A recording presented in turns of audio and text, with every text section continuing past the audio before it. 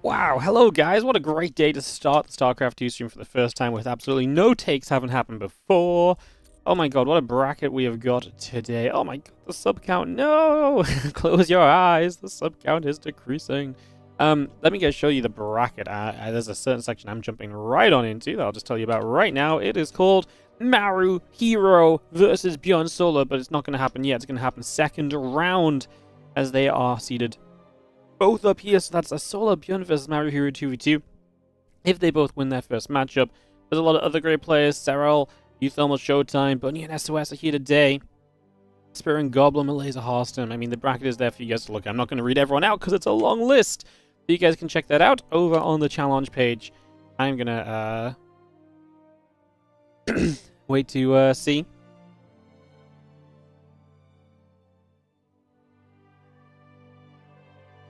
What server either herO and Maru are going to play on, or Solar and Byun. Whichever server those guys are going to play on, we will kind of go for. They're looking for Peekaboo. Peekaboo and Fluffy are here. Cool. They are here, so we should be able to get that sorted out. We just need to figure out what server, like I say, they will play on here. And get that ready to go. Just sorting a couple things out over on this screen, guys. Ignore me for a moment or two. Ignore me for a moment or two while we get a couple things settled.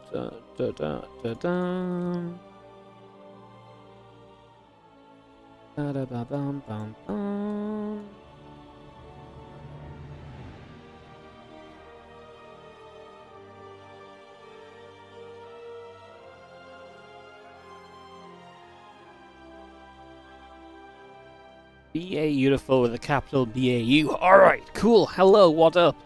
How we doing? Good to see you guys. We are going to get ready for the Maru herO match. They are here, which means that we will just go into that, and like I say, we'll likely follow the winners in.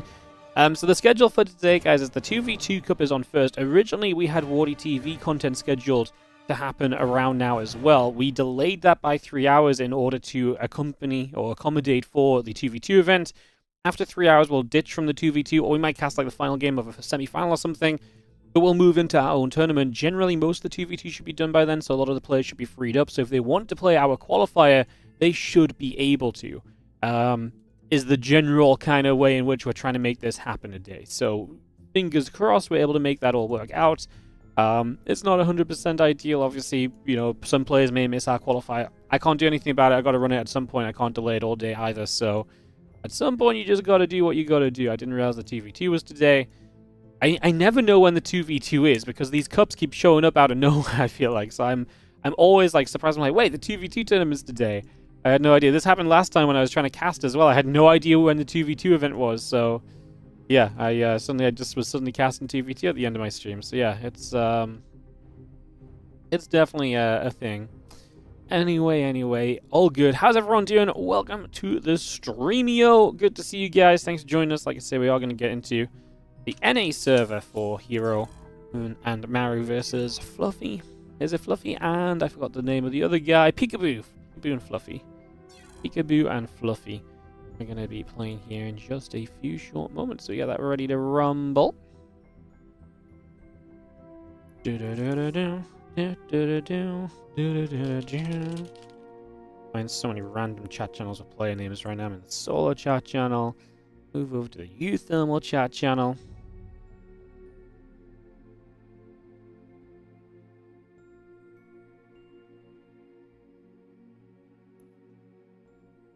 Cool. Cool. Cool.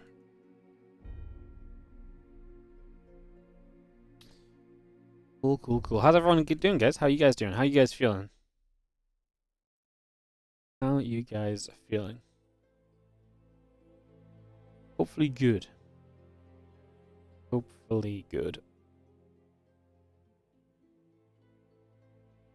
Beautiful. All right, we'll get into I mean, it might take a few moments because obviously videos and stuff and different maps to usual, and also like, you know, 2v2 just in general sometimes takes a little bit longer to set up and stuff, but we'll just work on that, guys. We'll get this sorted out and start for you guys soon. I'm actually just going to run one more round of ads just in case.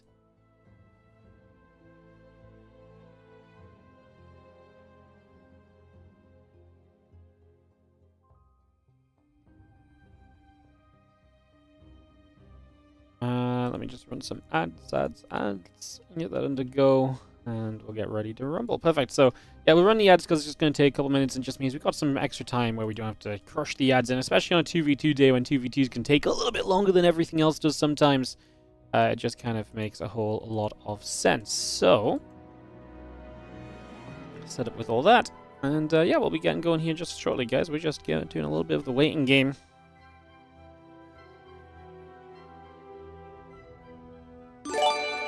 What's up, Kurt Dasquirt? Thank you so much for the 12 months, 1 whole year of resubscribing. Thank you so very much. Appreciated. Thank you, thank you.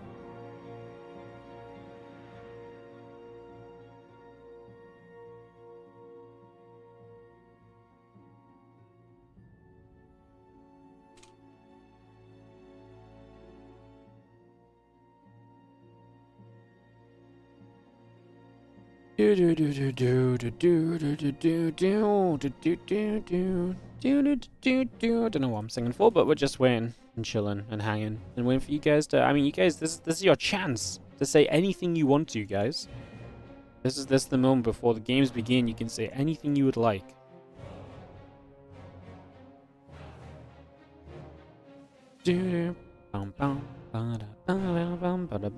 Wardy's a noob. God, gosh darn it, you went there. You want to say hi, chat? Yeah, well, there you go. That's nice than Wardy's a noob. Ugh, my feelings. Shot through the heart. Alright, I do believe the setup of this game is somewhat in process. Didn't even know this was incoming. Glad you're at work. Hell yeah. Gonna be like probably about a 6-hour stream. Depends how many people sign up for the 2026 points qualifier later, the Winter Championship thing that we've got. I'll determine a little bit of what's going on. But yeah, I'm here today, and again, I'm here for the Monday Cup tomorrow, and then I'm gone for like a week, guys. I'm gone for like a week because I'm going to be going to a little thing on Tuesday, and then that's overnight, so I come back on the Wednesday, and then Thursday I go to London to play Pokemon for the weekend. So I'm going to be gone from like Monday to Monday. So yeah, this is my last couple of streams for a few days. I'm going to take some time out and chill for a bit because we've been streaming a lot lately, you might have realized. That in the month of December and January was meant to be like a really like chill streaming month, and you guys might have noticed January was not in fact a very chill streaming month in the slightest. We ended up streaming a crap ton, so I'll be off next week. It doesn't mean we missed the Leo League Cup. We'll grab the replays of that and cover some of the best games. So yeah, we'll grab the replays of that one. That just came around too late for me to do anything about. So yeah, and then when we come back, we're full swing with Winter Championship. I mean, the schedule's actually kind of stacked. We've got so much going on when we get back. So, yeah, when we get back, it's like Winter Championship, Leo Cup replays, and take a couple days out with Helen, but then Team League starts, more Winter Championship. Yeah, it's going to be busy. Plus, we've got, obviously, other events that crop up here and there as well. So, TLDR, we're going to have a crap ton of StarCraft 2 to cast for you guys. Hopefully, you guys want to watch it all. Go for Maru herO, Byun Serral? Yeah, absolutely. We're going for the Maru herO game. And we'll follow into the winner of this matchup afterwards as well.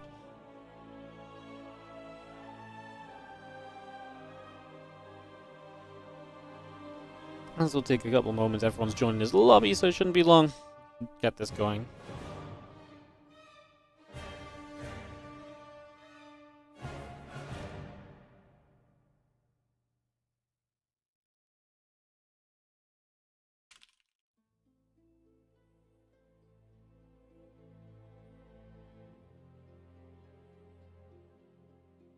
Cool. Oh, God, you guys got me sniffing there. Ooh.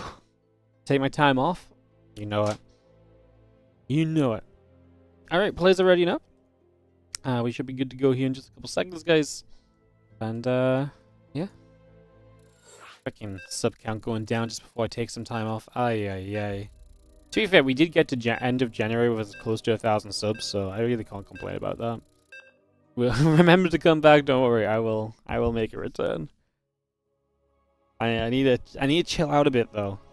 I went to the doctors the other day. They were like, have you considered you've just been stressed? I was like, huh. I was like, well, I guess this happened and that happened, and I lost my wallet while traveling on the back of doing loads of like middle of the night streams and just working all the time and thinking about the future of StarCraft, and like, yeah, you know what, maybe. maybe. You know, possibly.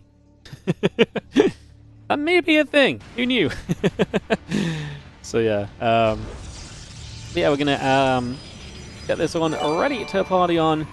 Ready to kick off, and let's get into some StarCraft 2 here today, guys. As in the top right corner of the map, we're going to start this 2v2 with herO and Maru in the top right, playing orange and red.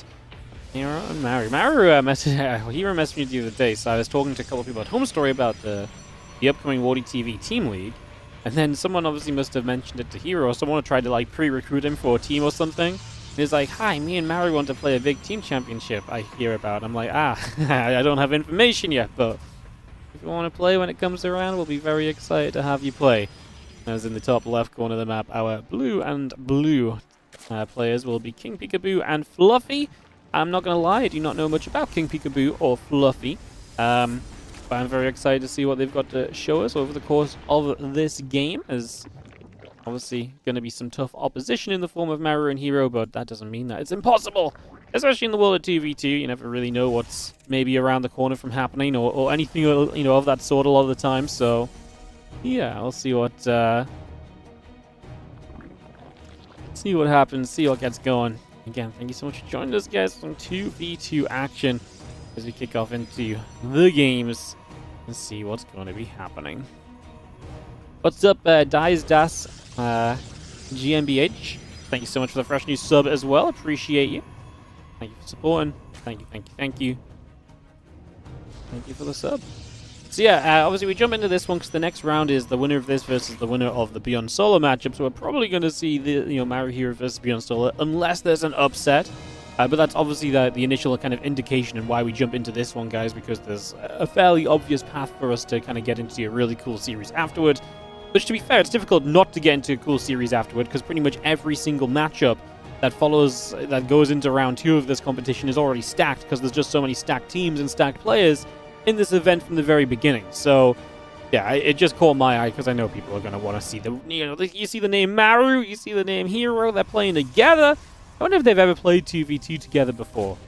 Yeah, I wonder if they've ever played any 2v2 together before. I actually, kind of curious.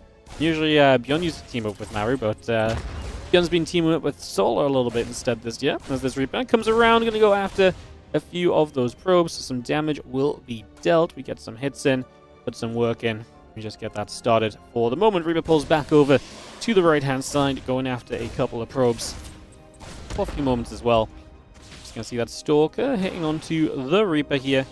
A little bit more damage being done, and the probe that tries to get through going to get chased away for a couple of seconds as well, so probe will go down, and that Reaper going to make a little escape for the moment to the middle of the map as well.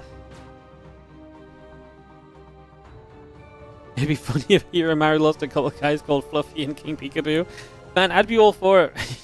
That's the best part, right? You can't go wrong here, because either Maru and herO, advance, and we see them play the next match, which is very likely cool. I mean, I guess this only goes wrong if Byun and Solar lose. But realistically, like, if they lose, then we have the upset, guys. The guys caused the upset of the day already. I mean, how could you not be excited about that? Absolutely, you gotta be excited about that. So, yeah, I think this is a win-win kind of series where it sets us up into the next round, or it just looks good for us anyway. As you're going to see, that Oracle is coming through and tapping for some damage.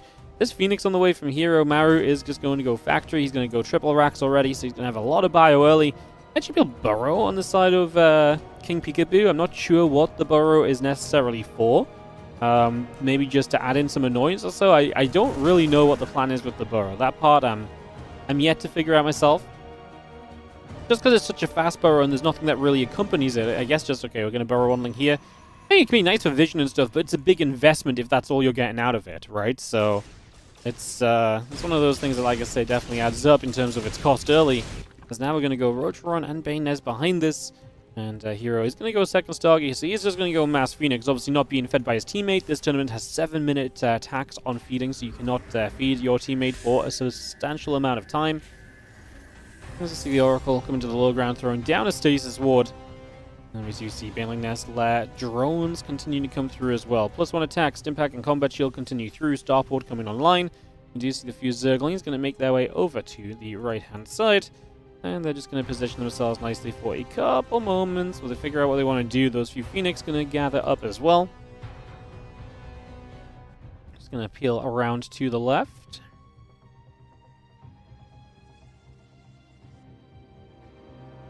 Seeing where, like I say, they end up going +1 combat shield and the medevac's all building into play.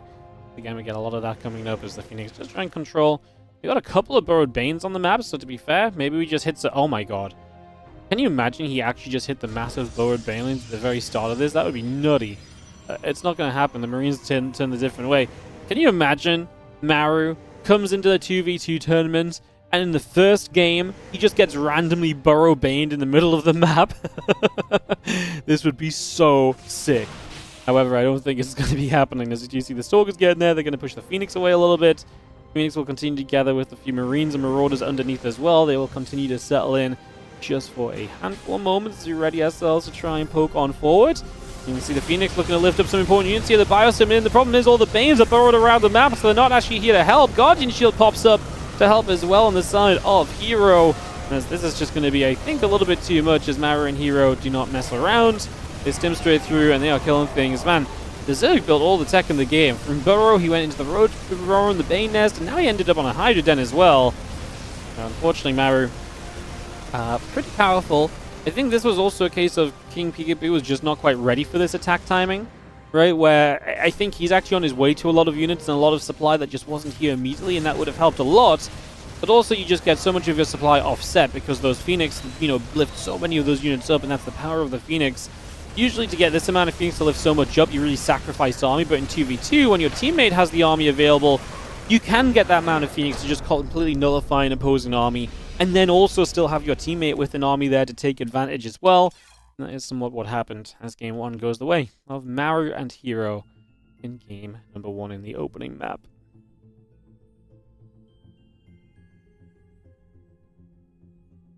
Alright, so herO and Maru, fresh out of a grand final yesterday against one another, and now into a 2v2 tournament with each other today. Some teams, so from enemies to teammates. We could almost make a movie about it. As herO loads us into new bed of chaos for a second map. As we get ready to kick this off and go into this next game. So new bed of chaos as soon as our players are online in game and ready. Just waiting for the opposing team to join. We'll get this going. Just going to check if there's any super early results today. Not really. It looks as though everyone else is very much so just continuing through without issues so far. Looks like Byun and Solar are in game, so we'll check on those guys when we come out of match. Or this match would be kind of the plan as well. So yeah, lots going on. Lots happening. Lots to chat about. As we wait for our players to get ready to go. Did the offline already happen? Yeah, I mean, they didn't play offline. It got cancelled. They got the offline portion got cancelled. They played online, but that was yesterday. Yeah. I was gonna say I will cast the replays, but if I cast them, it's probably not gonna be today. It'll probably be tomorrow. Depends how long our qualifier went later today. It'll probably be tomorrow, to be honest. So.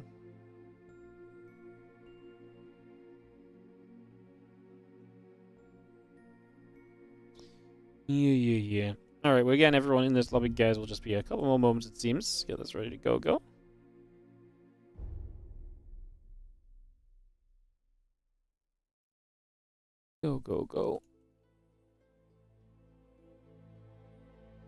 Yeah, I have the replays, so I just need to decide when I'm going to cast them.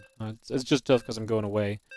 For a little while. All good, guys. As we count down into New Better Chaos for the second map of the series, we are counting down. We are ready to go. Get ready to kick this off. Let's jump into the action here as we get into our second game of the first best of 3 today. And we are going to be starting in the top left with the guys who take game number 1, the orange Protoss, and the red Terran. This is going to be herO and Maru. In the bottom right is going to be Peekaboo and Fluffy, playing Zerg Protoss, of course. I think Peekaboo, obviously, I'm not looking to criticize or go hype analytical, but he built a lot of things which he didn't use. The Bane Nest barely got used. The Burrow, like the Burrow and the Bane Nest got used, but they didn't really come into play in the fight. And then he was building Hydras that weren't upgraded. The Roach Run got built, never got used. Right, there was so much investment and when you're going to end up playing against two guys like herO and Maru, then I really do think that these are two players who just... yeah, I really do think herO and Maru are just two players who are just going to punish you if you have some sort of glaring inefficiency kind of going on. And I think if you're going to play against herO and Maru, if you had to ask me what to do, if you had one of the best possible chance right now to make this work, I honestly think your best possible chance is to just play very committed to one thing. Like, and if you get countered, if they play around it, whatever. Take the L, I think you just commit hard to one thing and one idea, and I think the best thing you can do is just be committed. And just be ready to just send whatever you want to do, So... when I watched the finals, please help understand why it felt so one-sided. Alright, I haven't seen the finals at all, so I'm not sure what you mean, but hopefully it's not that one-sided. I think PVT is a... just without having seen even the scoreline I've not seen yet, but I think PVT is in a very weird state where PVT can very easily look as though one guy just dominates the games. And it doesn't take much for PVT to get to the point where Terran just dominates or Protoss just dominates. On both sides, honestly. Like, Protoss can absolutely get, like, a good early game and bam. Just bases, army on the map. Terran doesn't feel like they can move out. And vice versa a little bit as well, where it's like sometimes Terran can just get a couple of good pushes. Protoss are a bit out of position early. And they just kind of get swept. I feel like PVT is such a fragile matchup at the moment. It's actually, PVT we've always talked about having very, like, volatile fights. I wonder if PVT actually is just like maybe one of the scariest matchups right now in terms of just it's so easy to have the game just develop into something where it feels, very difficult to scrape yourself back out from. But yeah, like I said, I've not seen the games, so this is just me kind of talking PVT in general. No comments on actual games or anything. Just a couple Stalkers gather up together. I'm going to start making a little bit of a move, and Adept coming around for a second. Just going to see the two Stalkers of Fluffy put some damage out. We have had a defensive setup over here, and we're going to build the battery a bit further back as well. Here's an expansion from the Zerg Protoss combo. herO just building into Phoenix, Maru building into an additional barracks. He sets up on the two bases. He did go factory earlier this game. We'll have a siege tank much sooner as a few Stalkers step forward. And actually going to look to run through. This is very scary to do in a 2v2. Like, this is kind of scary to do in a... this is very scary to do already when you kind of do it in like a 1v1. But doing it in a 2v2 is very scary because there's the extra unit production from the Terran, and the Zerg is not here to help Fluffy out. So Fluffy's making a dive. And to be fair, it forces a bunch of probes to pull. Phoenix has to actually lift here as well. Units jump out of the bunker. The problem is you should lose kind of close to everything. I mean, this Reaper can chase for one Stalker as well, potentially. I guess with the second Stalker, we're still fine. I mean, now Lings and Banes are showing up. Did we really do enough here to justify diving through and losing Stalkers if we're about to send even more aggression? The problem is that the Warpins have to come from back home. Like, I feel like we're about to send aggression. I feel as though Fluffy and Peekaboo are just a little bit unsynced, Like, on what they want to do and when they want to do it. I mean, we come in here, the Phoenix lifted the Stalker, the Banes bust down a bunker. The Siege Tank will go down. And that really is kind of a victory already from Fluffy and Peekaboo to get rid of the tank, but I just don't think they're going to be able to do much more. I just don't think there's much coming out of this. On the follow-up to that now, let's just see the Phoenix getting a lift, the Stalker obviously still taking some damage, it's going down. I mean, we just build a wall off as well, so we're just going to wall while making sure we have additional stack defense coming up. A new tank should be ready soon if we're still building it. We're not, though. We're just going full bio mode. Yeah, I mean, maybe a second wave of this would be powerful, but there's no nearby Warpins. And we're just not committing to a second round of this either, so just in general, this becomes, unfortunately, quite weak at the moment. And yeah, with the wall off up in the bunker there, it looks like herO and Maru will be very safe to continue to just kind of play their game at this point. And that's exactly where they will begin to go over these next few moments. Do you see the Phoenix obviously looping around the map? They're going to get some info, just moving around where they can. They find an Overlord. So just sweeping generally about to do what they can do. And the Stalker's there to help push Phoenix away for a couple of moments as well. Land Baneling Nest, all coming up and online. Probably going to take a second to knock through the rocks over here. Has got Blink coming up, additional Stalkers warping in. Blings in the Baneling speed in production as well currently. If this wasn't all in, it might have worked. Yeah. I mean, I honestly think there was potential there where, like, maybe you could have done something, but like I say, this was not overly committed, right? And I feel like that's the thing. There's maybe like a lack of synergy between that Protoss combo in this game and a little bit more synergy. Might have actually had some danger attached to an attack like that, so...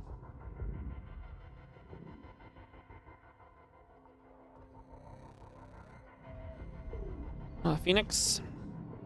We'll all gather up. The few Marines of Maru still moving through the center. A little bit of Lingbane off to the right side. Next is coming down on the left side. I mean, these Phoenix are just going to bully at this point. There's not an anti-air force that's up to really deal with this. I mean, the Stalkers that do just now have Blink, but they're not going to be in position all the time. There's a few Marines already joining in here as Maru looks to try and fight already. It's a good amount of Lingbane, but I guess if we lift the Banelings, yeah, let's see what we do here. We're going to lift the Banes with the Phoenix. It's obviously going to be the priority, protect the Marines, but honestly, the Lings get a decent surround. Doesn't matter because upgrades are good. 1-1 to 0-0, jeez. And now the Phoenix obviously just lift up a bunch of the Stalkers as well, so they're not going to matter either. I thought there was actually half a chance there for this fight to go a bit wrong, but the upgrades especially made those Marines so freaking good. And that is going to do it for game number 1 on the day. Solar and Byun already advanced through their matchup, so we pick the longer of the 2 opening rounds. And we are going to jump over to Korea as we get ready to head into this next matchup. So, get that ready to start.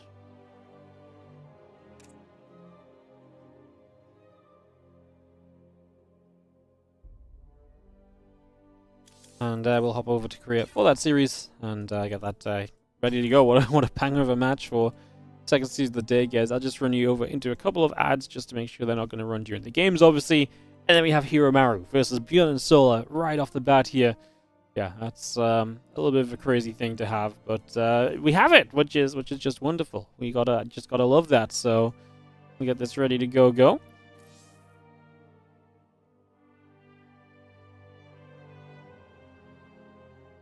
And like I say, begin in just a few moments' time.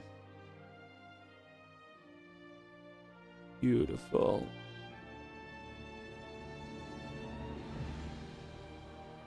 Beautiful, beautiful. 1 push to kill. I mean, yeah. I mean, at the end of the day, like, to be fair, like, they threw units into the natural of the opponents originally as well, right? So it kind of makes sense that they shouldn't have too much in the follow-up. I actually thought they had half a chance, but yeah, Maru and herO just have everything going their way. They are the stronger players. There's really not rocket science attached to this, guys. At the end of the day, this really is kind of just, you know, 2 of the best to ever play the game are going to be pretty darn good. Who did Byun and Solar play against? Byun and Solar played against Gugus and Urono in the first round. Obviously, like I say, open cup, anyone can play anyone. So first round being a little bit of a mismatch when the pros play against anyone else that wants to sign up is going to happen. That's happened so far. Solar and Byun, they're the top of the standings right now, if I'm not mistaken, in the 2v2 circuit. If you're not familiar with the 2v2 circuit, there is a full-on, like, you know, circuit attached to this. Yeah, Byun earned a point in the bonus cup too. Who did he play with? He played with Creator. Okay, so Byun earned a bonus point. Otherwise, him and Solar earned 10 points by winning the January edition of this event. And then, so that means Byun is first and Solar is second in the overall rankings of the season right now. So, yeah, pretty cool, pretty cool. Pretty cool indeed. As we will wait for things to go. Get ready to start. Obviously, everyone looking to qualify for the end of year championship for this 2v2. Even Serral's in this, yeah. Pretty much everyone plays this 2v2 circuit. It's really sick. Someone made something really special with this thing. It was cool last year, and it's even better this year. Have no idea Maru had any interest in this. Oh, I think he wants to play, man. I think he's into it. Big prize money for not having to play very much. Why would you not be into it, right? Why would you not be into it? Yeah.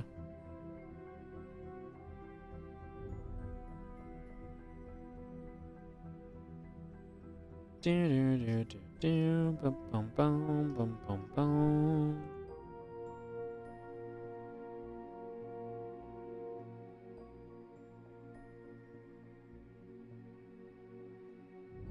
Just waiting for them to get their videos sorted, guys. We'll get this going.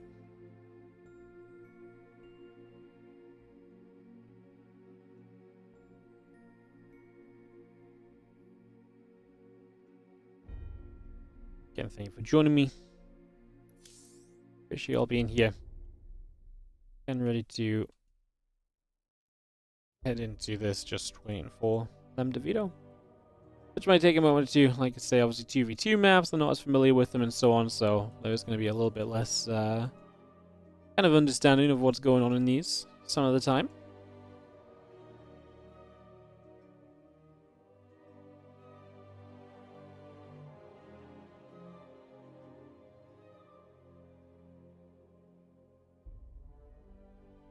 Do do do do do do do do do.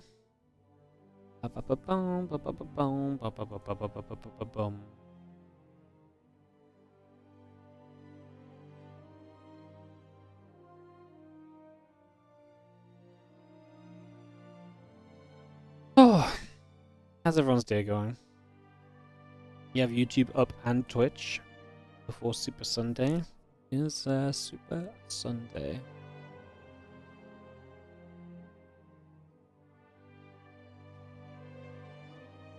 I'd love a Super Bowl.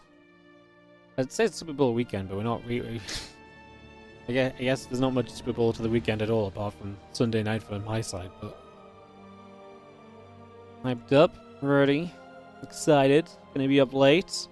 You guys see me yawning during the Monday Cup tomorrow? Well, my bad.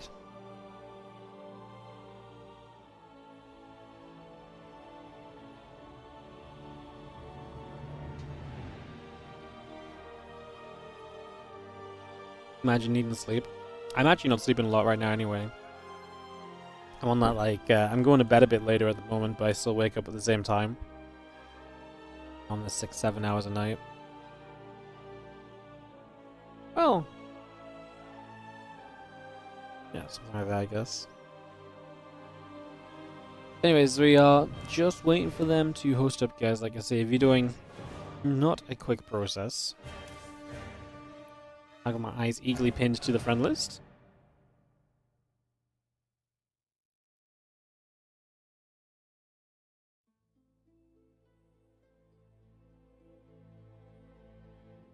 You never heard of Serral's teammate? You've never heard of the legendary Zhuge Liang? Yeah, sharpen up on your StarCraft 2 history.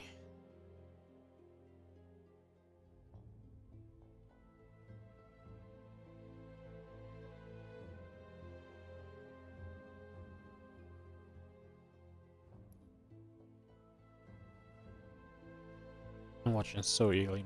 My entire friends list is all on career right now. Is all players that are going to be in this game. It should be impossible to miss, but I am in full refusal mode. I refuse to miss this. I know what my luck is with these things.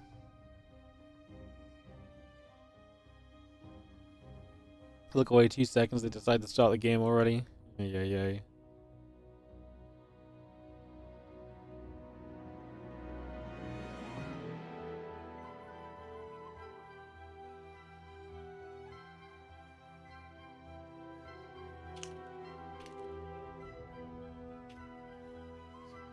Right, players gonna get swapped around. Colors look good.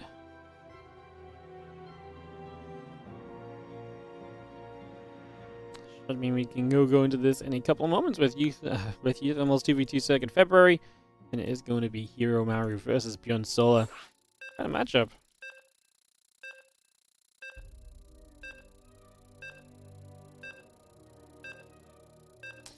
I'm saying hi in the lobby.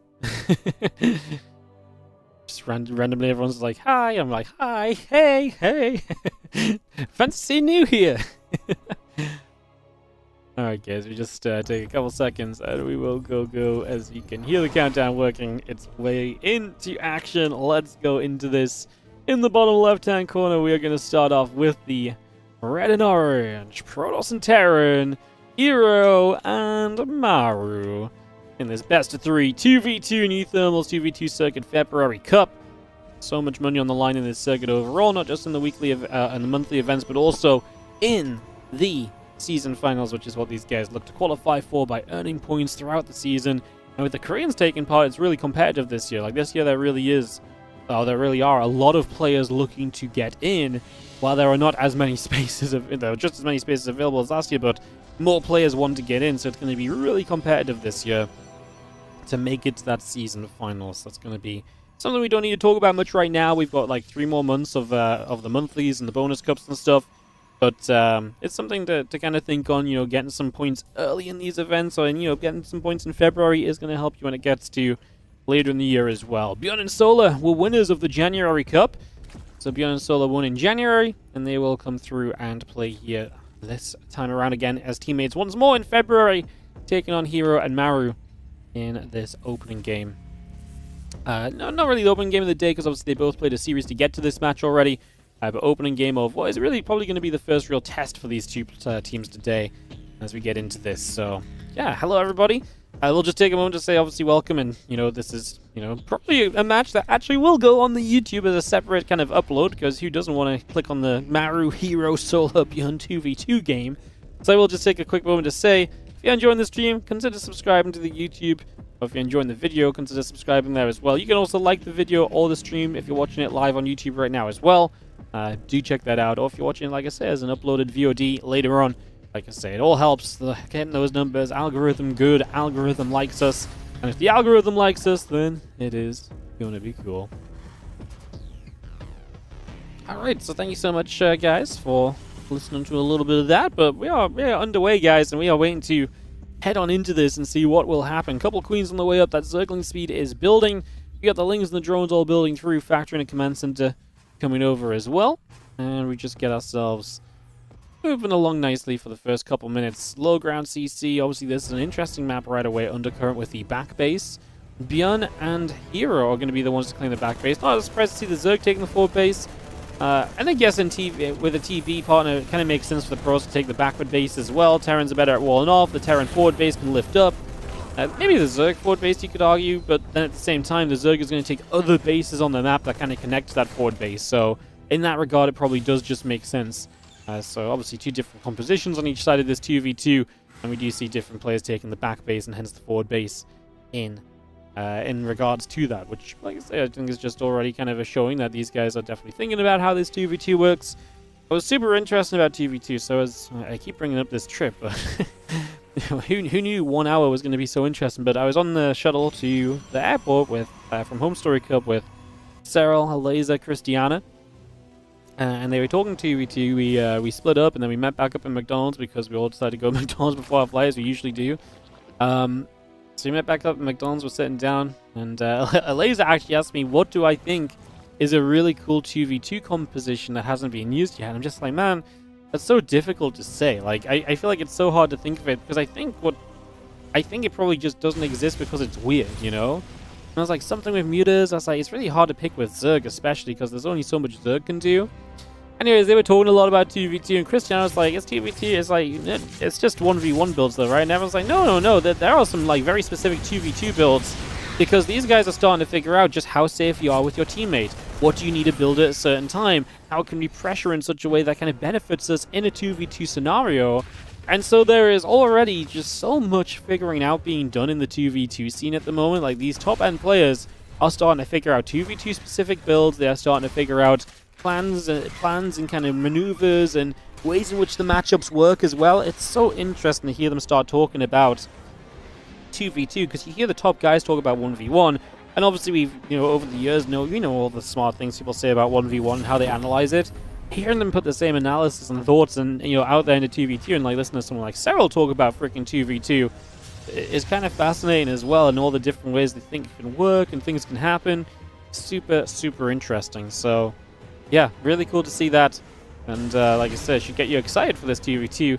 The one takeaway I did get from everybody when they talked about 2v2, you guys are going to love this one. The one takeaway I did have that everyone kind of shared was the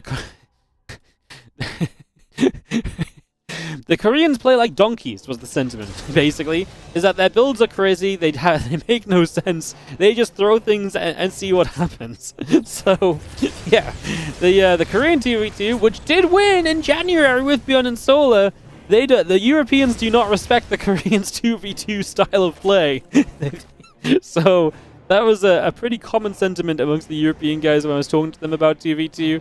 The Koreans don't know what they're doing, they're just throwing things together. So all this meticulous, thought out kind of stuff that I'm talking about early, maybe the Koreans do not necessarily have that in their game plan right now, but yeah, kind of fun to see, especially as you kind of go through the day. That's what I'm setting this up for, kind of seeing how the Koreans play in this match now against each other, and then maybe as they play some European players later on in the day, whoever wins this, be interesting to kind of see where that goes and to see who kind of follows through and who kind of, you know, looks better on the builds, and if those European builds start to look a bit better or something as well, you know. Can't plan a counter when the other team has no plan. Yeah, I mean, to be honest, if there's ever a time to play crazy, craziness in kind of, you know, StarCraft 2, maybe 2v2 is it, because, you know, it is a matchup or is a gameplay a game mode which definitely had a little bit more chaos to it than 1v1, right? And so you can get away with playing with the less of a plan and kind of freestyling it and so on. So we are going to see a fleet beacon coming up, the Phoenix on the way, +1 air weapons building in here as well. Let's just have ourselves a couple of cyclones, again, +1 vehicle weapons and plane coming by, Hellions on the way too, +1 missiles, roach speed, and the groove spines all coming up for the Hydras. 5 is still on the way over, and the Phoenix are looking to get a couple liftoffs here maybe in this fight. There's obviously Maru playing this mech, Byun playing the mech as well. Not too weird to see the Terrans kind of taking the mech route. You don't have to. It is a possibility, and unfortunately, Byun and Solar did not see this army of herO and Maru moving over the right-hand side, so they get in position straight away, and Solar is going to lose this base. Just going to be seeing this hatchery going down very quickly. That is going to fall. The 1-1 upgrades and a couple of tanks in some trouble still as well, and just going to be seeing the base just getting completely wiped out. This was just a solid push from Maru and herO. It wasn't fancy. It wasn't super cool or anything. It was just, you didn't see it coming, they got in position and they punished. It is two very different styles of mech as well, right? Where Byun is playing this mech, which is a lot more active, the battle mech kind of style, with the Cyclones and so on. Whereas Maru is just playing a lot more solid, like Hellbat Siege Tank, and so can just take very good positions on the map. So Byun does counterattack for some damage. You can see the supplies are not looking good. You compare Terran to Terran, Maru is up 30 supply. You compare Protoss to Zerg, and the Protoss is up 20, 30 supply. That's not where things are typically meant to be. So numbers are definitely not in favor of Byun and Solar here. And this first game looks as though it might be a little bit too far gone as the Hellbats and the tanks continue to push up. GG says Solar, GG says Byun. I mean, they just took too much damage. They were not ready for that early pushing. And this one goes out of control. herO and Maru to open up the first game here against Byun and Solar in this 2v2 round of 16 here today. Fun, fun, fun. All right, we'll get another game up in a few moments' time. I'm not in charge of any game hosting or anything. I just have to join them when they are ready to play. So we'll be doing that in a couple moments, getting that settled and ready to resume. Phoenix OP. Yeah, Phoenix are very strong. I mean, there's a reason why in original 2v2 there was always the feeding issue, right? Or there was always the there was always the problem with like feeding. You just feed the guy mass Phoenix, and then Phoenix just kind of, you know, completely dominate the game. So, well, I do feel like they need to remember to actually host with the right mod.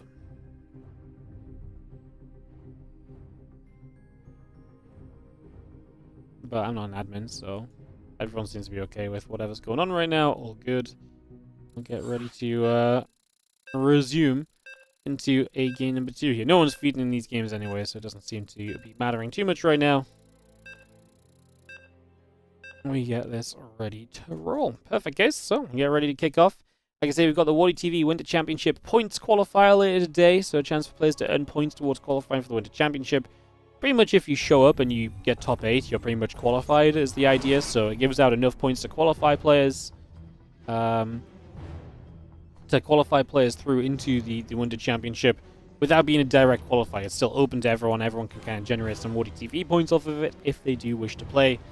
As we have got in the top left-hand side, the guys who've been killing it on our stream so far today. It is going to be herO, the red Protoss player, and Maru, the orange Terran player on Rohana. A bit more of an aggressive map because of this split base scenario.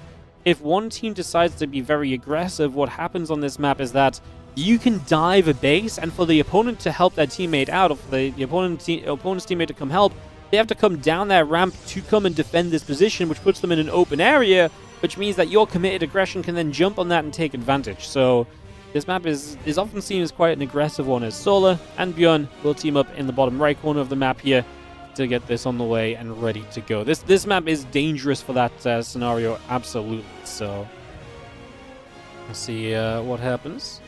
Is this live? Yep, these games are being played live right now if you're watching the live streams on the, what day is it? The 8th of February. It is the 8th of February today. Hello, hello. How are we all doing? Let's just get a hatch gas and pool coming up, the racks and the SCV coming around, the gateway in production. Get that coming by just for now. And yeah, we get settled in. The Overlord will make some moves. Just heading across, nothing too crazy yet, and no one really being super aggressive just yet either, so I don't think anyone is immediately looking to get into the kind of level of aggression I was just talking about previously already, with kind of jumping on one player's base or so. So it looks as though we're going to be pretty calm and collected for this, for the moment at least. Looking nice and comfortable. In a year it'll be live as well. Yay. I mean, it's very rare that we rebroadcast things, so if I say it's live, it's usually live, unless you're watching like an actual VOD. We rebroadcast the All-Stars event that we rebroadcasted after casting live the other week was probably the first time we rebroadcast anything in like, I want to say like years, honestly. It's been a long time since we've done something like that, to be honest. So, yeah, it'd been a hot second. It'd been a hot second. Factory and barracks commencing to coming up. The SCV in production. Link speed, Queens, drones, hatch. Continue to come through for the moment. Just going to see the Stargate and a couple of probes. And the Adept will continue to come by as well. So we just bring a lot of that up. We got a lot of that into play. Reaper hops to the high ground. Also just here to see a bit of what's going on early. And gets the scouting probe. So, clearing that out. Dealing with this for now. Link speed on the way, Stimpack building in, a hatchery, a couple drones all coming through as well, so we just get a lot of that, a lot of those little bits and pieces added on for the moment already. And yeah, a little Stargate, Chrono boosting action going on as well. That Oracle and the Warp Gate continue to come about right now, so got a few different bits and pieces up and running here. Marine is going to be lingering around, and I'm going to throw down a battery with this probe over in the bottom side as well, so we just get ourselves set up with some defense. And everyone is readying to rumble here in this game number 2.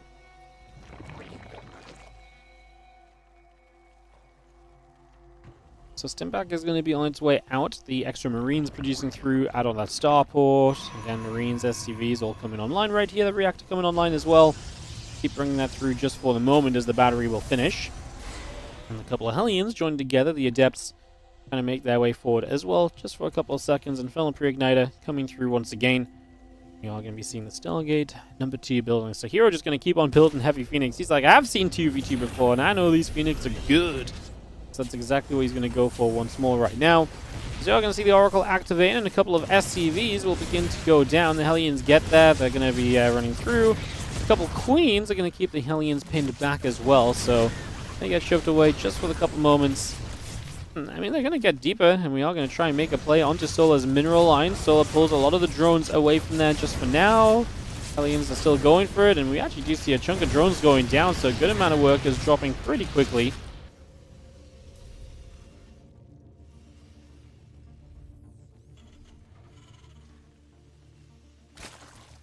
Combat shield will build a few extra Marines. Medivacs coming through. The Spire is building from Solar, so we are seeing what his choice is. And interesting that we're going to see this kind of split of Maru going to play mech, where Byun is going to choose to play bio. So, well, in the last game they played both mech, but then Byun was already playing different kind of mech to what Maru played. Now Byun's just going to play purely bio this game. And kind of go from there. I say purely bio, I mean just like, you know, at this point currently seems like Marine Tank, but obviously usually just call that a bio-based composition. Yeah, the double armory coming up from Maru, so he's going to ready up his upgrades, and that Phoenix is growing. Still love these Hellions just poking around and just making Solar's life. Look at Solar's supply, by the way. I mean, it's super low. dude is not really feeling good right now in that regard. You see the couple of medevacs are going to load up. They're going to boost on just onto the map for the moment from Byun. Yeah, Sol's supply is low. He's been bullied early in this game. He's already lost 18 drones. His economy has taken multiple heavy hits. And so it kind of comes to Byun to maybe be a little bit more active on the map, a little bit more successful. We're going to go Corruptors from Solar. I mean, that makes sense. Your opponent's masking Phoenix, so why the hell would you build Mutas? I guess I'm a bit slow in the brain, not to maybe mention that before now, but yeah, the Corruptors as an answer to the Phoenix, interesting. Because Corruptors do damage very slowly to the Phoenix too. It's not like these Phoenix are going to melt away. But it can do a lot to zone them, so maybe there is some potential there. As the Phoenix is going to throw a few shots off, the drone's beginning to go down. Siege Tank, Marines, and the +1 upgrade all building through as well, so a lot of that coming up just for this moment. Phoenix getting by, and the Corruptors continue to spin about a little bit as well.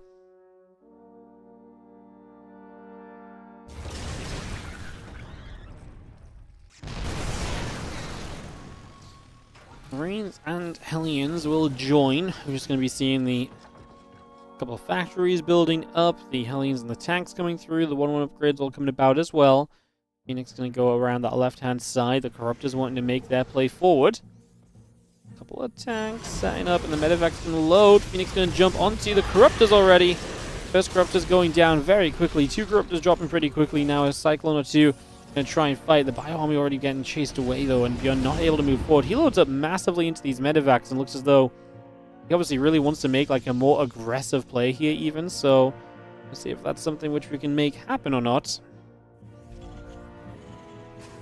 And those couple barracks still coming by. Just going to be seeing the Phoenix going to get into the main base. That's the issue. The Phoenix are constantly going to be a threat. They're always going to be showing up. They're constantly going to be putting you in danger and annoying you, and like I said, just making your life somewhat kind of difficult. I mean, drones is Solar on. He's on 62. He has 62 drones, 11 Corruptors, and that is it. Like, he has basically nothing. His damage taken in the early game has put him into a really weak place. And I do think that our champs of month 1, champs of January, are looking to be in a little bit of danger here in February in the early rounds. I'm not even sure if you even get points for top 16. I think, does it start in the top 8?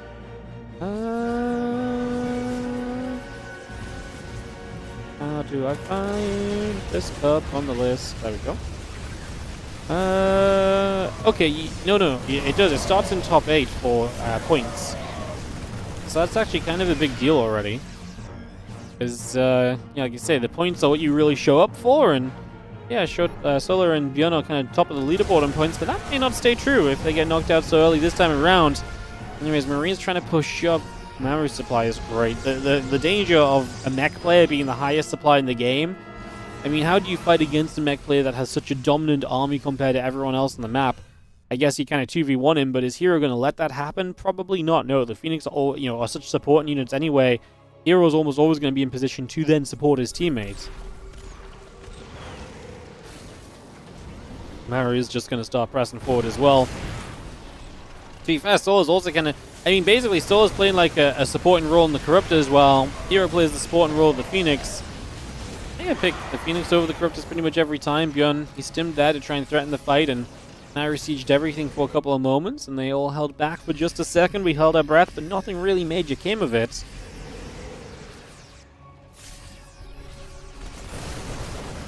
Tanks will siege, pushing forward. The Phoenix is going to start a fight. The Corruptors are going to be there to fight back as well. Damage begins to come through. Tank's going to fire a few shots in. We do see a couple units being chased away already. The Orbital Command retreating as well. Lifting up and falling back. Byun afraid of trying to hold on to his third base, as he absolutely should be. This is a terrifying position of this game for him. He is not in a good place right now, nor is his teammates, and they are just in trouble in general through and through at the moment. Byun and Solar. I still don't see what they do about the mech army, is what it comes down to. Like, this just looks amazing. I mean, there is a world where you get a really good fight. Maybe the tanks are in siege and you wrap around the Corruptors zone the Phoenix so they can't do enough. That eventuality exists. But it does rely on mistakes being made. We're just going to stay in. I think it's going to be the fight right here. Byun just going to try and split the units and try and get on top of the tanks. This is going to be anywhere close to enough.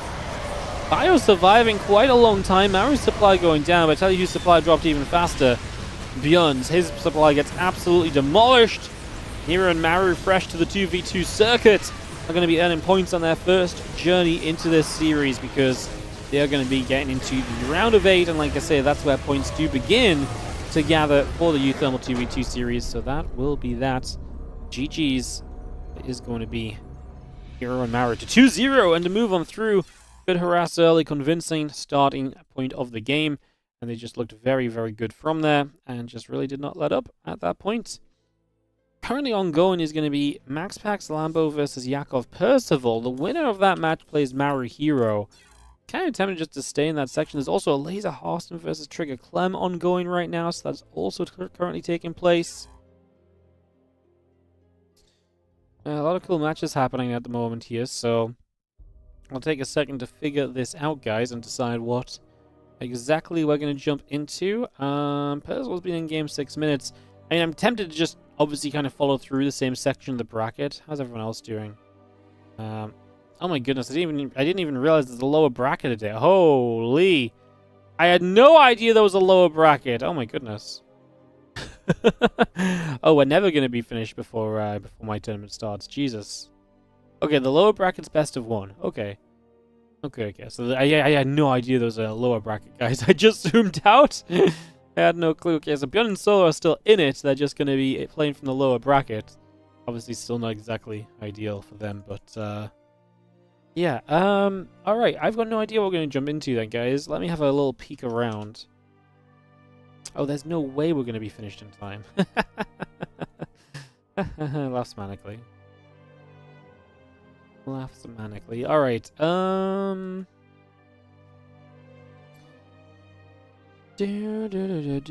wondering just what else everyone's casting. Indy's not in game right now. Steadfast is not in game right now.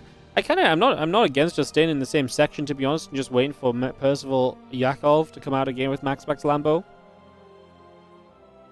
I think that might make the most sense. And then we can just follow the winner in versus Maru herO. You guys down for that? You guys down just for waiting a little bit? You guys are down just to wait a little bit, then kind of down as well. Yeah. Cool. You guys just want to wait? Yep, you guys down to wait? Cool. So we can just do that then. Play the waiting game together. Cool. Alright, then we wait, guys. Then we wait.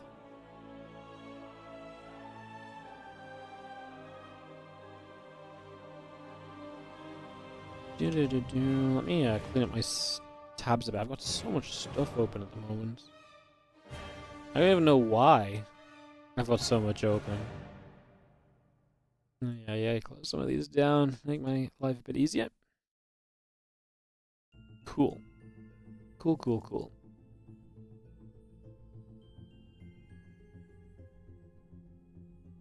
Alright, guys. So, like I say, a couple moments and we get ready to go. I was gonna say, so Bunny SOS got knocked down, I believe. Oh no, they won their match. They're gonna play Milky Cow and Vanya. So they're starting up right now. Like I say, we're gonna be waiting for. Oh, Percival just came out of game, so there should be a result on Percival Yakov versus MaxPax Lambo, or another game starting up. Whichever it is, we can look to join, or we can look to continue. I mean, they did both 2-0 their first round. We had a pretty fast second round, but like, I'd be kind of surprised if they weren't kind of looking to advance through still at the moment. So, give it a moment or so, guys. See if they go into another game or not, basically. Shin just went into a lobby. He's playing with Ryung. So Shin and Ryung currently playing against Braddock and Mindel VK. I'm desperately waiting to see Percival, Yakov, Lambo, MaxPax going into a game or not. They're all on the score screen right now. Feel like they're mid-series because no one updated the bracket. No one logged off either. No one lost in the TV. I guess there's a lower bracket, so logging off doesn't make a lot of sense, but that doesn't stop them all the time, you know? It doesn't always stop them. There it is. Lobby's up. Alright, let's jump into this one and we'll follow this through for a little bit as this game gets hosted, and we'll get ready to go. We'll check what the score is. 0-1. Perfect. So Lambo and MaxPax lead by a game, guys, in this match. We get that ready to go in just a couple seconds. Perfecto. Awesome. Loving it. All right. Cristiano and Calazur move through in their sub-round as well, so they get into the round. So yeah, sorry. So I was mentioning that Maru and herO had already earned points, but that's not true because there's a lower bracket. So earning points doesn't start until you guarantee. I guess next round you're guaranteed probably to get into. Yeah, if you win the next round, you should be guaranteed top 1, 2, 3, 4, 5, 6. Yeah, top 6. So you're kind of guaranteed. Yeah, okay. So it's going to take a little bit longer than I thought, basically. All good, all good. Doesn't really matter. I just was given false info. All right, let's jump into the series then, guys. And it is going to be the Blues in the bottom right corner, Lambo in the bottom right, and MaxPax. On Reclamation, none of these maps where the main bases are separated. I just talked about this in the last game on that Maru herO Byun solo match, where sometimes that means you can bully and do some damage here. In the top left, Yakov and Percival. Yakov our red Zerg, Percival our purple Terran. So it's going to be Zerg on each side this time around. This time it's still going to be a mixed matchup. So Terran Zerg versus Protoss Zerg. And MaxPax Lambo won game 1. It was about a 7-8 minute game. They were in game for about... My friend list said they'd been in game for like 6 minutes or so. They came out a minute or two later. So not a super long opening game.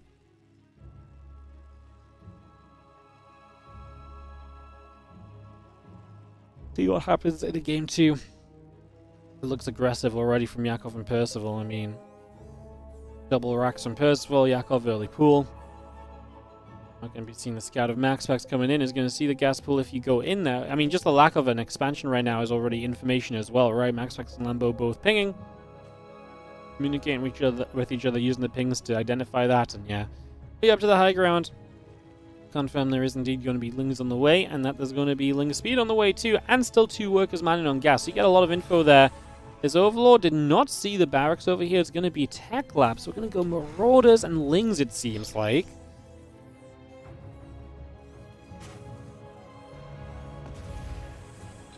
Double Tech Lab on the way up. The Baneling Nest on the way from Yakov as well. So we're just going to bring that straight through. And yeah, that Baneling Nest is going to come online. So the Banes are going to come in. The Ling Speed's coming through. Because of Shells and the Marauder setup coming by as well. The Zerglings continue to go down to the bottom right-hand side. What's up, Perci?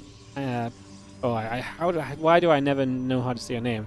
Perci Agil, thank you so much for the 5-month resub on the Prime. I murdered it, I don't even want to know about it.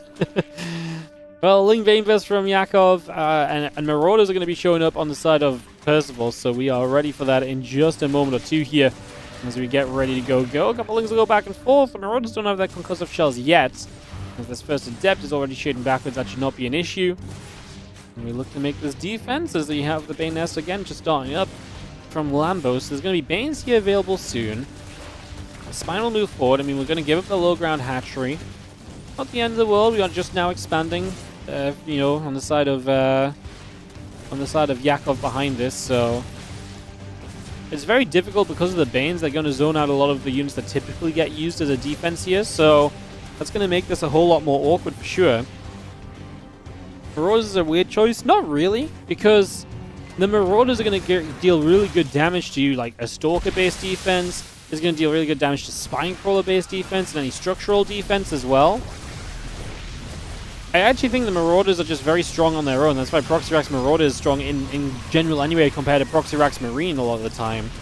So I don't think it's that crazy. I just think they wanted the power of it. And obviously, I mean, scout for what, I guess is my question. Would Marines have done better than Marauders here? I actually don't know if they would have done. I mean, maybe. There's a defense from Lambo and MaxPax. Lambo obviously had to lose his hatchery, and Yakov does take a base lead over him, but is still going to be behind on workers by a little bit right now. So economy-wise, it's still not exactly back on track. Lambo going to have his own Bane Nest soon. Already has it, in fact, has the Spine Crawler. Brings the low ground now for defense also. And MaxPax has got double Oracle, which is currently bullying Percival's main. So that's bullying Percival out over here. And getting a bunch of workers as well. So going to get a bunch of workers over in that direction. Oracle, there we go. Oracle already has 6 kills, so Percival not mining during this is not exactly great. The barracks floating forward. They just have a significant lack of anti-air, and the issue is you can't just bring a queen over to defend because of the separated bases due to the map. So yeah, Percival is in a rough position. He's also still on one base. He is expanding. But yeah, it's going to take a hot second to get off of this expansion, and that's definitely kind of proven to be problematic so far. Being running up here. And funnily enough, Maru is kind of useful because they slow the Banes down, does slow the attack a little bit. As we are going to see these Banes just going to turn around and just try to trade. Going to get an okay connection there. The Oracle's trying to help out. We are going to be able to get rid of the Queens. If we get rid of the Queens, there's no anti. Okay, there is a Spore Crawler still. You have a Widow Mine that goes down too. It just means the Oracles can kind of stay overhead and just dominate a little bit longer though. And I do feel like that's been a pretty major factor thus far. As the feelings jump onto the drone line here as well. Just going to go for those drones. The other Zerglings coming back down this ramp. The Adepts are going to show up. The Zerglings still looking to play wraparound. Adepts and that Zealot still trying to move forward. The Banelings morphing in as well. And just seeing the Zerglings still pulling back too. For now, Oracle's activating. Ling's taking damage. Cyclone and the Marine coming through as well. And another drone going down. The Ling's going to run over. Looking to jump onto the Queen here just for a second. The Cyclone locking on. Now the triple Oracle going to kill the Cyclone though. I think this is over. Yakov and Percival going to tap. Lambo and MaxPax move through. And that means that we already get to go to the Lambo MaxPax versus herO Maru matchup that we were talking about. We'll be heading straight to that sooner rather than later, guys. So we'll be getting straight into this. And yeah, get that started here. Ready to rumble for more games. Yeah, I mean, that works nicely because it means we just move quickly into the next round of action. Yeah, lots of games going on. Obviously, I mean, Trigger and Clem playing Horst and Malaise is a very cool matchup. Shin, Byun will, if they win through, will play Christiana Kalazur. We've got GG Machine and Shameless playing Jumi and Gabe right now. Bunny SOS versus Milky Cow and Vanya. Serral and Zhugliang against UTHERMAL and Showtime. And then Maru and herO will play MaxPax and Lambo. It's the first round of 8 upper bracket matchup that's ready today. I'll be going into that one in just a few moments. What's the prize money for today then? Okay, so it splits quite nicely. Cool, cool, cool. Overall, $1,300 up for grabs just a day. Crazy. How much money they have for the TV2. Alrighty.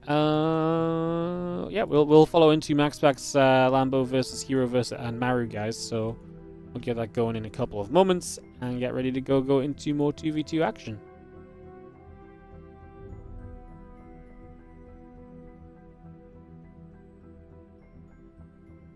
Beautiful.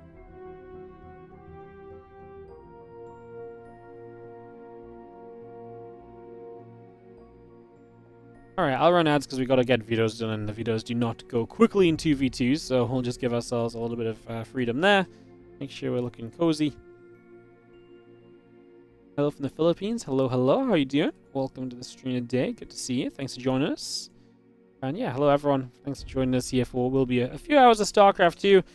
I'm kind of tempted to stick with the 2v2 the whole way through. We have our own freaking qualifier coming up, but I might just let that kind of play in the background, and we'll jump on some replays of it at the end, maybe. Yeah, there's an actual WardiTV qualifier going on today, but I'm too excited by the 2v2 now.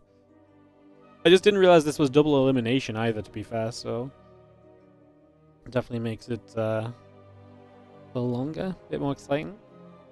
Yeah, it just means I'll have to admin a little bit while I go, but I think you guys are kind of into the 2v2 as well, so, I mean, correct me if I'm wrong, but I feel like you guys are enjoying so far, so, we'll see. We've got a couple hours until we have to make that choice of what we do, but, I guess I'll ask you guys closer to the time there. We should be decently through in a couple more hours. There's a good chance we're, like, towards the end of this, actually. Like, you know, with the double elim bracket, probably not completely to the end, but a good way over to the end, I think, is a reasonable guesstimate. Pretty reasonable guesstimate.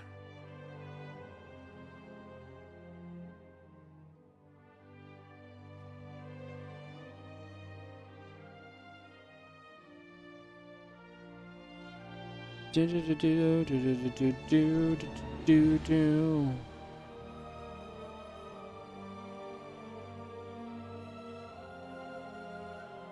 is fun. Hell yeah, no, TVT is fun. 2v2 is very fun. I like doing 2v2 like once a month or so. I've said this a lot of time in the past, but I really do feel like 2v2 is really fun in small doses, and I feel like we get 2v2 in kind of small doses lately, you know? So, yeah, I personally do like the 2v2 and the small doses that we get, and like I say, it's been coming in that kind of regularity as of late, so... Let's wait for Lambo, MaxPax, herO, and Maru to join together, and we'll get going, but just going to keep a sharp eye on everybody. Get started in a few moments, hopefully. Kicking this off, kicking this off. Do do do do do.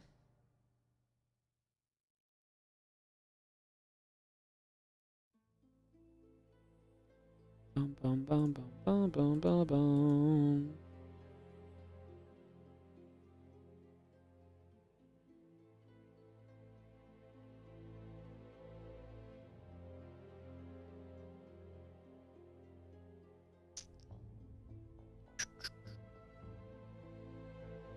And thanks for joining us, guys. All the Sunday action. The day off yesterday. Like I say, I'm here today and tomorrow, and I'll be off for 6 days. Oh my goodness, 6 days of no stream. What are we gonna do? How are you guys gonna survive? I'm sure you'll be okay. I believe in all of you and being able to survive through it. But yeah, it'll be a few days off for me. And then, like I said, when we come back, the schedule is packed, man. We come back and we do like... I'm just gonna read you guys through the schedule. Monday Cup. These are all... you know, day after day. So Monday Cup, Winter Championship Last Chance Qualifier, Winter Championship Group A, Group B. Then there's a few days of nothing like set, but we're going to do some League Cup replays, probably over those 2 or 3 days even. Maybe even a Team League Qualifier if we need to. More info on that soon. And then we come back Monday Cup, Winter Championship Group B and C. I take 3 days off with Helen because the Pigfest playoffs are on, so I can't really stream easily on those days. On the Sunday, I'm not sure if I'll be doing anything because of Pigfest again. But then after Pigfest wraps up, we have WardiTV Mondays. Then the WardiTV Team League Season 10 begins, as well as the Winter Championship playoffs that week. And we just have freaking Team League playoffs, and then into spring will be a Spring Cup, and just so much more happening. There's going to be a lot going on, guys, so...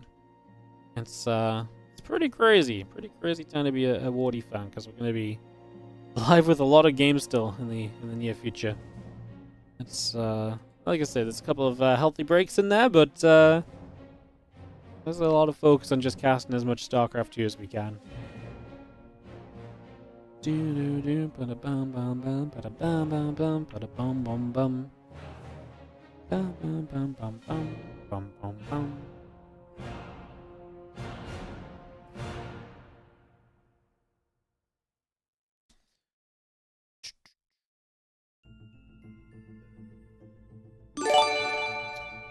Oh, what's up, Andy? How you doing, mate? Thank you for the 18-month resub on the Prime. Much appreciated. Thank you very much.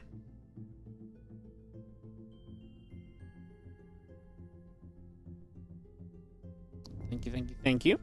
Appreciate you. Apparently, Byun and Serral, I think Byun and Serral have been into their lower bracket best of one and come out of it again already. So they have done all of that while we've still been... I mean, I guess we actually casted a game still already, didn't we? We did cast a game of MaxPax Lambo. I'm still just keeping an eye sharp on my friend list, guys. I just want to make sure we do not miss the game. And obviously, like I say, 2v2 videos just take a bit longer, which is why we are having to wait a little bit longer as well. So yeah, we're just waiting on that a little bit. Do do do do do do do do do do. Bum, bum, bum, bum, bum, bum, bum, bum, bum. You guys tell I'm bored? I just want us to go in game. Can you guys tell that I'm ready for us to resume the action? I definitely can. Consistently making noises. That's all I've got for you guys right now, is just noises. Yeah, there's a lobby link.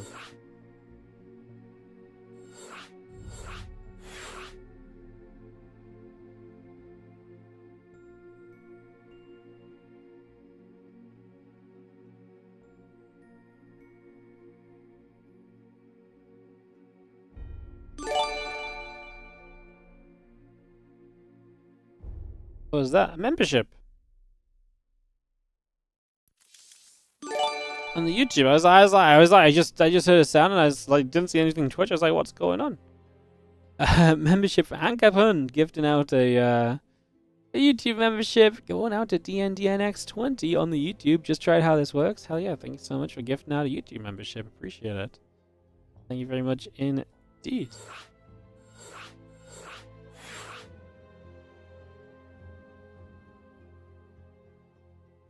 Alright, we're in the lobby. There's Maru. And here already up. And MaxPax and Lambo already too. So we're going to kick off into this best of 5, guys. MaxPax, Lambo versus Maru herO 2v2. Well, the European strategy is going to be able to best the Koreans freestyling. I mean, I don't know if herO and Maru are really freestyling that much compared to just like herO's just building lots of freaking Phoenix. Meanwhile, Maru is, you know, meching. So I don't know if it's super freestyle from herO and Maru. As you are going to start in the top left corner, the blue Zerg is going to be featuring Lambo's name. And he's going to be teamed up with MaxPax over on this left-hand side. And the bottom right, herO will be our orange Protoss, Maru will be our red Terran. We kick off into this, and we get this party starting right now here on Rohana for game number 1 of this best of 3. So it's best of 3 the whole way through, huh? Until maybe like grand finals, best of... I don't even know what the grand final rules are. Hold up, figuring it out.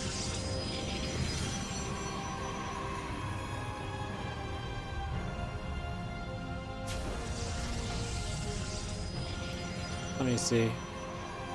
Grand final is best of 3. Oh, the grand finals is best of 3 too, but if the lower bracket teams win, it's a best of 3 rematch. I kind of like it, honestly. Best of 3 into best of 3 rematch is actually one of the formats I can kind of get behind that I don't run myself, to be honest. I like it for a cup like this. I think it's cool. Alrighty, probably going to nibble up at the STVs a little bit. And so you're just going to be in this code. herO must be so bored because he can't play like a drunk sailor in 2v2. I mean, he can. He's just been very responsible so far. You know, so far he is just playing the most normal kind of way to play in a 2v2, which is just spam Phoenix. Like, he's been very responsible so far, so... I'm going to see the SCV coming around, the probes moving about a little bit as well. It'll take a few moments.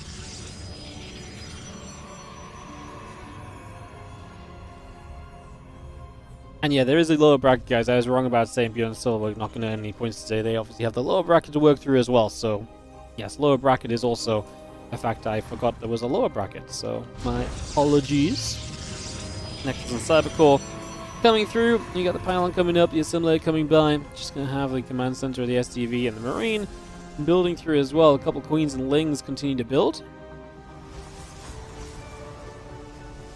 Let me just, I'm following a probe for some reason. There is a proxy on the map here from MaxPax. So he throws himself down a gateway into the middle right off the bat. The Ling speed, the Queens and the Lings all continue to come through. The Reaper is going to shoot at a Zergling for a couple moments as well. And just being annoying and obviously finding some info. Wondering if we are just going to see Phoenix mech again, because obviously that has been the kind of go-to so far. So do we kind of stick with that, or do we have a differing plan coming through in the next few moments? That is the question we can ask ourselves. This Reaper goes down, so that's -1 Reaper. And was the herO moving around the map with an Adept. His Stargate finishing soon, so that'll be ready to party in the near future. He's going to throw down another pylon or so. Bunker getting thrown down as well. Again, some little bits and pieces being set up for the moment. The Lings also moving across this map and looking to see if they can come in and get in position to do much either. So Lings to the bottom with the Stalkers, and we are going to start putting some pressure out as Lambo and MaxPax will slow down the Bunker. I mean, Bunker is not going to finish just yet. A moment or so from being done. Battery already fades away, and Lambo and MaxPax are showing up with some power. And that Bunker is still not going to finish. Oh my goodness, did they just lose? They might have just lost, man. These units just show up at the absolute ideal time. An Oracle on the way currently from herO as well is going to be finishing very shortly. The few Lings jump onto the pylon on the low ground. The other Lings coming across. They're going to jump pylon as well. Pylon going down just depowers the battery. I mean, now SCVs are going to get caught here. The tank as well going to get caught. I mean, this is the issue, right? That units have to come down from the main base and from the kind of safe space into a very open low ground area. So it's just a map that really promotes the aggression. Lambo and MaxPax will shred through herO and Maru in game number 1 of this best of 3. Just like that. The builds, my friends, the builds. The builds. Alrighty, the builds are real, and just like that we have some builds happening, and we move on into some more builds for game number 2. In a couple seconds we'll wait for Lambo to host us up into a second game. As this is the first round of 8 that was ready. The second round of 8 ready up today is going to be Christiana and Kalazur taking Ryung and Shinon, so that is going to be happening too. So that will also happen. And then Trigger and Clem are up again currently against Laser and Harston. I'm not sure where we'll jump into in terms of casting after this, but it's very likely we'll stop by one of the other round of 8 matchups before we. It's very likely we go to one of the other round of 8 matchups before there's going to be a round of 4 already. So, yeah, we'll probably just go with whatever kind of makes the most sense there. We could possibly drop into the lower bracket for some games as well. We could possibly drop into the lower bracket for some games too. I'm just not sure that that's necessarily going to be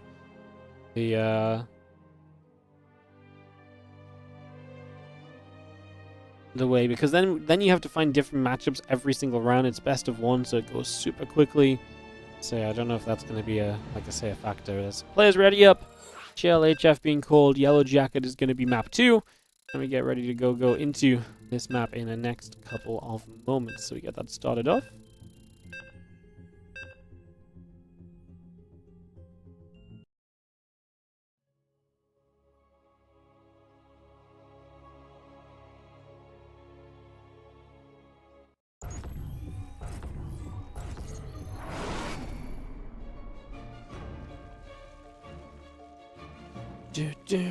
Alright.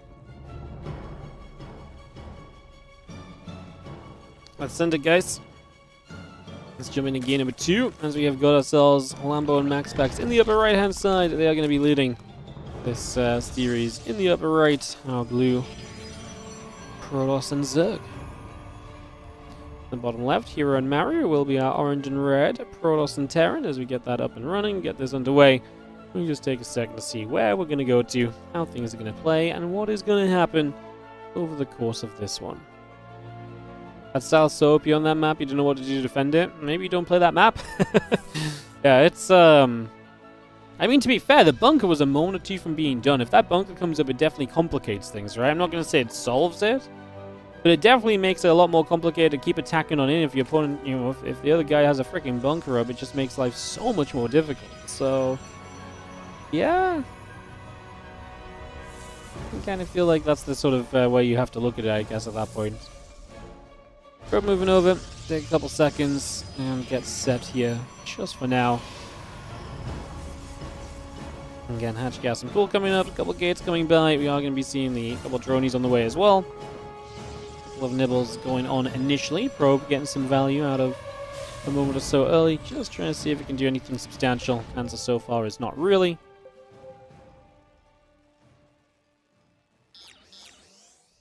Pinging around is, I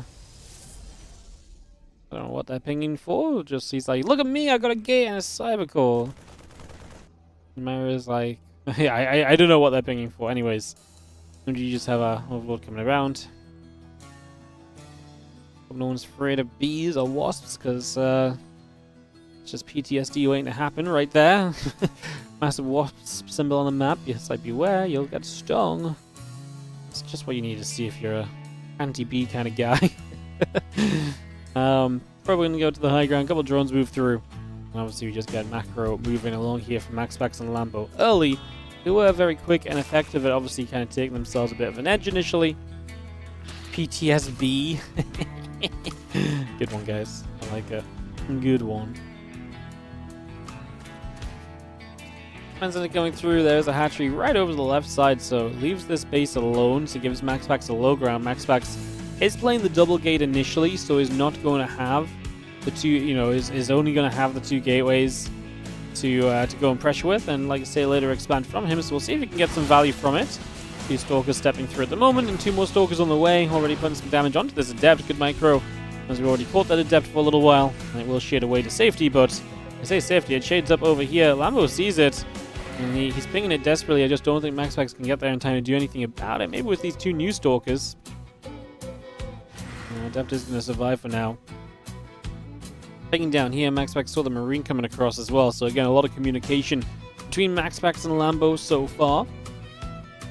We'll see the couple stalkers still heading over. Oracle going to take a hit.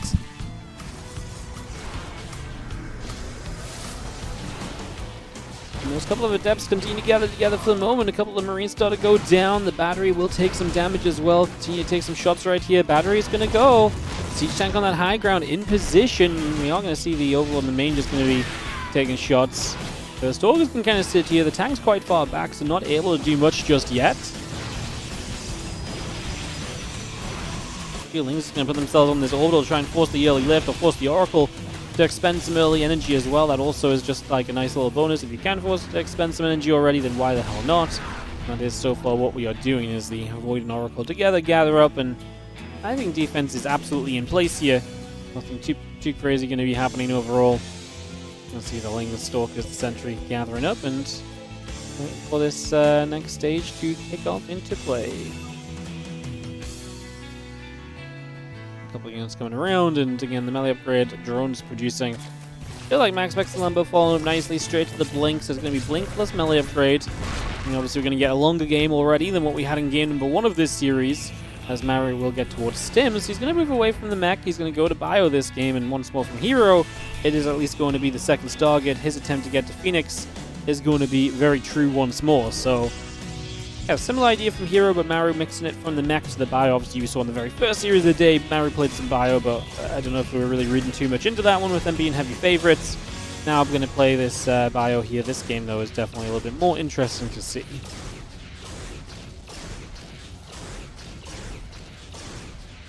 Oracle just being hunted by a hallucination. We have a couple pings around. There's an Oracle here from herO too. Lots of pinging again as the guys communicate where units are coming from, combining their mini-map awareness together to just ensure 0 things are going to come slipping by them at any stage. Out over that right side as well. Stalker's going to shoot. Oracles take some damage once again. Yeah, I've got a group of units that are going to begin moving onto the map here. Those Lings start to take some steps forward. So they'll step through for a couple of seconds. Top side, a couple Oracles still teaming up as well. Drones, Queens, the Oracles gathering through for a few moments. They're actually going to get rid of an Oracle. Nice play from MaxPax, going to get both of them. So the Oracles just go down. Obviously just vision kind of gainers from herO now going to be removed from the equation already. So they're not going to be allowed to continue providing vision and information for the moment. Back to the top left, the Phoenix are going to come over. Again, +1 combat. Shields all on the way, so upgrades just continuing by Maru's side. His point of view looking pretty cozy still. There's a lot of bases coming up from Lambo. Getting pretty rich here over the next few moments, I gotta say. Lambo going to be quite a wealthy Zerg. Some Lings get caught over here, so they're going to go and get picked away a little bit. Just going to be seeing the Marines pulling back. Charging the +1 still coming through. The extra couple of gateways coming up as well on the side of MaxPax. We're bringing those over.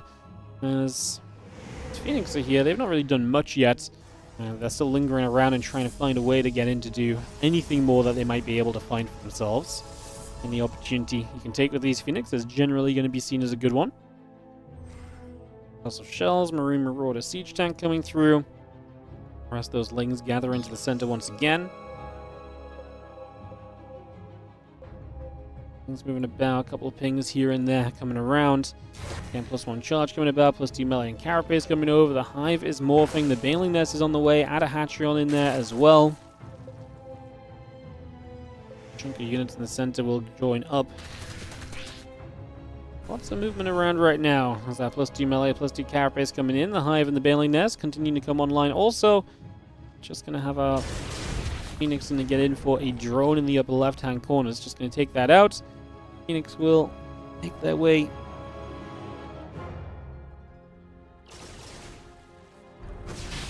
Trying to see what else we can do. I mean, Stalker's getting underneath, going to get rid of a couple Phoenix.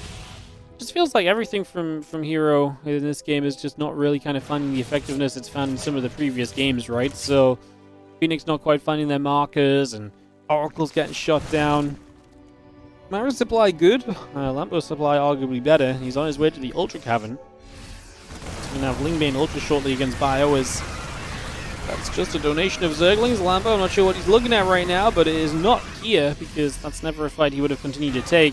He is running by with Lings over here. They're going to jump for a couple of units, some SCVs as well. Maybe even gets the tank beyond that.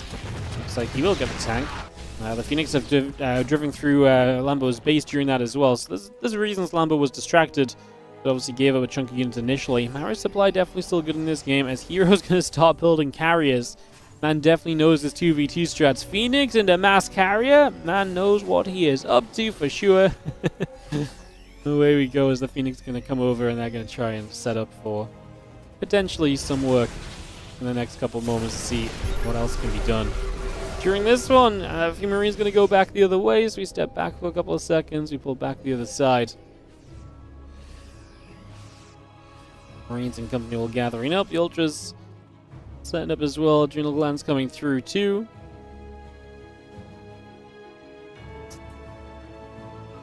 It's a lot of other units just moving around. I mean, I still like how quickly MaxPax and Lambo just expanded through the top of the map. That's definitely going to be an economy situation which continues to benefit you over time here, you got to imagine. So definitely considering that to be a continued factor during this as we settle in deeper at the moment. Obviously our first Ultras on the map as well, so Lambo's army taking a step up in the tech tree here. Will the carriers be enough from herO? He's got a few of them already. You have lots of static defense coming down. Definitely kind of playing like he knows his reliance in this game comes on kind of playing very passively here and letting these carriers kind of build up. And like I say, letting the static defense be involved in a bunch of these fights as well. But trying to spread out. I don't hate the idea of just diving down this direction with some of the Ultras. And so if herO wants to sit up here on his static defense, make him step away from his own static defense to come and defend his teammate, or pounce while his teammate also has to pull a bit more attention down in that direction too. It just feels like they have the potential now because they have the position on the map. Can herO and Maru execute it defensively? Phoenix at this stage feel a little bit useless. The kind of units right now where I feel like if you could exchange them for something else, you probably would. Because realistically, but I mean, herO's not even close to being, maxed out, so he has no reason to give them up either, as long as he's not supply blocked. He may as well keep them, just... Yeah, kind of wild so much of his supply is made of units that truly feel like they don't really aid in any way. And we can dive in. It looks like we're going to just go fully onto the front door. Maru is actually all the way down to the bottom side. So it's actually Maru has to relocate around to help his teammate out, the Ghosts. And the first couple of snipes off quite nicely onto some of these Ultras. Phoenix lifting up some of the Stalkers. The Ultras still trying to break through on the left-hand side. The Baneling's there to try and aid in that as well. We don't kill this base, but we do clean out a lot of static defense. And that means on a follow-up attack, there's a much higher chance you can break through that position. I mean, MaxPax's army is still very mobile, just going to blink straight onto this planetary, so he rotates over here immediately, knocks one planetary down, the other base is now in trouble. And so we're just going to continue straight through for those, and a few Phoenix flying overhead. They basically are sacrificial lambs at this point. There's no reason to keep them up. So we're just going to fly them in for whatever we can get. The Bio ends up doing pretty well. Maru does a lot of damage on the tail end of this. Able to kind of get through a bunch of units. It took a while to trail those away. The Lings running through. A couple of Interceptors still chasing after said Zerglings. Just finding some little bits of additional damage still as the carriers and the Interceptors continue to do that job over here, just playing cleanup. And Stalker's still pushing down here, but I think there's too much bio to keep going. MaxPax's supply took some heavy hits. I mean, we've got to be a little bit afraid of this Protoss army, right? It's still a heck of a lot of carriers. We don't have anything really kind of anti-air or anti-carrier in this game still. We're not talking about, Corruptors yet. We're not talking about, I guess, Tempest, really, from MaxPax. So these carriers in such big numbers are an issue, but then it is pretty much everything that herO has. He's only on 105 supply.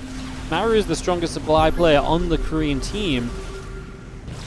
And Maru's army is going to be pretty healthy in terms of bio ghost, and it's very powerful too, but he doesn't get the right amount of support from his teammate, Lambo and MaxPax are 100% combined to be seeing success against what Maru has as well. So, TLDR, a lot of this is coming down to these next couple of fights still, guys, and figuring out how exactly the engagement is going to happen. I love the run-bys from Lambo. Just ripping this kind of economy to shreds and just ensuring that this push, if it is going to be a committed push, is going to be pretty much all in. So he's just going to guarantee that. He's got bases all around the left, up left side. Obviously, MaxPax will lose a couple of bases here, but that's somewhat affordable still, especially when you're killing so many bases of the opponents. I mean, they're just fully embracing the base trade.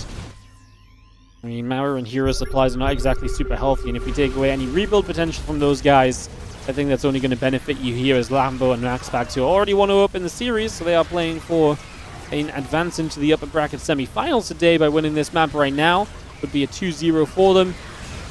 I kind of feel like they have it. Maybe a bit boring to say already, but I just don't. I mean, you see this bio army getting lower in HP as well. The medevac, some of them out of energy already. Storms are just chipping through some of this bio, and Maru not watching there, walks into it. A few Lings think about running in. I mean, in general, even just clearing out a few units at a time. Lambo and MaxPax are still loving this because they're still, they still saw a lot of success on the other side of the map. You're going to see MaxPax is going to threaten to come in from the other side. I'm not sure you can really get in this direction, but worth a go. Now the Ling Bane going to chase forward too. It's just Ling Bane. They're going to be backed up by the Stalkers. The Phoenix lift a couple of Banes up. Maru will try and split back. Ling's trying to take the attention. A lot of the Banes go down before they really manage to connect. But the Stalkers at this point probably are just going to be too much. And Lambo and MaxPax definitely seeming like the more seasoned 2v2 players in this matchup, which we kind of know that they are as well, so it makes a lot of sense that the game plays out in the way that it has done. A little bit of bio still playing cleanup on a few more units at the very end of this. I really just feel like our time is running out. herO and Maru both sub 90 supply, 86 for herO, 77 for Maru. Scraps of production coming in. Still just those carriers though up in the skies and looking to push in once again. MaxPax just runs across the map. The problem is MaxPax can't fight this easily because he would love to blink on the carriers, but you can't do so because of the ghost and the bio units. So these armies are still going to threaten forward. If you look at the army value, it's a little bit more valuable of an army from herO and Maru as well, so we're not done yet.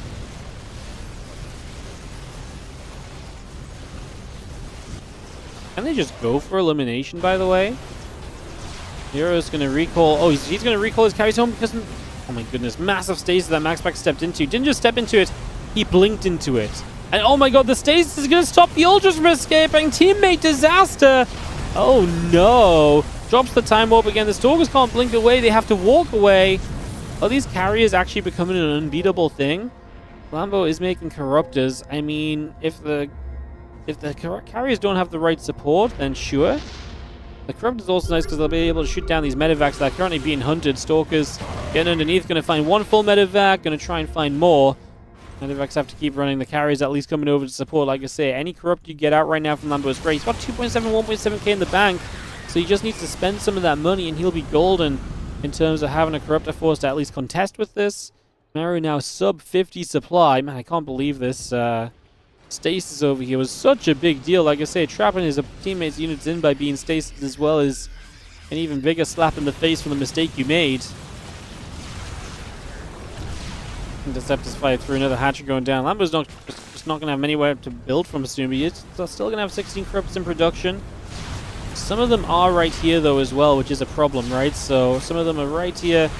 If they, spawn and die instantly, that is absolutely not great. I mean, re-entering the base trade, MaxPax still has some establishment in the bottom right of the map as well.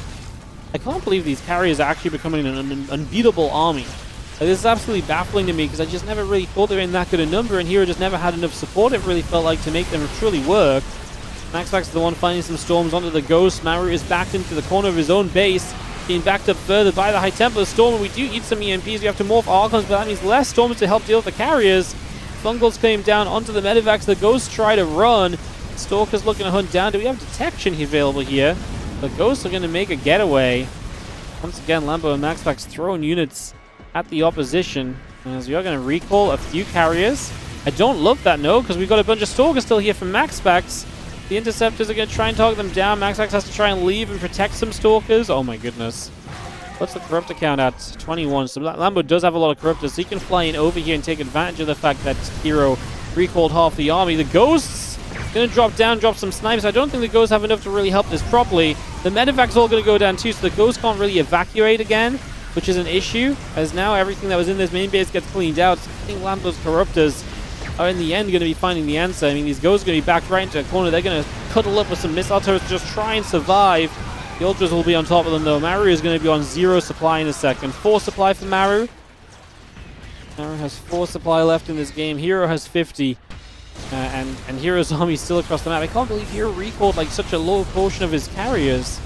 Splitting his army up felt like the one way they could lose this game. And I get it, you're afraid of the base trade. He's going to type GG. You're afraid of the base trade, but this army was still in theory unkillable, right? And if you play around the idea that this army was unkillable, that could have been still your opportunity to maybe see advantage and maybe see the chance to move through. GG's great second game in the end. Pretty crazy business. Yakov and Perci will beat Solar and Byun, so Solar and Byun do leave the day without any points.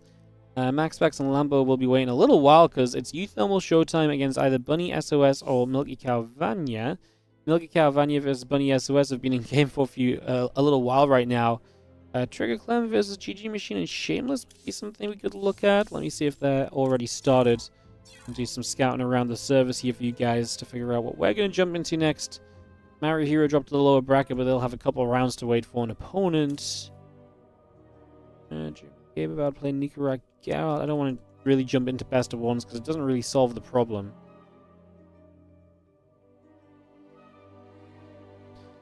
It doesn't really solve the problem. Looks like Trigger Clem versus Shameless. Company on me. Oh, they'll be on NA. Oh, stupid. I'm on the wrong server. Because of Trigger. I keep forgetting about Trigger being in Korea.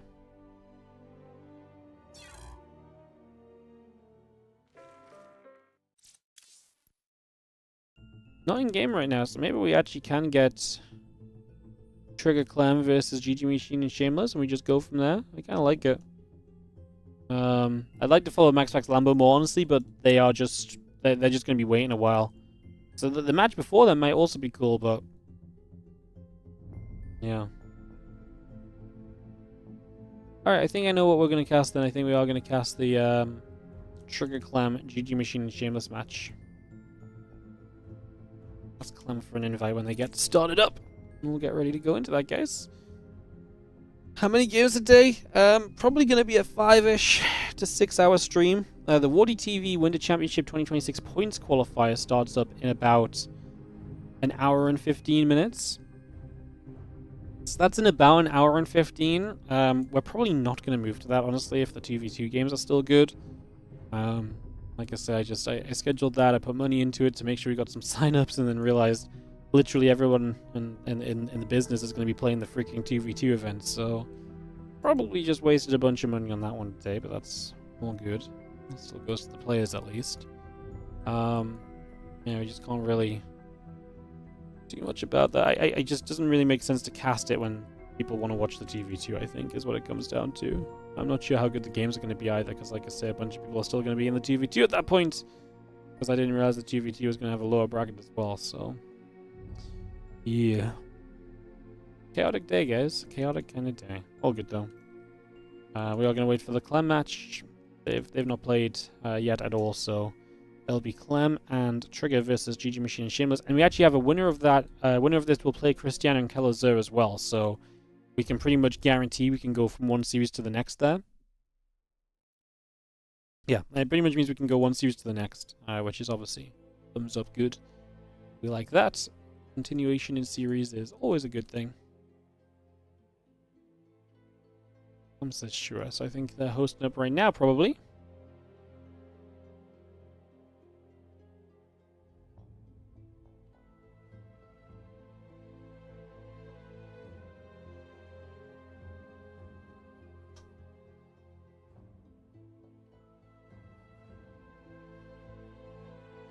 Cool. Coolio. How are we all doing, guys? Thanks for joining us. I have to grab some lunch in a little bit as well. Maybe we'll find a series where I can just run downstairs and warm something up for myself quick, because it's gonna be, like I say, a pretty hefty day. Do do do do do do.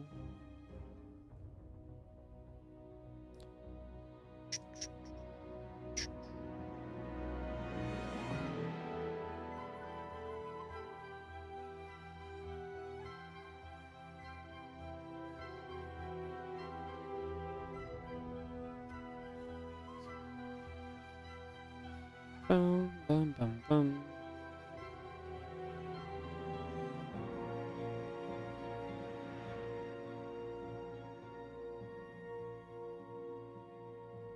Alrighty, guys. Chilling for a second. Let's wait for them to veto.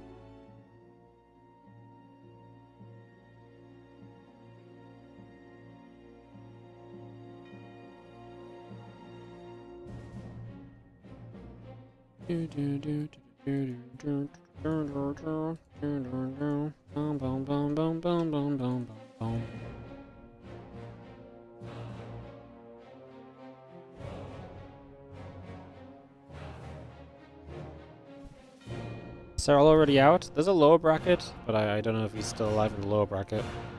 Yeah, Serral's still playing in the lower bracket, guys. But it's just best of one down there.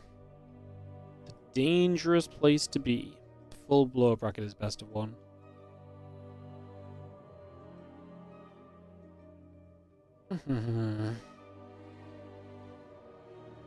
Guys, enjoying the stream? Don't forget to support. Obviously, you can like and subscribe if you're watching on the YouTube stream right now, guys. We are continuing to push the YouTube. One of our main goals this year, one of our first goals this year, is to try and hit 50,000 subs on the YouTube.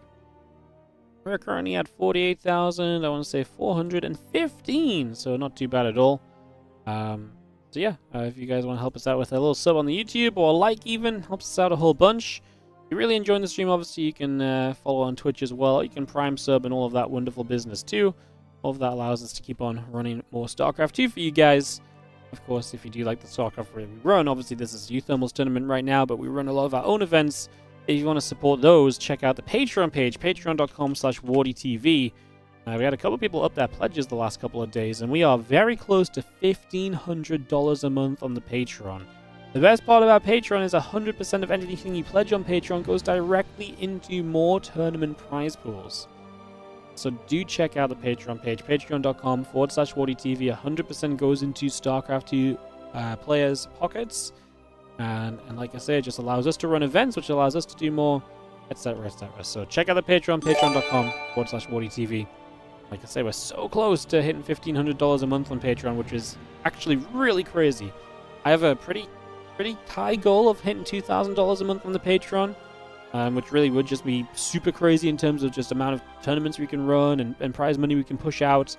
Obviously, the first step before that is to hit 1,500. So get on that Patreon if you don't already and you want to support the tournaments. It means a lot. It helps a bunch. We appreciate it. Thank you so much, Twadzy, for the 26-month resub on the Prime. And I'm pretty much out of selling out. I'm pretty much out of sellout already. Just waiting for these games to get started. What's up, Rolf? Rolf, thank you so much for the 5-month in a row, 21-month total resub on the Prime as well. Appreciate you. Thank you. Thank you, thank you, thank you. Clem jumped into a lobby there for a second, then he jumped out, so we'll just give him a moment. I'm not sure if they're just figuring out who's hosting or so. Rohana looks to be the map.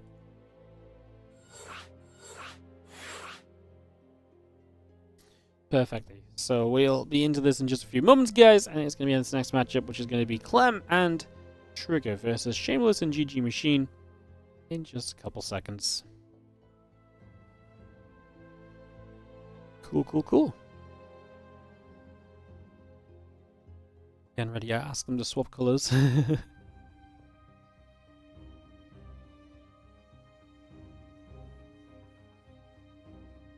Clem, our host, might need to move people around a little.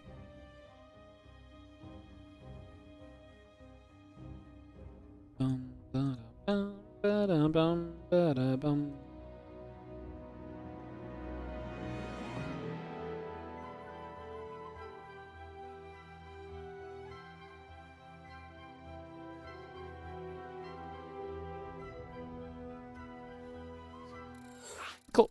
Colors are set. I'm getting ready to go. Spirit Goblin and UTHERMAL Showtime. Who broke up with who?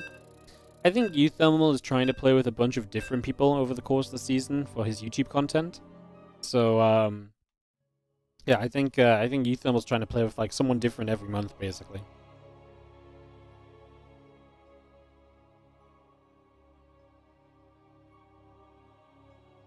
So, I know him and Gobbo are the usual combo, but yeah, I think they're going to be mixing it up more this year. As we do have in the bottom right corner, Team Liquid's Clem and Basilisk's Trigger. Good friends. If you heard them cast at Home Story Cup, you can tell that they're pretty good friends because they were yapping at each other big time. They were quarreling like a married couple, honestly, on the freaking Home Story Cup couch. I'm just there trying to break up that fighting. Who did I cast with? It was Clem, Trigger, and somebody else. Who else? Oh, I think it was Penguin. Yeah. I forgot. Yeah, it was me and Pengy. And Clem and Trigger were just babbling on about balance with each other. Ay, ay, ay. The top left, GG Machine and Shameless will be the Russian duo for this series, and we'll see if they can come out with something. I think they're actually a pretty good 2v2 team as well, but I do think that Clem and Trigger are one of the better 2v2 teams as well, so tough one. It's obviously a very stacked event, just in general. Let's sit back, let's enjoy, and let's see what we get for ourselves next as we get started and ready to rumble.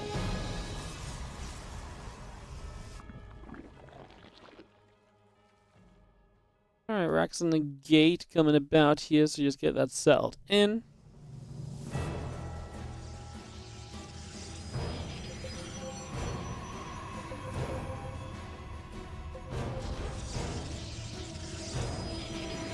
Again, Reaper and the Orbital Command just coming up. Just going to see the Cybercore Nexus all coming through, so a little bit of everything coming about at the moment. Getting up and running for now.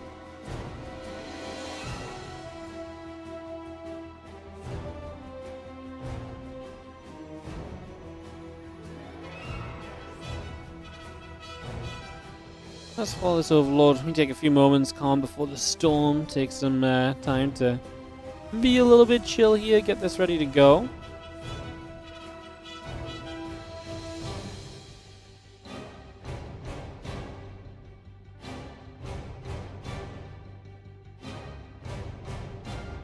Rex building up, Mensa building through. Again, Stargate is going to be the choice from Trigger at the moment. But I'm going to go triple Rax, so he's going to be very heavy on the bio units initially, even going into Reactor already right now as well, so definitely pretty quick to go into a lot of bio. It's going to be Lings and Ling Speed currently from GG Machine. Trying a little bit of a low count from him, and now 2 gates going to turn to 3 gates from Shameless, who's just on 1 base, so it's going to be 4 gates and a Ling Speed. So it's going to be Ling Flood 4 gates as the choice here. Aggressive build from GG Machine and Shameless to try break through the what is likely to be a big macro offense from Trigger and Clem if given the opportunity. So yeah, setting up for that at the moment here right now.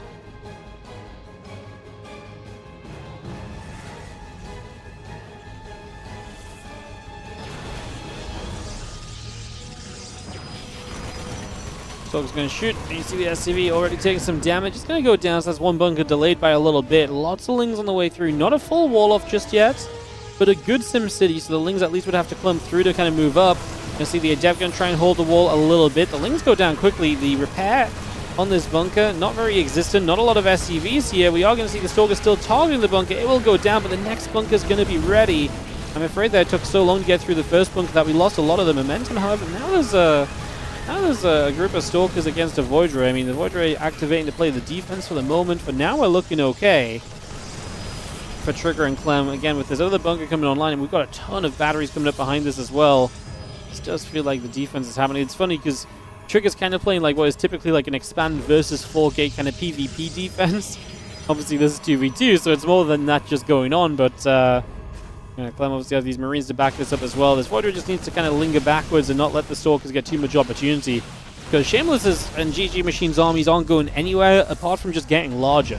The problem is, over time, as your armies get larger, so will the armies of the players who have got 2 bases, right? So you kind of got to go now, and your opponent's armies get teched up a little bit as well, so they get even better. I mean, Clem's moments away from Stimpak and Combat Shields, and the moments he hits Stimpak and Combat Shields, this might just be done, because there's just going to be so much firepower available at that stage.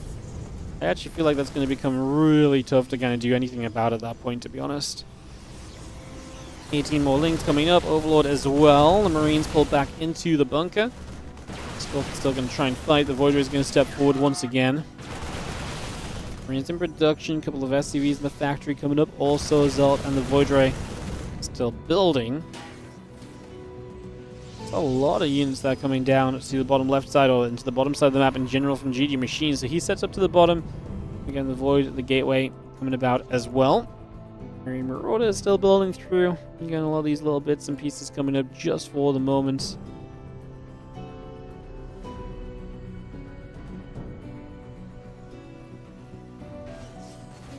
Just think at this point, it's kind of, yeah, I mean, we're moving into the Twilight Council, so we're going to try and get into a follow-up here. But the Twilight Council, you kind of just expect it to be Blink because he's so Stalker heavy. So yeah, kind of just expecting that to be Blink. I guess we shall see exactly soon. And we're just going to see this. I'm just going to try and break through again anyway. It's a lot of Stalkers, and the Stalkers are kind of dangerous, but as soon as the Lings go down, the Stalkers are taking all of the damage. And the moment that the Stalkers are the center of attention, they don't love it. And obviously then, you know, we don't have ourselves Blink or anything to get away with just yet, so we can only really run, which is, yeah, not super pretty in terms of a situation here, and definitely leaves you kind of wanting a little bit more of a setup at the end of the day. The Voids are going to step through, just try and jump onto said Stalkers for a couple moments, back and forth continuing. It's just so much bio. The only issue with the bio, I guess, is that it doesn't have medevacs just yet, so we don't have the healing capabilities on this army. Once you get the medevacs and the healing available, then obviously this bio army becomes even freaking better, and it can just do so much more once again at that stage. And the extra gate's still coming about. The Immortal +1 all coming through. Siege tank, Marines, and the starport coming online as well. The additional refineries are continuing to build up. Up and away. There's gates and that charge upgrade continuing by just for the moment. Getting that all settled. We have tried to set up to the future here from Shameless and GG Machine. I mean, Shameless is now expanding. He's got Blink on the way. GG Machine's been droning for a couple of moments, but I do fear massively for them when it comes to the next couple of moments here, because as soon as Clem and Trigger feel good to move out, which honestly I don't think is that far from happening, their armies are significantly better, and it's only getting worse as well, because Temple Archives, Charge, +1, all of this coming up right now from Trigger, all of that is putting him into an even better position right now. And that melee upgrade coming by, the 8 drones producing through, the extractors coming up, Overlord still building, the Zealots coming up as well. Marines getting after, and they kill off the Overlord there. It's just going to be able to grab that already. Tank's going to shoot, Stalkers take some damage.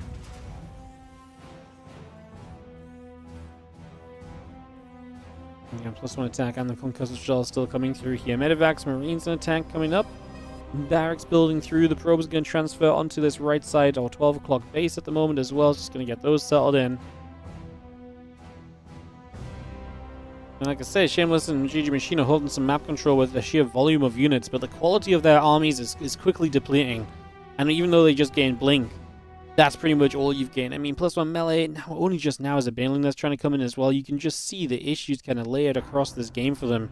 If these games go any longer, which, quite frankly, they are just set up to do. Yeah, it's just going to be rough as the bio gathers, tanks fire. Trigger's army looking amazing. Clem's army looking great as well. Yeah, I think Trigger alone ready to just fight against Shameless. I think combined they can probably go across the map. They will both know they've got enough experience in StarCraft 2 to know they've made a good enough defense.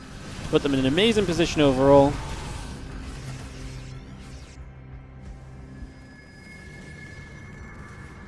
I don't really think there's anything else to say, guys. I think this one is getting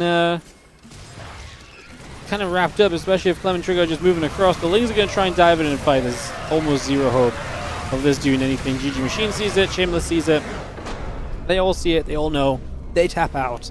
Clem and Trigger go to the 1-0 lead in this BO3. And it is BO3. Everything BO3 in the early stages today. Oh, in the entire tournament today, unless we drop to the lower bracket, actually. So, yeah. Lovely stuff. Alright, guys. Games in a couple of moments. What's up, Arnaud Beyonds? How you doing? Thank you so much for the 3-year resub. Appreciate you. Thank you so very much. Thank you, thank you, thank you. What's up, Dustin's Place? Thank you for the 40-month resub as well. Appreciate you too. Thank you for the resubs, guys. Thank you for supporting the stream. Goes a long way. Helps us out. allows us to keep on cranking out the StarCrafts. We're going to fight to get back above 800 subs, so if you have a couple of subs in you guys, you know, just a couple away from getting back above 800 at least, so help us out there, and we appreciate it. So yeah, just joining this lobby, guys. We should just not be long before we jump into game number 2. Where's the rest of the bracket at? So, UTHERMAL and Showtime are playing Milky Cow and Vanya. Bunny and SOS fall to the lower bracket. Trigger and Clem up a game again. The winner of that winner of this series plays Christiana Calazur. The winner of the UTHERMAL Showtime Milky Cow Vanya series will play MaxPax and Lambo. It's actually a very fun one. But obviously right now I feel like we're more likely to be involved in the bottom side semi-final, because when this match finishes we can just go straight into that semi. I think that's probably what we do just to minimize downtime on the stream overall, more than likely. Probably just makes the most sense. The lower bracket's playing out as well, guys. I'm not going to read that through for you guys. If you want to check out the lower bracket, it is down there for you guys to read on the bracket command or pinned in the YouTube comments. So all of that happening. But this is happening right now as well, as we've got ourselves in the bottom right side. Clem and Trigger, the orange and red, Protoss and Terran. They are up a game in this best of 3, taking on GG Machine and Shameless in the top left here on New Bed of Chaos. Like I said, guys, we've got a WardiTV qualifier starting in 55 minutes as well. It currently has 2 check-ins, so I feel like that's not going to go very well at all. Not going to be ideal. So, yeah, that part definitely not great.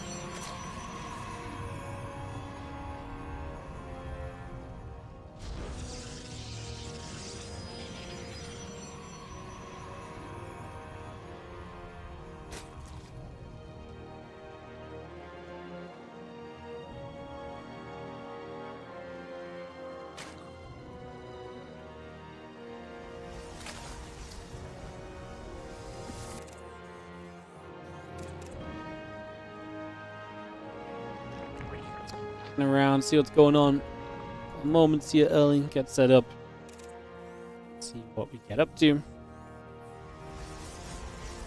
And just have our barracks. Gonna be finishing up on this high ground in a moment or so.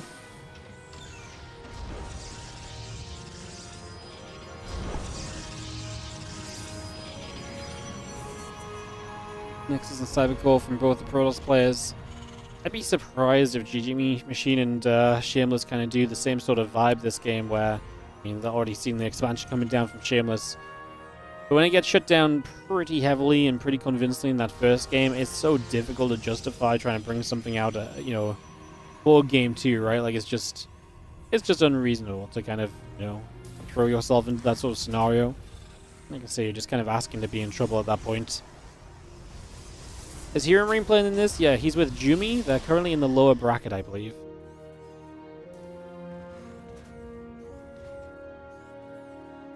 Yeah, nice to see the lower bracket. Means that we have a little bit of a second chance for a bunch of the guys as well. It's very neat.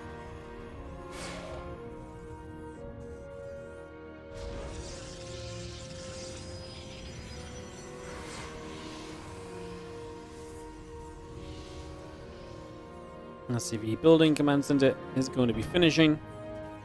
Let's see about to finish up that. Link speed, hatchery, drone overlord coming through. We do have a couple of gateways. And the warp gate coming up as well. Bailing nest also starting from GG Machine, so we've got that bailing nest on the way. There's the circling speed still coming up. Lings and the overlord coming through. The stalker and the warp gate still building by. What's your favorite unit in all of StarCraft? In all of StarCraft, I honestly kind of feel like something like a Stalker, man. Like Blink Stalker is just such a fun unit. I don't know.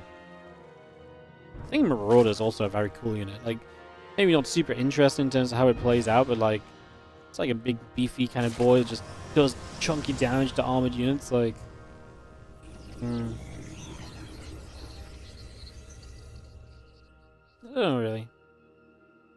I always think, from a gameplay perspective, I think Stalkers are so fun. Like the micro that feels like an endless possibility in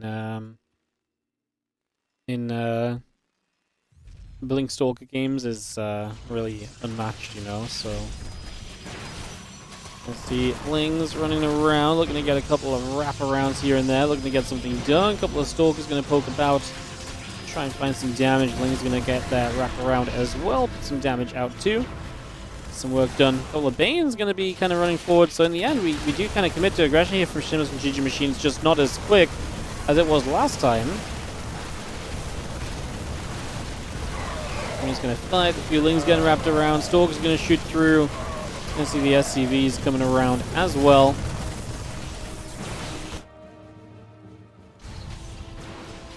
Stalkers will just poke. I'm just going to be seeing the few probes coming in from the right-hand side as well. Just going to see the Lings coming over. Probes will continue to pull through this and just try to fight as the Stalkers step back. A couple of SCVs going down. You're seeing the rest of this all being cleaned up at the moment. The Stalker's still stepping forward. Damage being dealt. Stalker starting to go down. It's obviously a bit weird because the lack of a defense at the front this time around makes it a little bit tougher. Just going to see the Stalker still flying. A couple more Stalkers going down. The SCVs are going to pull to try and just push this back. Clem has a bunker, but it's so far over to the left that's not really adding much defense at all. Like I say, that's kind of the issue that we're sitting on right now, where we just don't really have much of an answer without, while being in like the forward position. So you're getting pushed back a lot. What I don't love, obviously, is that this is just Lings from the Zerg, and that does not look well for you, over a longer kind of period of time.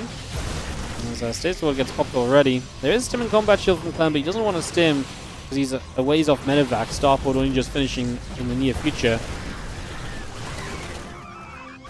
Yeah, it looks like a defense overall, though. I think they still have held at the end of the day. Stalkers still building up. Keep bringing that in. Okay, I'm just going to see the probes coming back through as well at the moment. Concussive shells coming up. Marine Marauder, tank, and the medevac keep on building. Stalker's going to fight back the other direction. We will see the push forward once again. The Marines trying to come through. We just have ourselves, I think, a defense good enough here in the end of the day. This is also going to be, like I say, Clem, as he hits medevac's upgraded units against basically unupgraded kind of forces of the opposition. Blair only just finishing from GG Machines, so we'll see what he does next. Blink on the way from Shameless. Trigger is pretty unteched, is maybe the biggest issue of all. He's very gateway heavy, but just no tech units or tech structures, so maybe coming out of this, Trigger is in the worst position. I think Clem's in a good enough position that overall their team probably feels fairly confident about where the game sits. We're trying to get more done. A couple of drones getting hit. The Lings run up to the main and coming back around. Are the teammates on voice? Probably. I would imagine so. Easier to communicate on voice than it is not on voice,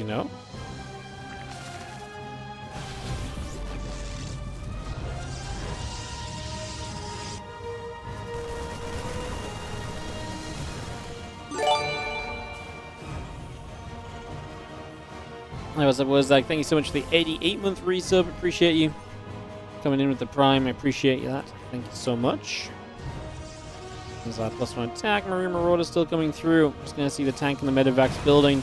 +1 charge coming over. The few Marines are going to stem forward. They're going to get in after the Stalkers as well. And the Stalkers keep getting chased away. More units pushing up from Trigger. I mean, like I say, Clem having the stim and combat shields able to kind of get rolling already.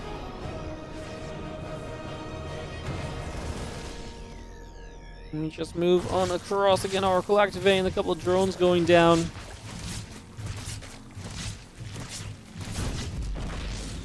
Oracle gets taken out already. This army's still pushing through. Stalker's being chased away. Overlord going. I mean, I just don't see them stopping this, especially as Clem has some tanks to back it all up as well. It's going to make this really difficult. And well, the Banes get close. I actually think the Stalkers ended up absorbing a bunch of that damage in the end. The Banes are actually pretty good. I actually think the Banes are reasonable, but Clem's army, I think, is still just too good overall.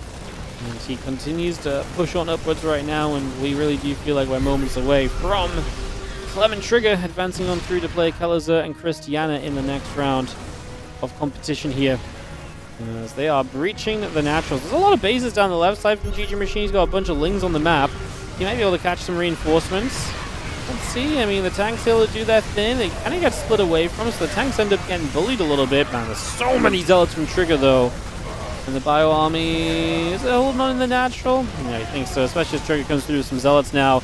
The numbers are just a little bit too good. Nexus in some trouble. I'm just going to be seeing that continue to take damage. Bioforce take a few more hits. The damage still being done. And more Stalkers hitting. GG says GG Machine. GG says Shameless. And that is going to be victory screen for Clem and Trigger on this game number 2.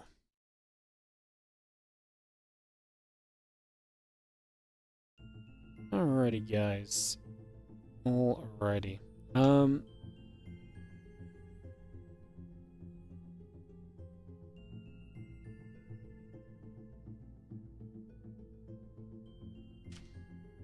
Oh, I'm tempted to cancel the WardiTV qualifier because we have not got the signups to really justify it, unfortunately. So I'm thinking about that maybe. I think what I'm going to do though, I'm going to be RB a couple moments. I mean, if we delay it an extra half hour or so and we give it an hour, I think a lot of teams will be out in the lower bracket and stuff by then, to be honest.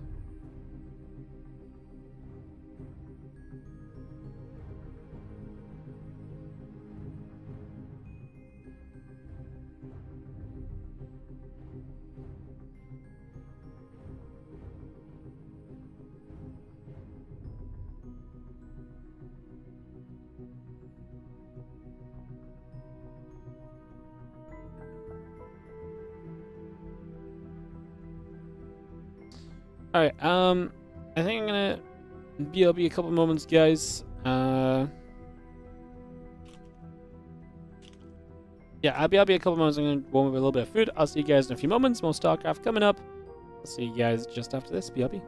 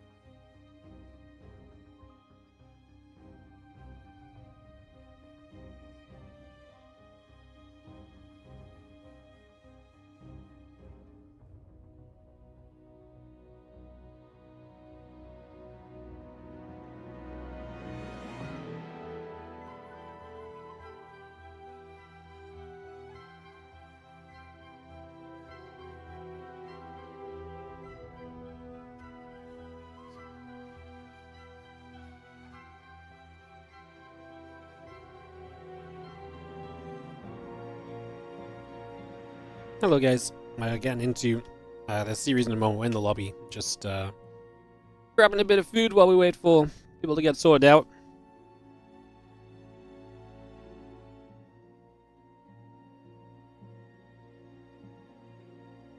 We are going to push back the WardiTV qualifier by another hour, guys. I just can't justify running it with like 3 people signed up. There's money on the line and everything, you know, so it's just not really justifiable right now. So we'll push that back a little bit. We get ready to go into Clem Trigger versus Christiana Killers in the winner bracket semi-final of this one. But yeah, by pushing it back another hour, we should give a good amount of time for other people to finish up in the 2v2 and potentially join in. If people don't join in after that, then it's whatever. But I can't really push it back further. That's just unfortunate.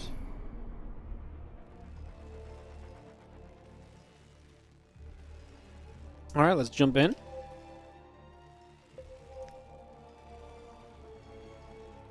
On the top left side, Clem and Trigger will be the blue Terran and Protoss. And then click on Killers and Christiana in the bottom right corner. I'm going to throw the indie cam on it because I'm just going to finish up my little bit of food, guys, which means I want to go hands-free for a few moments.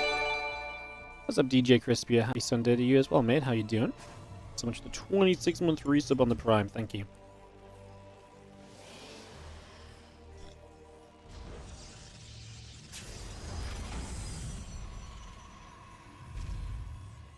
Thank you, thank you, thank you. As we settle in, we look to see where things will go here. Get this started up. And ready to rumble over the course of the game. See what we've got in store for us.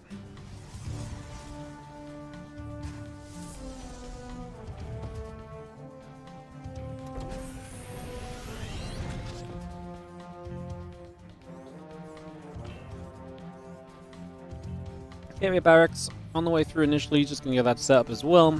It's going to be a pretty solid starting point in the early moments.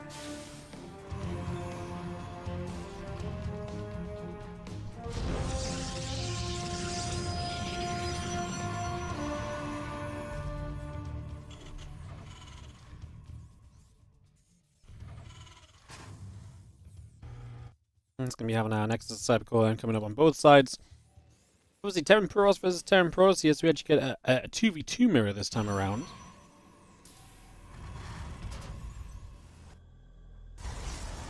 And seeing what goes on as our structures come down and get set up. People will begin to go across the map in the first few moments.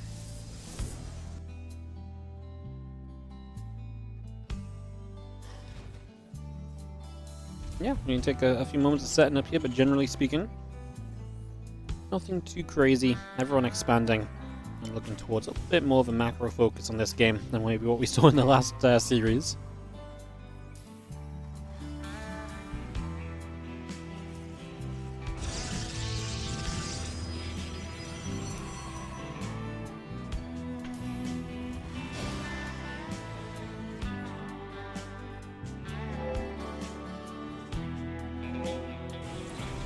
A couple of pings here and there as they communicate and point out things in game.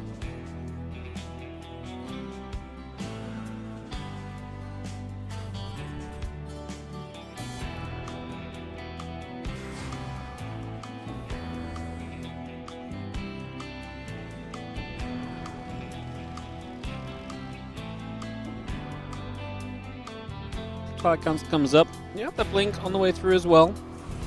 They're bringing blink in here on the side of Christiana.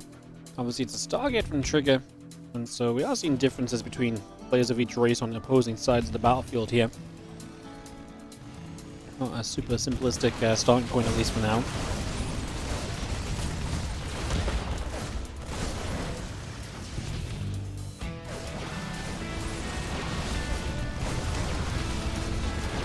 Grenades going down, now going to be seeing the bunker falling. Uh-oh.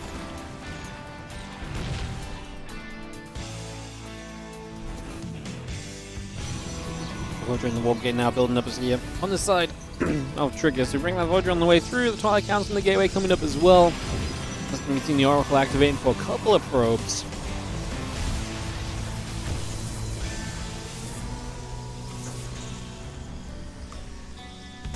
Not bad to get some workers though, obviously, and Clem and Trigger defending pretty comfortably at the front, I would say, at the moment as well. So doing well for themselves over in this position. Also, making sure nothing too crazy happens just yet. Everything staying pretty cozy, like I say, for the moment at least.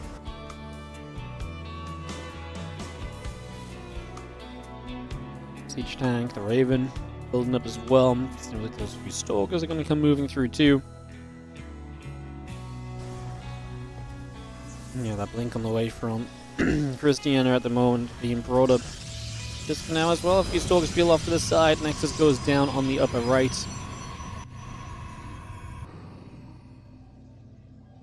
Finally, Clem's forced TVT. Someone made this exact same joke last time we casted Clem in a TVT. The exact same joke. Oh, you guys are creative. Yay. Well, the Stalkers move around, the Reaper Hellion moves about, and obviously we just take a chance as Gallows and Christian to take just a little bit more map control currently.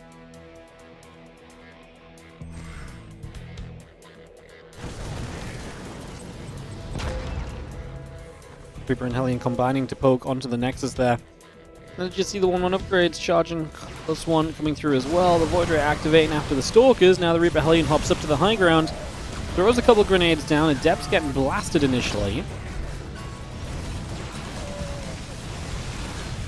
Christian and Calazar still trying to commit into this position and looking for a little bit more opportunity right now as on go. Stalker's going to get in after the Void Ray.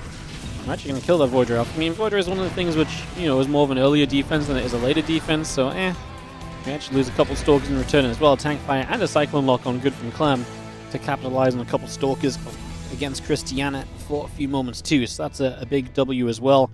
As that command center floats down the left hand side, so going to get 3 bases up a piece. Oracle activates, a couple probes go down, Stalker warps in as well.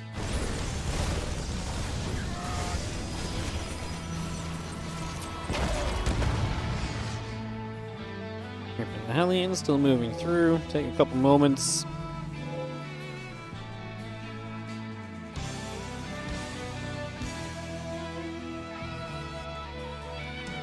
There's 1-1 upgrades already coming by, so you see the Stalkers looking to make an appearance here. They're going to jump into the main base and go.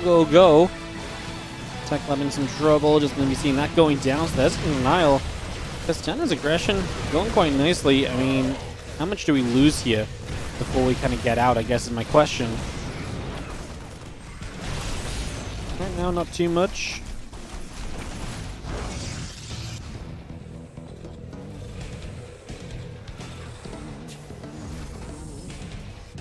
I'm just going to ourselves that Nexus, the Immortal and the +2 attack still coming about. Just going to see that Reaper coming down. Just going to regather with everything else. Again, Liberators, Marines all building through. 1-1 in the combat shields coming up as well. Also bring that armory into play. And this army of Calazar in the bottom right gathering. The Marine tank joining up. Just for a few moments. So they're going to be overhead there as well.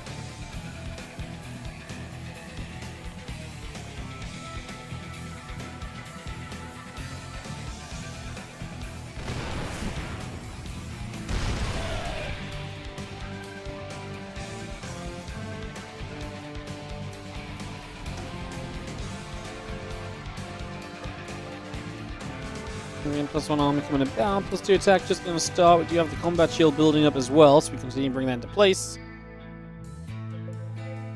Of course, Clem getting back on track with his stim pack as well, because that got cancelled earlier. So Calazar looking good in that regard in upgrades.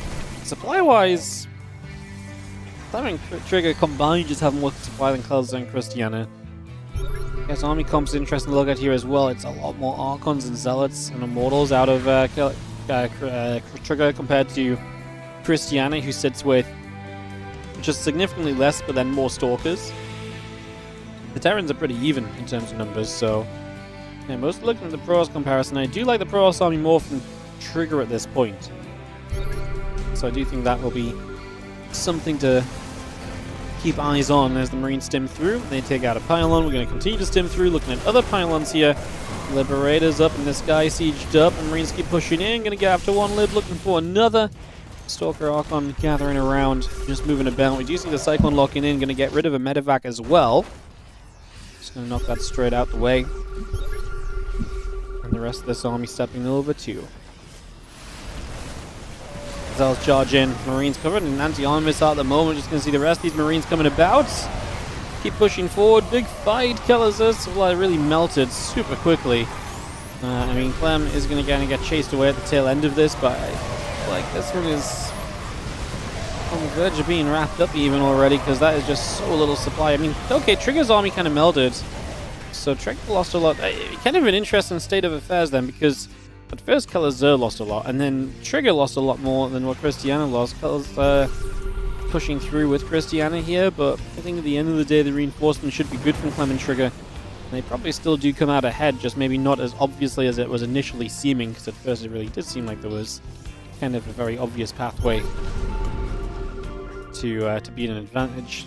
And it got muddied up a little bit, but they'll still think the advantage is significantly there right now. As the extended thermal lens, +2 attack, upgrade coming through as well, continue to bring that about. A couple Colossus, a couple Archons building, +3 attack and +2 armor coming online as well for the moment.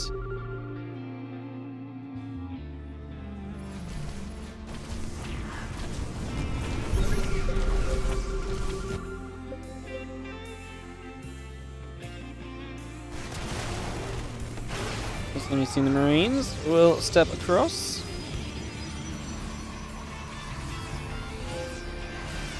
We'll see Army of Colors and Christiana swinging back over the right side a little bit.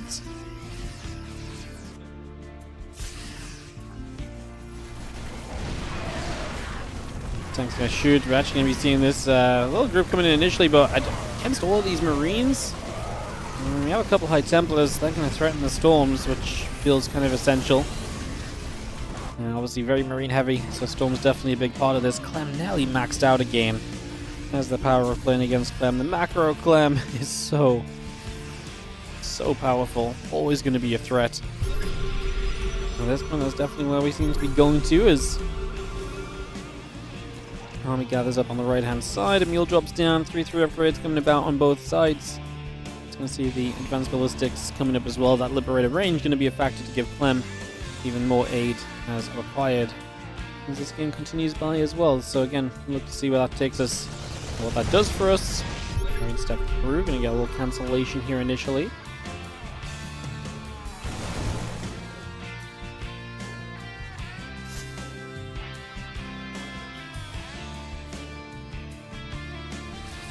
Just moving around for a second. Disruptor, I was going to say, gets seen there for a moment as well. Thought that might be kind of an exciting moment or two, but nothing comes of it. Now there's Odd Archon Colossus Force joining to fire a few shots in.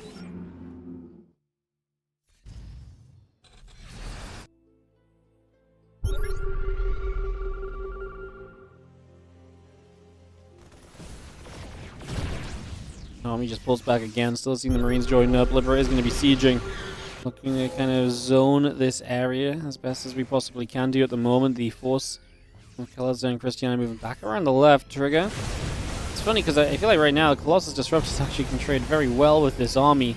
And potentially have a lot of opportunity to have a big point of view about things. Marines obviously have to go stimming back themselves for a couple of moments. They're going to pull back just a little further too.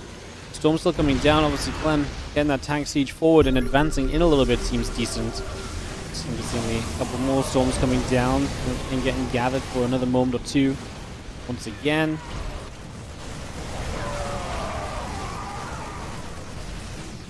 I feel like one of the issues that Trigger and Clem are having is that Trigger's army actually just is not faring well into the opposition. Like, Trigger's army needs to be able to engage in, and it just is not able to engage in against what is a massive Marines, and against those Colossus especially, and Disruptors and so.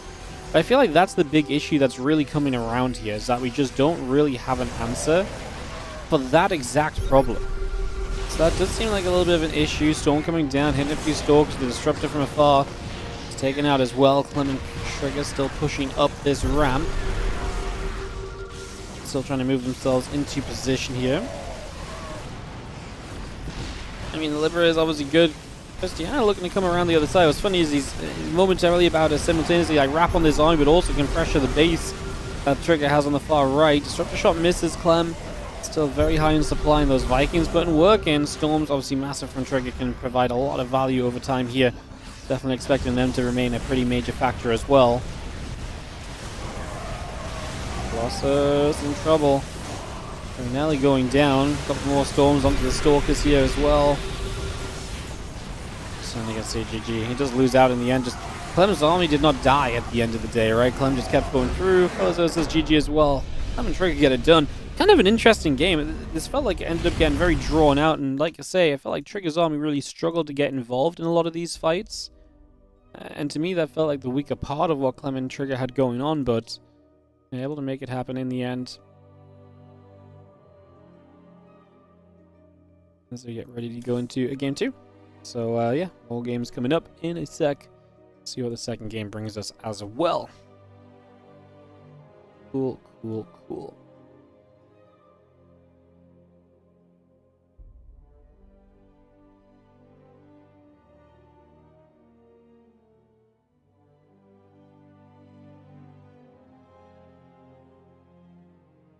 Alright, just wait for the guys to boost us up, guys. Can Medevac pick up your teammates' units? If you give them control, like if you share control, then yeah, it should be able to. You can't pick it up if you don't have shared control, because it doesn't count as your unit. But I'm pretty sure you can if you share the control. If anyone knows otherwise, please correct me. As we host with the wrong mod.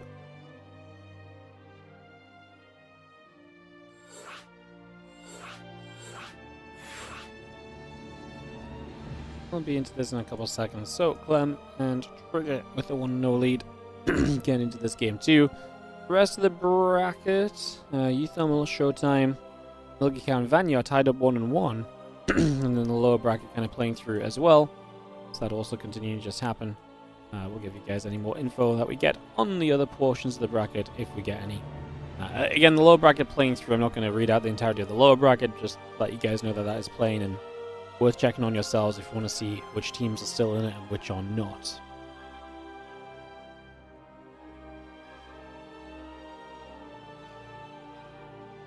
Alright, ready-ups are happening. GLHF's being called. What are the rules about resource sharing? They're playing on a mod that specifically denies you sharing resources for the first 7 minutes of the game. So you can't trade resources for 7 minutes. Once it's been 7 minutes, then you can trade resources, but you have to get to that 7-minute marker first. It's designed because obviously a lot of people see the feeding as something that takes away from a lot of the 2v2. As we jump into this next game, they did not get the colors right. The pro players put themselves on the right colors for one game, and then bam, it's broken already. Alright, in the top left, it'll be Clem and Trigger going to play as blue and red against the light blue and purple. Aaron and Protoss, Christiana, and Kelazur. Clem and Trigger leading this series 1-0.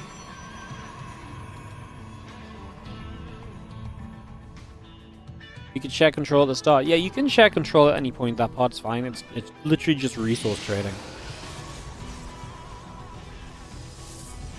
Just the resource trade, that's the problem.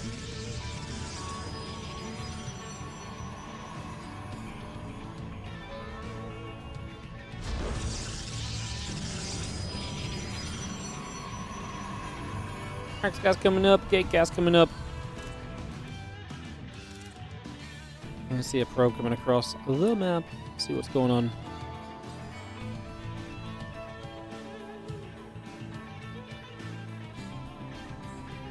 And the setup caused a little bit of trouble.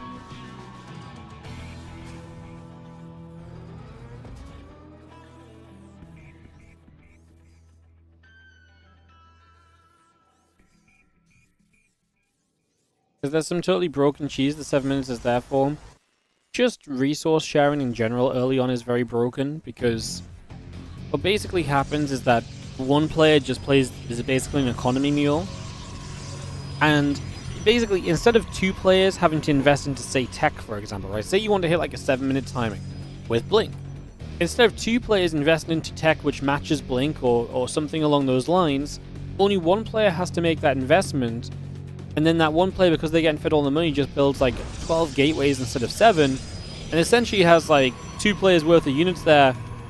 But they didn't have to spend 2 players worth of tech to get there, right? So it's just timings like that. It's the same with kind of, you know, basically you feed all your gas to your teammate and they build like mass Phoenix. And then there's just a massive Phoenix on the map, and then you're just building Hellions and being an economy mule yourself for so long. It's just a less,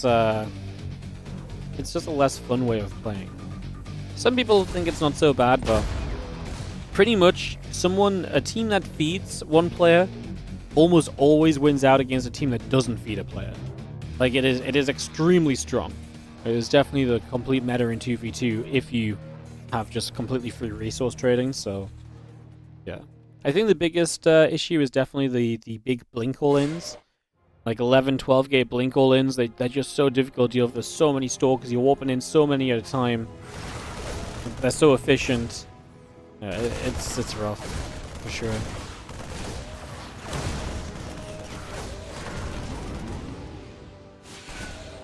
It also makes it feel very, I don't know if fake is the right word, but to me it makes it feel very fake, right? Because now when they don't play with that kind of feeding mechanism and they actually just play like normal, it's a lot more relatable because you're able to relate to, oh, well, you know, at this point in the game a Terran can get this.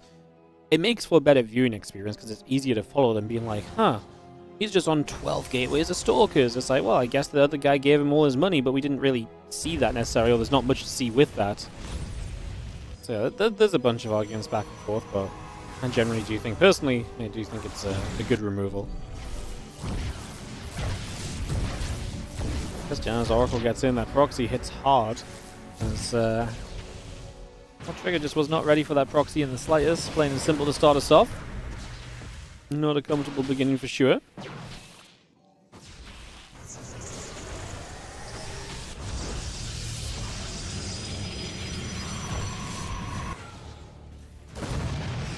I see the Hyperfly Rose coming up from from Clem actually. So Clem, I think into some speedy Banshees. Be fun to see what he can try and do with those. See what sort of damage he might be able to find over a little bit of time. This Oracle has been going absolutely huge, and we'll finally get a couple more kills before it goes down. It is given up, so it sacrifices itself to the Stalker to get just a couple of final kills at the end. I think that ends up hitting the Hellion. As the Marine gets through, I'm just going to chase that Oracle away for a second as well. No VOD from last night. I didn't stream yesterday, so no VOD from yesterday. I took a day off.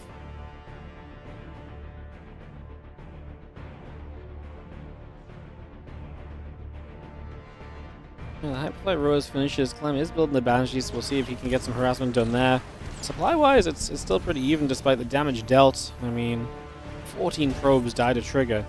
And despite that, I feel like he's really not that terribly placed, considering the damage he just took. He's actually equal workers with his opponents, so yeah, that part's kind of crazy. Thought Trigger was going to be a little bit more in the bin by now than what he actually is. So, I mean, that's good news for Clem and Trigger, obviously. Just, I thought it was going to be a little bit more decided already, to be honest. But it's not.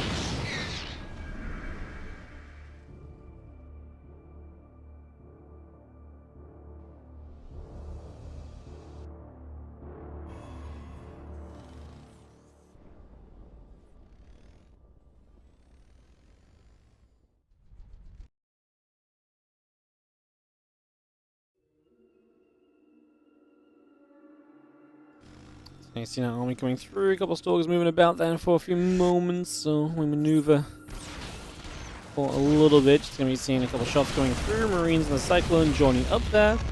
A bit of damage out. And see the stalkers gathering as well for just a couple seconds too. Get a lot of this into place momentarily. We see the Marine tank coming around as well. That Raven's still also just overhead. So some damage on the Banshee. If a push to the upper right-hand side, Calazo and Christiana settling themselves in for maybe a little bit of aggro here. See if they can find some opportunity or so.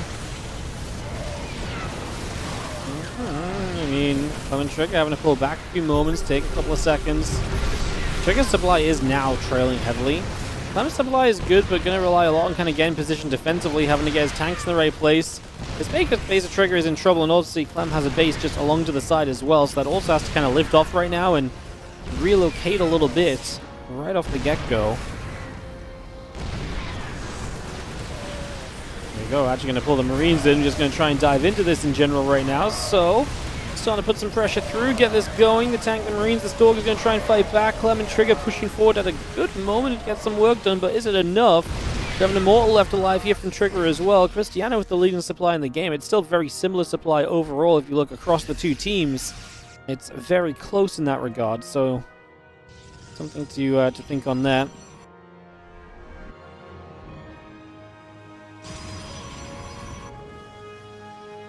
One upgrades and combat shield building through. Just going to see the triple forge from Trigger is maybe a little extreme. I imagine he didn't realize that at least one of those was already building or so. It looks like he built one and then he built two more. Now he cancels one at least, so he did recognize the mistake.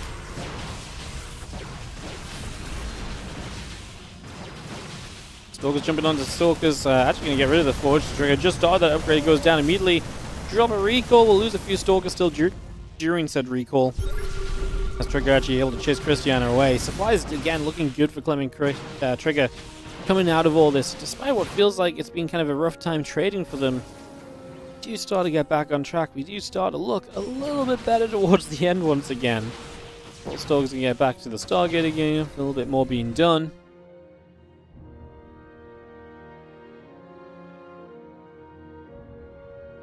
Stalkers move over to this left-hand side. Again, plenty of upgrades coming up just for the moment. The Immortal firing a couple of shots off on a probe already. Stalkers coming around. Stalker here going to go in after a Marine. We continue to fight. More Stalkers still taking some hits. Just going to see those push back the other way at the moment as well. Marines still going down. Stalkers getting hit as well. 2-2 upgrades still building. Marine's going to shoot. Stalkers take damage. Again, our 2-2 building. As we speak for now. The Zealot going to take some more damage as well. Just going to pull back over to the sides. Here's Cristiano. A couple shots off. Blinks back again.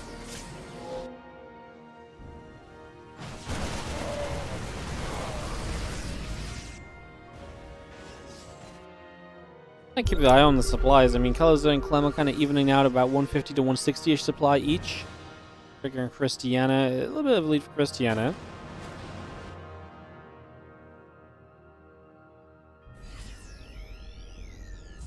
Again, 2-2 building through. That +2 attack is about to finish on the side of Colorzo. So we got that +2 attack completed. A few barracks in the factory still on the way in. Marines are going to shoot. Pylon goes down. Max is taking heavy hits as well. It's going to be dropping in the next few moments. Marines try to chase down an observer meanwhile. I think Cristiano and Colorzo, the entire series have been able to just kind of keep the pressure on, right? It's kind of crazy. They've just been able to kind of constantly just lean onto the bases of Clem and Trigger in. And that was true in the first game as well. They got set up aggressively and it felt like they kind of never let up the pressure from that point. And now it's going to be Clem and Trigger moving on the map. It is kind of equal supply overall. Trigger's down by 25 while Clem is up by 25 on the other guys, so... And we'll see what sort of position we take here. I mean, Colorzo and Cristiano are potentially looking to wrap around this army from two sides. The awkward part of this really is just the fact that how does the Trigger army get involved? It finally does come up this round, gets in position here. Clem still chasing back, moving the Liberators a bit further forward too. Liberator control is massive. Having to fight into Lib is going to be rough. We force a recall. Trigger units go back to go deal with that selection of Zealots in the main base, so... Have to recall a few units there, deal with this, and now the army at the front kind of getting cleaned up a little bit. Trigger's losing a ton of supply. Clem's going to be the player who has supply left over, but isn't enough to get through, especially I'm looking at those Archons.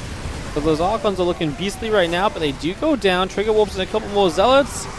Clem's supply is just about hanging on into a lead, and obviously Trigger's dealt with the damage across the map now, so he can focus on being over here.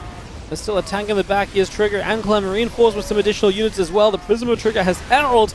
And it looks as though Clem and Trigger will push through for the moment at least. Man, what a clutch hold in the middle of the map. I say hold, it was kind of their own attack, but just about holds on from being cleaned up in the end.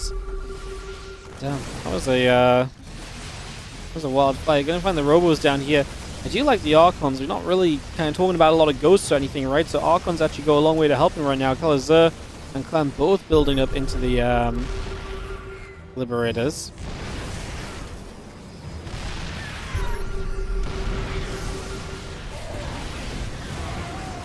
Here we go, charging up again, and Archon trying to get up into the front themselves. The Archons are going to try and fight the Archons, especially trying to do some of the tanking here from Trigger. Trigger's supply is still kind of lower. Clem's isn't. Oh, a Storm. Man, what a great addition a Storm is. And colorZer just sat in that Storm as well. I thought he had an umbrella up or something, I guess, as we do clean up the aggression over in the base. Trigger's supply and Clem's supply both fall behind. I think for once we actually have an advantage on the other side.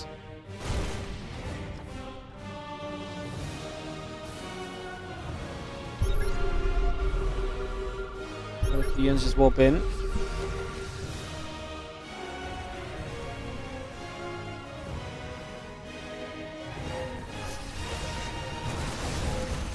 More Liberator sieges up here. A couple of the probes get shot down immediately. It's just going to see those falling. Zal's coming around as well. Marine Marauder still coming about. Again, Libs, tank, all building through just for the moment.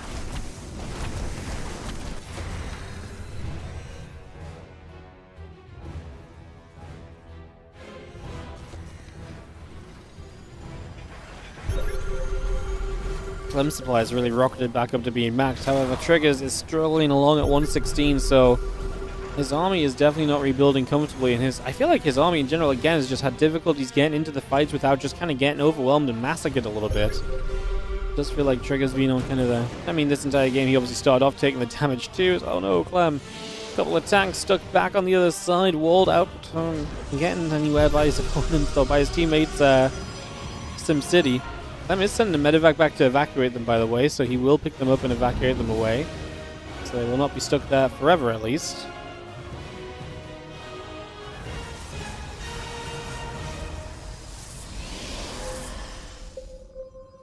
What's still coming about? Ghost Academy, a couple more depots and so coming up as well. And as the medevac finally does actually lift those tanks up, as you can see Clem coming over, but not really needed to aid in this defense at least. And now we're going to be A-okay. A couple more shots coming through. Ghost Academy coming about. Marines, tanks coming through. Marines going to stem up and try and fight. A lot of shots coming around already. The lib position. I mean, colorZer having libs as well obviously goes a long way because he can really do a lot of zoning now in this game as well. So that really helps Cristiano and colorZer to obviously secure some bases and locations. It's a lot of units from Clem. He can lift up and get out of here, but obviously there's a risk of the blinking stalkers, and they do blink in. Ooh. We could get away with the full medevacs. We obviously lost a lot of left a lot of Marines behind as well. Oh no, Stalkers were able to get one more shot. Clem is just losing medevacs. He can't. Oh no, Clem just lost like 50 supply. That drop was a disaster. We dropped some storms to try and fend off the Pro Zombie Cristiano as Trigger tries to show up to aid his teammate, but a little late to the party, and Clem losing so much supply, trying to hide in the corner of that map. I mean, these storms are massive. colorZer across the map looking for some of the economy of Trigger. We've got Clem Liberators overhead. They're flying somewhere to try and aid too, but they're not part of the big fight either. Cristiano and colorZer both up about 50 supply at the moment, looking good for them, especially just Clem losing so many of those units in the bottom left, being kind of the game changer here, being the deal breaker, because that's the one that's really going to set the two teams apart right now. As frustrating as that is for Clem, who obviously looks at that and is like, God damn it, like, how did this happen? Well, it's not over yet. It obviously is a good break from Cristiano and colorZer, but if Clem and Trigger can get close to maxing out again, we're still at the point of just like a good fight is going to still have a lot of ability to dictate how these games go.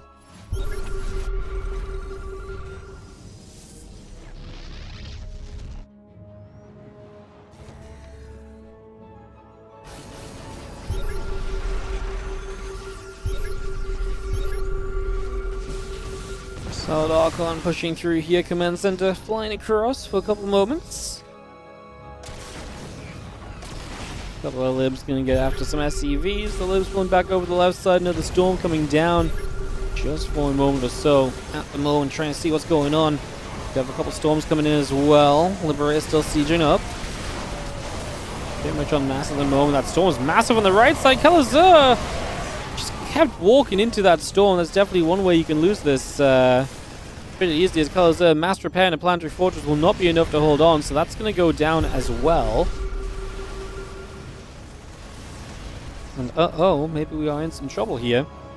As Zer's supply plummets, Christiana's still maxed out, still gotta figure out this situation then. It's gonna be seeing the Archon stepping through, and those Liberators not gonna do much, though they will go down. That is a cleanup. More disrupt shots fired, but they don't do much. The next one, ooh, went directly towards a bunch of High Temple. You might have seen them if you didn't. It's because they lifted up into the Warp Prism. So the High Templars nearly getting disrupted right there would have been an absolute disaster. Never is sieging up, Bio pushing through, getting damage done. The push forward is decent, and Christiana's still trying to poke around on the left-hand side of this army as well. Trying to find an angle to get in here from. It's another nice disruptor shot. The Archon's trying to step through at the same time, coming over the right side. The Bears will siege again. A lot of these tanks taking a ton of damage. The Bears just going to turn around over to the left side instead, so they're going to point a different direction here.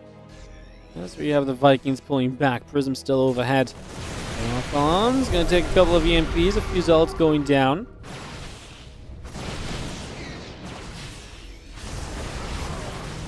A couple of disruptor shots flying through. He hit our own army there a little bit. It was Cristiano on the front lines. He's now really struggling with these Liberators of Clem, and Clem and Trigger starting to look a bit more solid. Trigger's supply is still dropping though.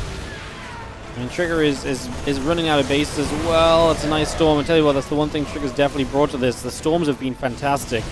A lot of the storms have been absolutely kind of game-changing because they've killed so many units. They've really dictated how a lot of these fights have gone and made a lot of this very tough otherwise.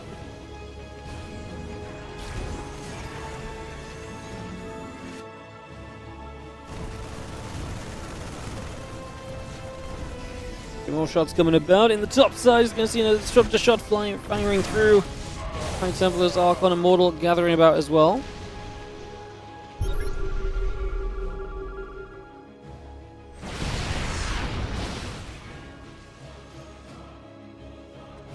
Army coming around. Still going to push. Nexus in some trouble. So important to hold a Nexus right now for Trigger, because I feel like his economy's been the one that's been battered throughout this. These Zealots just left to chase this down. Disruptor's doing a good job of just clearing this up. Obviously, Disruptors don't friendly fire onto their own unit, onto the other Disruptors. So actually able to use, to defend themselves quite nicely. Trigger loses the base top right. Trigger has just been bullied this game. Like, it's really not been a comfortable time for him in the slightest. Now we're going to see those Liberators firing up. They're going to put some work in. Archon's powering through as well. Going to see the army here going to recall, but that's only a half army recall, so a lot of Stalkers just going to have to blink out of there eventually. I guess blinking out is not super terrible overall. Jeez.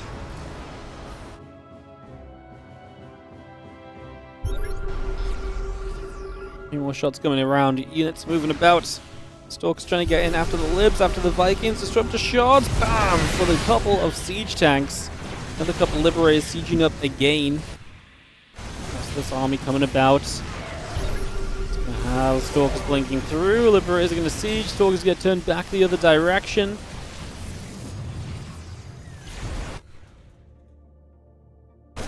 Marines get underneath those Liberators. They're going to take a ton of damage. Bunch of Libs going down initially, so they're going to fall. Stalker Archon still pushing through. The Bio army coming across. Liberators continuing to siege. Going to see the Vikings coming over as well. Now this Bio 4 is going to get rid of a Nexus or two in the bottom left. I mean, nice to shut down some economy from the opposition. Christiana has 4,500 minerals to spend. I mean, don't get me wrong, obviously minerals only means you can only really kind of build Zealots, but hey, like, 45 Zealots, usually a pretty good deal. You know, definitely could change a game if you get 45 Zealots out over time here that the opponents, you know, can't really match or contend with. Let's see. Kelazer's trying to take the upper right base that he just denied off Trigger, because we're at the point where everyone is mining every base as well. Nuking to the top right corner, want to knock this location down. Nuking the base of Clem. That's why Clem doesn't play TVT, guys. Freaking nukes are OP! He dodges away from this one nicely as Clem has to back away from this Protoss fight. Doesn't fancy the TVP in the center there. Clem's supply actually plummeting a little bit. Needs a little bit of support. Was bleeding out some units there, and again, he can't rebuild quickly. Christiana really can rebuild quite quickly, though, and I do think that's going to be kind of the problem at the very end of all of this. couple more shots still coming through. What kind of is it? I mean, it really is a pretty wild ending that we're getting to. Vikings are going to get in. Colossus goes down. As the last Colossus, the Vikings are less useful than before. Yeah, Trigger just has a bunch of units here. They need to kind of get away. EMP still, sorry, Storm's still available. He has one more Storm to the bottom. I felt like that would have been huge, but he went to the top with it, trying to protect his units from being surrounded. Cristiano just maxed out, but again, he's maxed out on what is arguably a much weaker army than what he'd like to be on. Liberators do not have the vision to actually take down that other disruptor, so it survives. Now we work our way through on this base. We start to pick our way through this position. I mean, Kelazur and Cristiano are on absolutely bare minimum now. I actually worry Cristiano, he has spent all of his money in the end, and these Liberators are the issue. We have not been able to get through these Liberators, and if we can't get through these Liberators, that really is a big problem at the end of the day.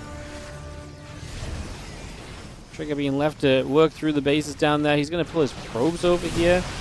You see Libs just sieging. I mean, you're so reliant on the Libs. If the Libs on siege, it's not going to be a good time. Trigger's army's a bit trapped, and Clem's trying to figure out a way to kind of free Trigger's army. This was the right idea. Moving up that side now is absolutely the kind of right time to be doing this and to be moving in that direction. So yes, that is the play you probably want to make. A couple disruptor shots coming through. They're going to land quite nicely. A couple more units going to attempt to get forward right now as we chase around. And push over here. They're going to see the Stalkers kind of getting caught as they get run around a little bit as well. So that too becomes a little bit of an intriguing point at the moment. Interesting. See where we end up. Bio coming over. Kelazur finally getting re-involved here. Archon's going to try and fight. Clem trying to siege the Libs. I think Kelazur's army might actually be the issue. All of these Marines.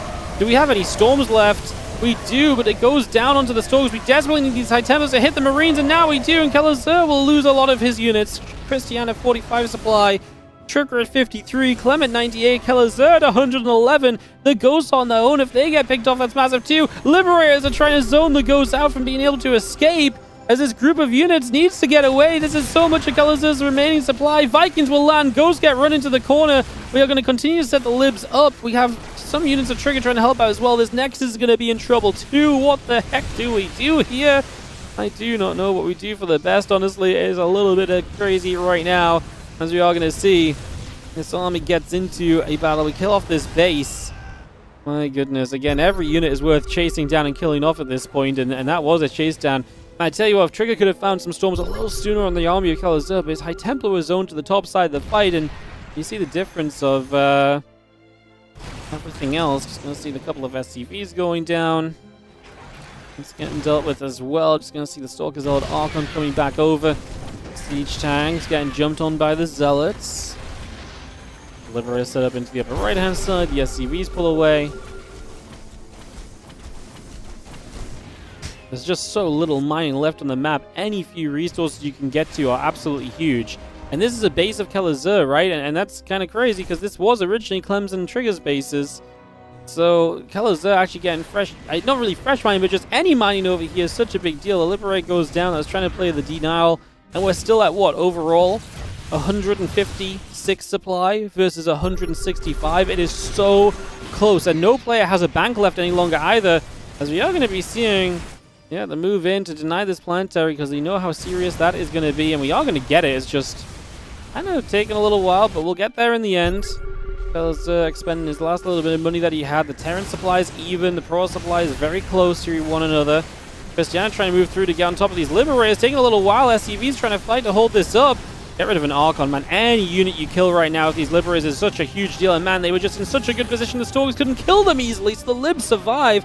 I actually thought we were going to see Libs dying there, but I was not correct. A couple Storms coming through, and that's where Trigger's going to find huge value with his army as well. How many Ghosts are left for Kelazur at this point? He is sitting on 0, so no EMPs left, so High Templar is more important than ever before. Trigger should probably just warp in 2 more High Templars for more Storms. I think the Protoss army of Cristiano is not a factor. It's really about Kelazur's, which is so Marine heavy. And that's kind of the difference at the end, is that Clem still has 5 Libs. I guess Trigger has like 2 Archons and a High Templar as well. Trigger has 3 High Templar. I'm getting confused with colors and positions on the scoreboard and which way around people are. I think Clem and Trigger have this, guys.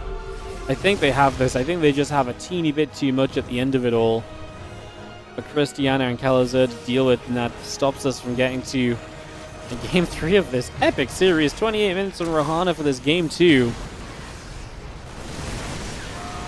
Storm's going down. Unit's taking shots. Here we are. Big fight. Is this going to decide it? Clem's Liberators are sieging up like it will. Christiana seems to think so. Kelazur just doesn't quite have enough supply. He has to get out of here as well. Clem and Trigger get it done. Ooh. Well, that was game of the day sort of territory from Clem and Trigger, as they get the victory to move through. While that was happening, MaxPax, Lambo, UTHERMAL, and Showtime did start up as well. So UTHERMAL and Showtime did come through. They play MaxPax and Lambo. The winner of that will play Trigger and Clem. The lower bracket continues to move through as well. So we will resume with, I guess we take a peek to see if... Okay, the Showtime game is about 4 minutes in-game already. I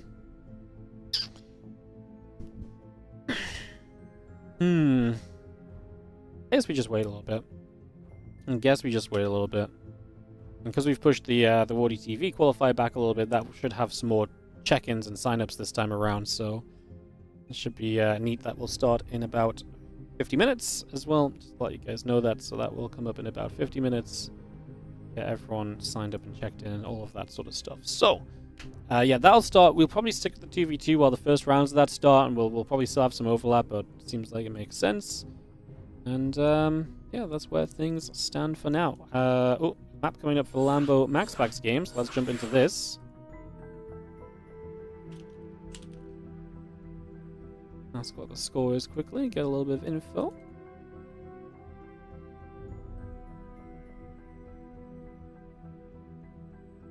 Lambo and MaxPax up 1-0 against UTHERMAL and Showtime. Perfect. Alright, I'm going to run some ads, guys. And get ready for this next game, and then we have the upper bracket final to follow it. Nice. Again, lower bracket's best of 1, so we have a couple best of 3s left before the final best of 3, but there will be some best of 1 lower bracket stuff before then. Do I dye my hair? No. Does it look like I dye my hair? That's wild. I don't think anyone's asked if I dye my hair before. Ay, ay, ay.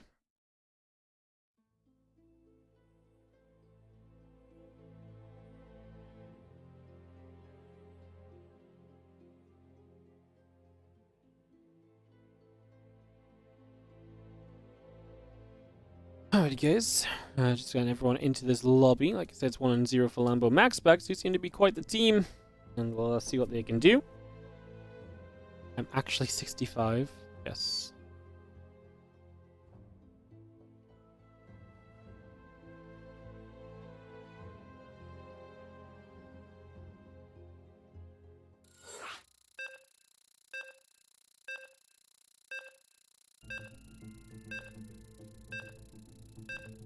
Gogo's ready.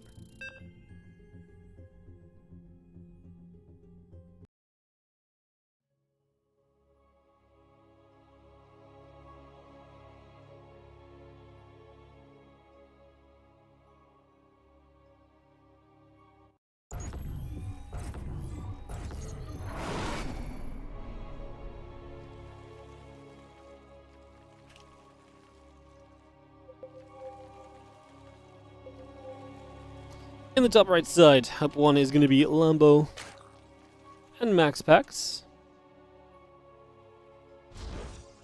And the bottom left, UTHERMAL and Showtime. The red and orange competitors in this one as we get up and running.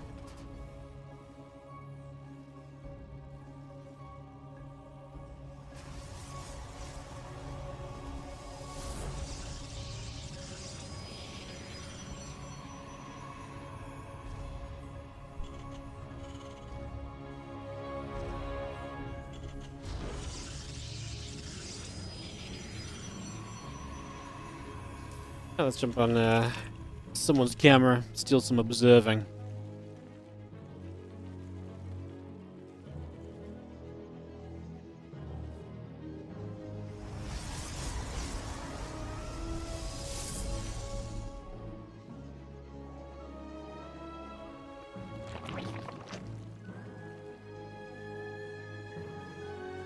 Getting up and running into place.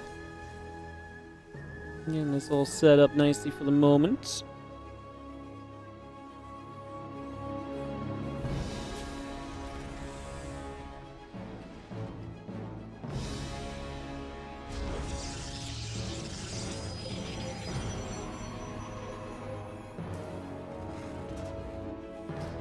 Couple pings coming around here and there. And just take ourselves a couple moments. This is the upper bracket semi-final. Winner of this will play Clem and Trigger in the upper bracket finals. We'll definitely follow into that. Just to let you guys know, we'll definitely head into that straight after this. So that will be coming through, just as a heads up. Let's just take it easy.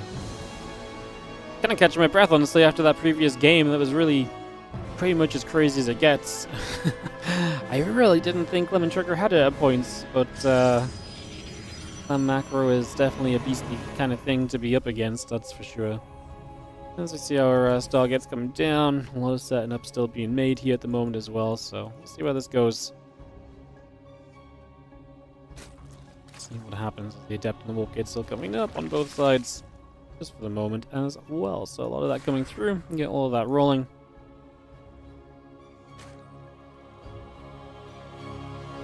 And a couple of Lings, the Ling Speed all coming by, Stargate Adept and the Warp Gate coming up as well. Command Center Tech Lab coming through too.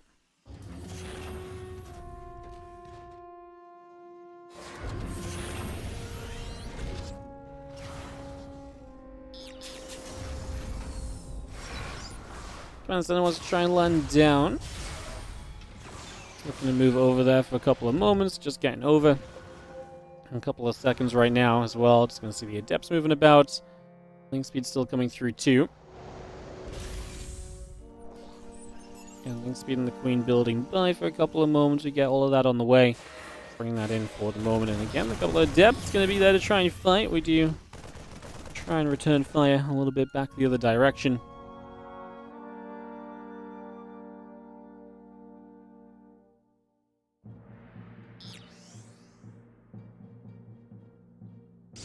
Council probes coming up, the Phoenix and the Warp Gate coming about as well. And Spore coming online, the Cyclone locking onto the Oracle. Oracle taking some shots, gonna get chased. The Revelation goes down. The Phoenix would have been there to clean it up, but the recall was well timed to make sure that we do make a getaway. Able to keep that alive very nicely, so able to, like I say, get away with that one. Just for the moment.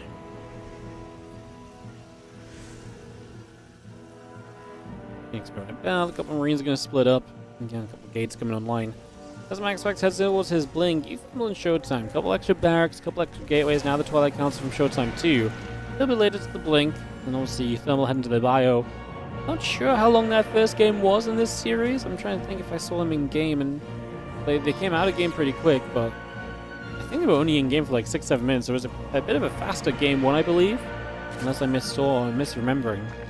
But this does have to be a bit of a longer game number 2, it would feel like at the moment, at least with the current direction each player is setting into.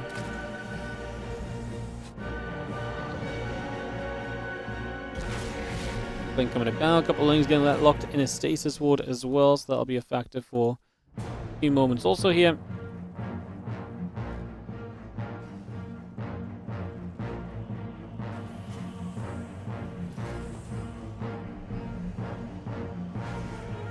Again, plus one missiles, the leather roaches all coming through, the drones producing, evolution chamber on the way.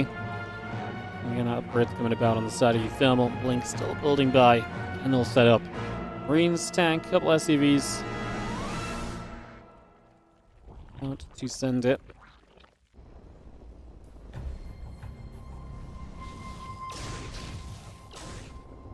Oracle is going to patrol, we go back and forwards a little bit, plus one charge still coming through. The Phoenix and Stalker will get in after the Overseer.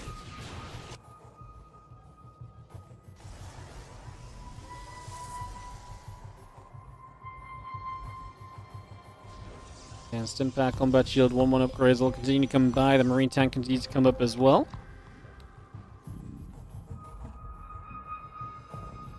Again, all those upgrades coming about. Starport coming over. Again, charging plus one building, gates all on the way, a couple of probes coming around. Just Stalker's gathering. Nexus in the center, going to drop down into the gold base. The +1 in charge still coming through as well. Stalker's going to get in after a Zergling there. Another stasis coming up on the Oracle. Just for a second or two. Yeah, a lot of this set into place. The Oracle's still moving about. The Stalker's coming over. Not a lot of still kind of commitment just yet. Just a bit of movement around still. Very few units lost in this game. Just very little. Now we'll see a bit of harassment. Stalkers can get some SCVs. Roach is trying to catch units that kind of show up into the center to defend. Showtime going to have to be careful with his own Stalkers. The tanks press forward. We are going to see a good spread of units here as we pull back defensively for a couple of moments. The Stasis Warder is going to catch an Adept. Pulling that back by a little bit as well, just for a few more moments. Still firing. Marines, Stalkers, tanks all pushing up. Roach is having to pull away, and UTHERMAL and Showtime actually making a bit of a shove out of this. Lambo's on his way to Lurkers. The problem is, until he gets to Lurkers, he's got to play the Roach Ravager, which is maybe a little bit less effective at kind of dealing with pushes like this than what everything else is.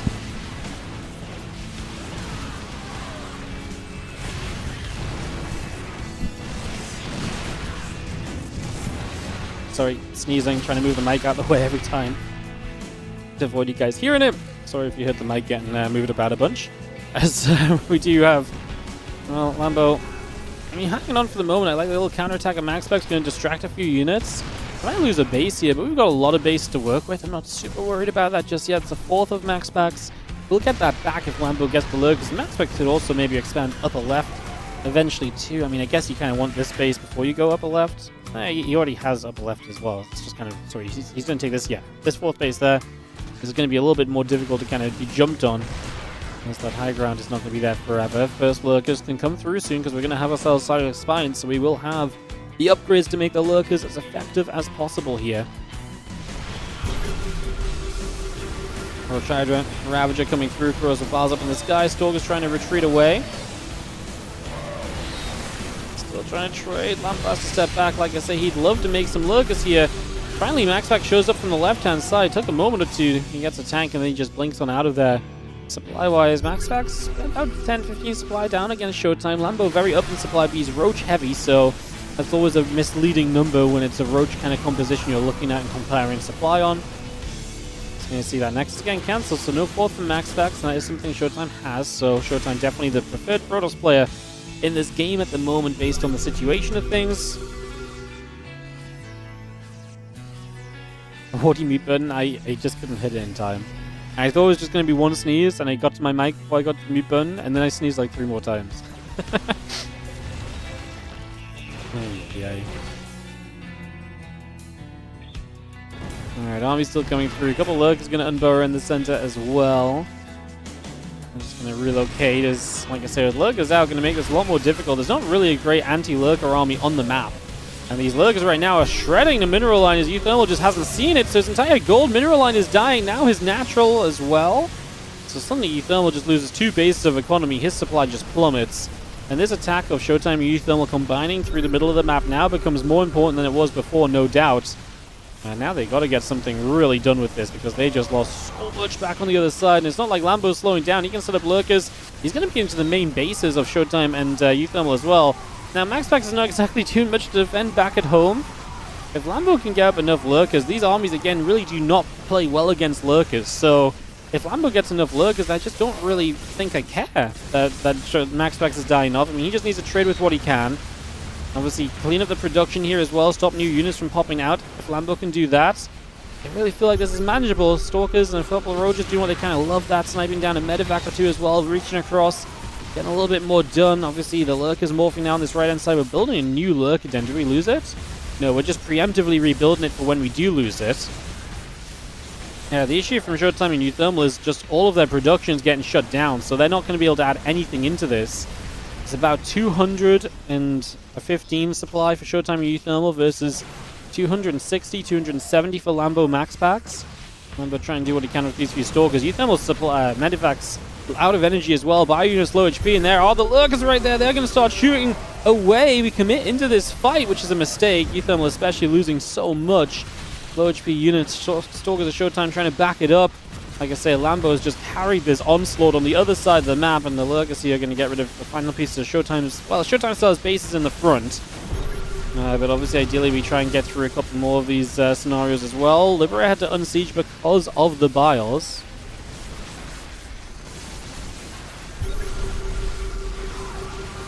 Well, Archon's firing through the Zealots and the rest.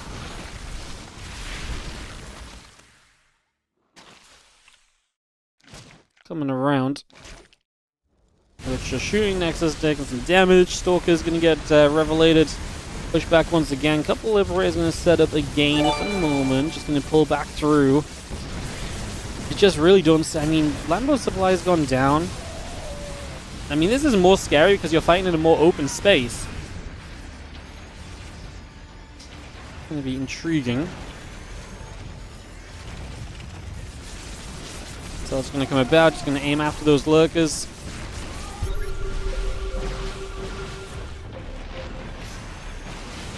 The Lib is getting sieged up as well. Just relocating a little bit. Just going to see this army moving around.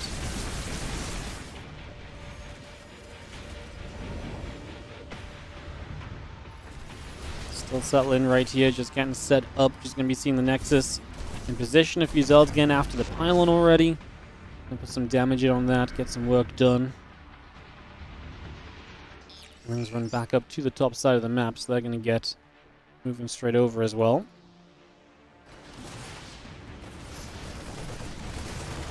Couple Marines, the Marauder is going to go jump onto the hatch. That hatch is going to go down again. I think Lambo and MaxPax are just too well set up at this point because UTHERMAL doesn't really have much supply to do anything with. It's basically Showtime versus, not just in a PvP, but against Lurkers as well. Storms plus Lurker damage is going to do a lot, and even if we jump onto the Lurkers here, I think what remains of Showtime's army will not contest what remains of Lambo and MaxPax, and that is going to be GG.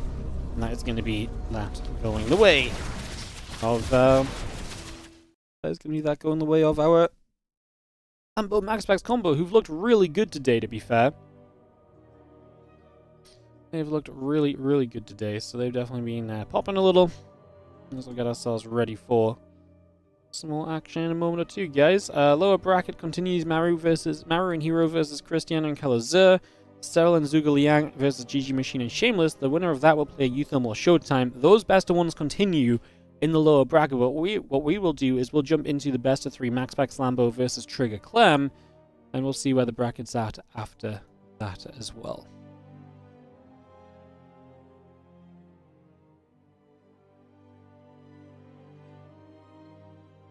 Alright.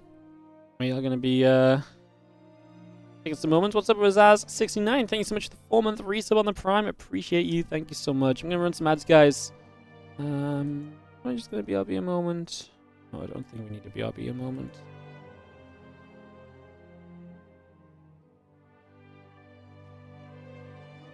I'll just sit here and wait for this game to come about, I think. So, I'll just take a few seconds. Ready to rumble.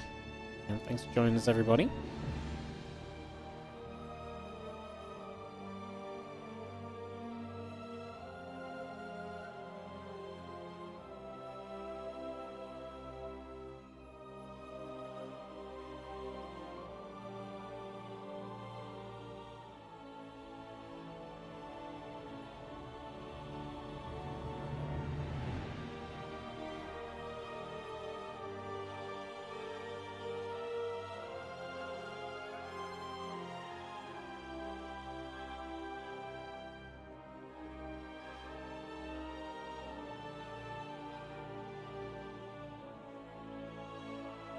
Alright. I'll take a couple moments then, guys. Get that ready to go and resume. And I'll be back on with you in just a few moments with that upper bracket final, which is going to be on NAs. Let's hop on over to NA as well. Make sure we're ready. Cool. How did these two teams fare in the, or how are these players faring in the standings right now, actually, is maybe a good question. MaxPax only has 2 points from winning the first bonus cup. Lambo is not even on the scoreboard right now, I think. So a good performance from him today is important. Same for Clem and Trigger. It's actually a really big day for these guys that are in the upper bracket final, because none of them really had points coming into the day. So yeah, that is going to be a factor. Right, I'm gonna BRB 2 minutes, guys. I'll see you guys in a sec. BRB.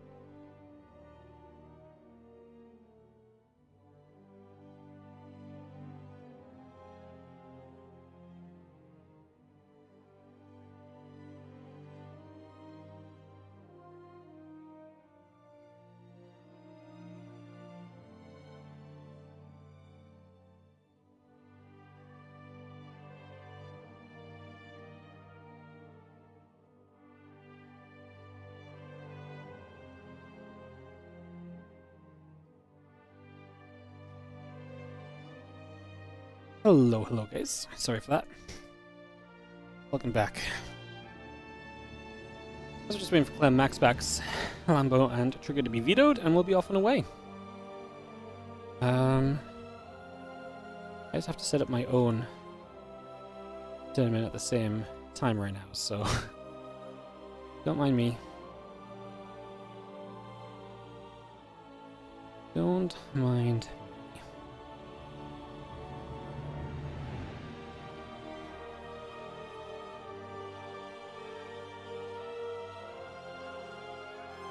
Gotta log in on my other account over here so it's ready to go. Balnet update required. Crazy.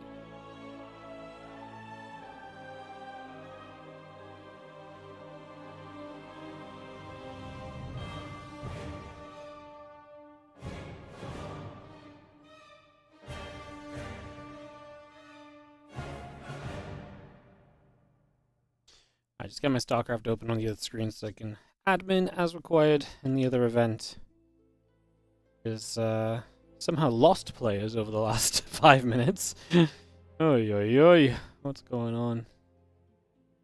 Crazy business, crazy business. Alright, we'll get that sorted hopefully. We will still probably have some players participating, so just need to get that all sorted out.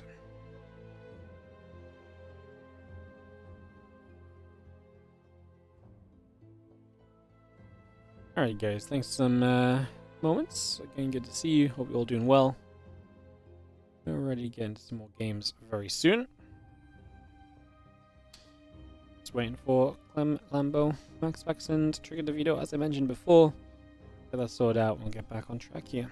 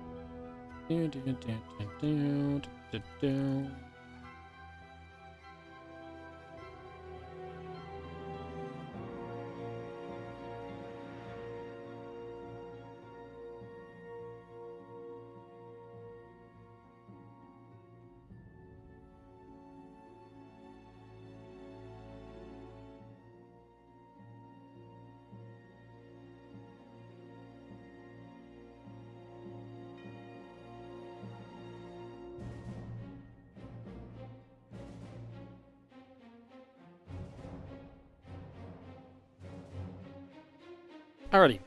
Getting sorted, guys. Like I said, just setting a couple things up.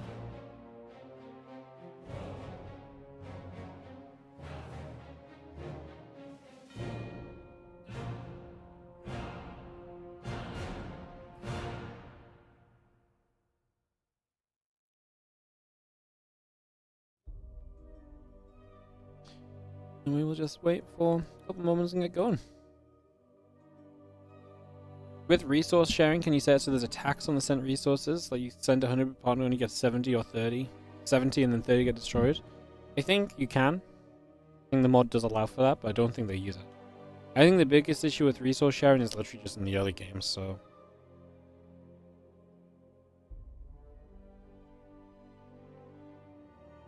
just having it turn it off for the early game is pretty reasonable.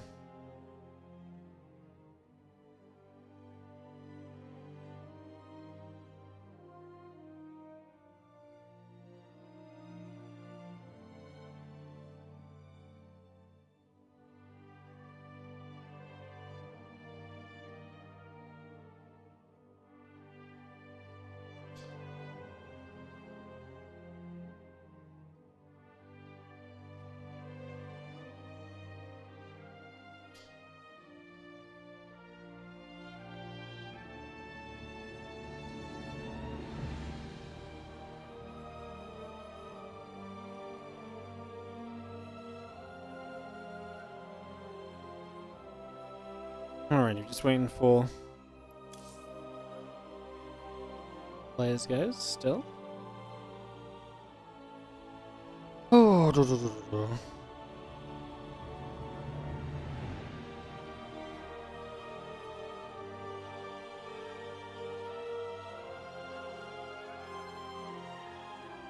yeah.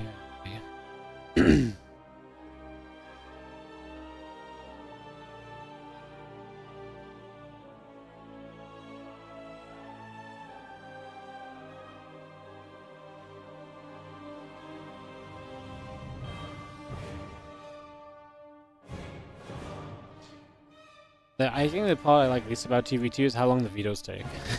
Because they just naturally take a while, you know? Anyways, I was gonna tweet about the WardiTV qualifier. Second...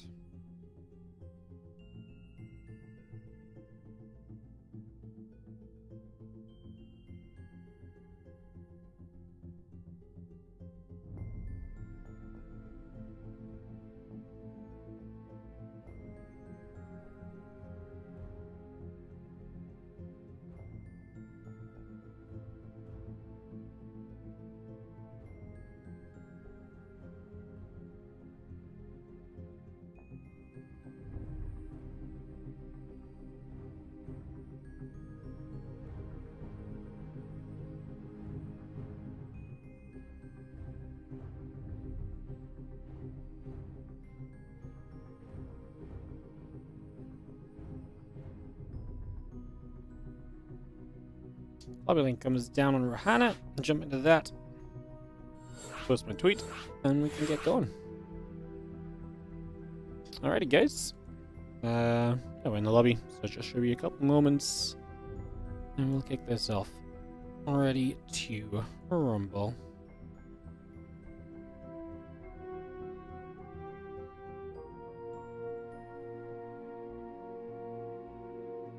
Clem in charge of the lobby needs to move some people around.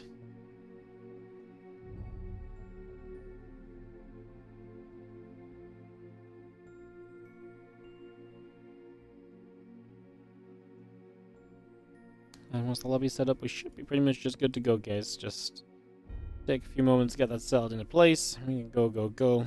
And the lower bracket's still playing out as a bunch of best of ones. When we finish this, we will probably have 1 or 2 best of ones maybe to cast from the lower bracket. Then we have the grand final. And yeah, looks like everyone is setting up. Ready, being called. Looks as though we're all good across the board, so we are settling into the opening game of the upper bracket finals. Obviously, top 3 guaranteed for these teams today, but a win obviously puts them top 2 guaranteed, and that's obviously prize money guaranteed. But also, again, very importantly today, UTHERMAL circuit points, and obviously everyone's got the season finals on their, on their mind's eye, so a lot of them are going to be competing to try and get there. So let's jump into this next game of this competition, this next best of 3, as we are starting down in the bottom right with the red and orange team. Clem and Trigger going to be in the orange and the reds. While in the blues, we're going to have Lambo and MaxPax representing here to take us on through.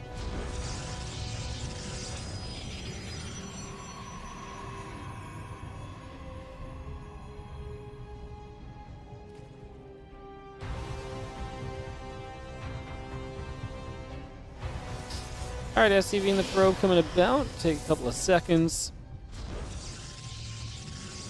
And see where exactly things are going to get going. And see what the guys are going to get up to. See what we're going to be given to enjoy over the course of this BO3 Game 1. See if we're going to kind of play aggressively. We've seen Rohana a lot today. This map that has that kind of 2 separate main bases. We've seen players really kind of picking this one a lot of the time. I'm kind of surprised how much we've seen it actually. So, finding that a bit interesting. As the refinery comes into place, SCV's mining away comfortably. We just get this up and running. Hatch gas coming online. A couple of gates and the assimilator coming through on the side of MaxPax suggests maybe some aggression from him. We saw MaxPax and Lambo pretty quick to terrorize Maru and herO on this map earlier on today, so definitely expecting that could be a possibility here as well, of course.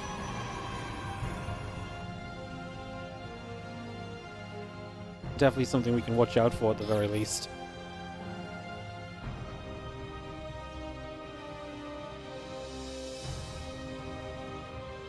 Nexus building on the side of Trigger. Obviously MaxPax with the double gateway is going to be a bit more aggressive than that, so he's not going to be expanding just yet, and we'll keep our eyes waiting for that to happen in the near future.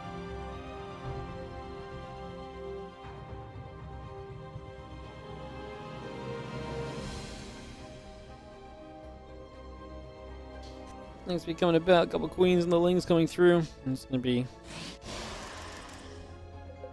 having ourselves a couple gates finishing up shortly. The Reaper trying to come up this ramp and see what's going on, and it's going to go throw some grenades down.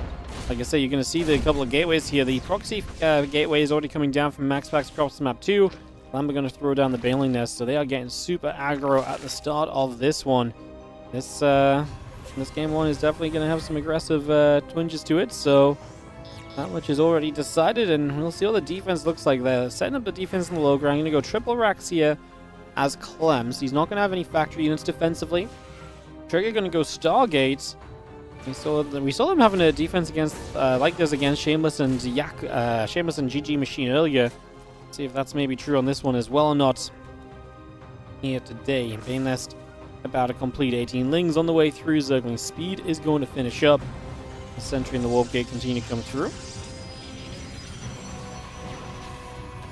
Stalker step up, just going to be firing in. The Marines are going to try and fight. Stalkers will come back the other way. SCV goes down.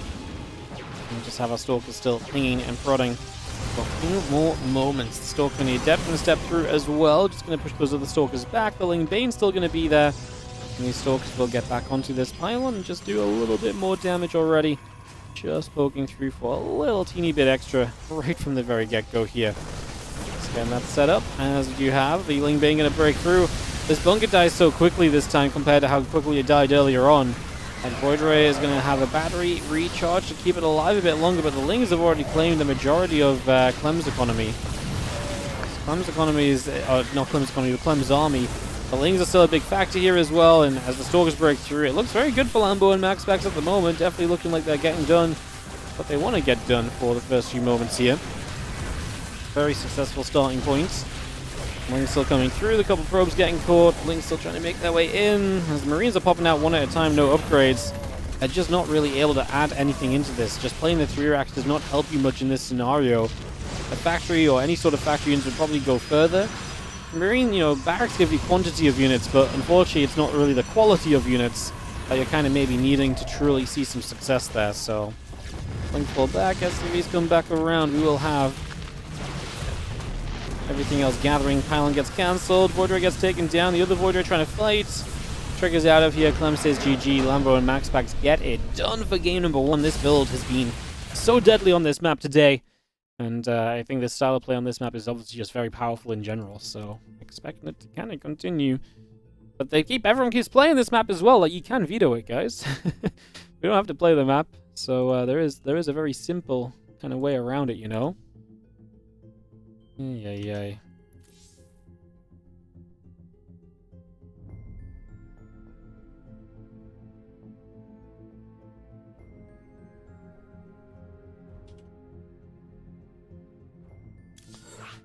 Alright, let's try to jump in.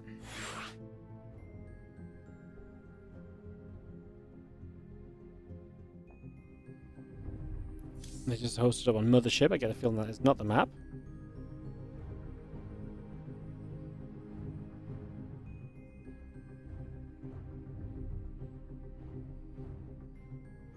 I get the feeling that definitely was not the map that they were aiming for there. Yay.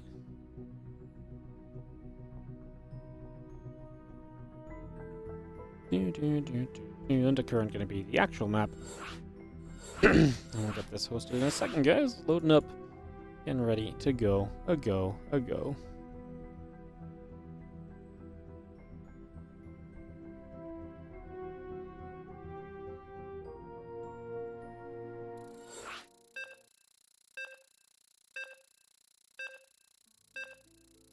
Diego and Christiana beat Maru and herO. I'm honestly not that surprised. They played very well in the against Clem and Trigger.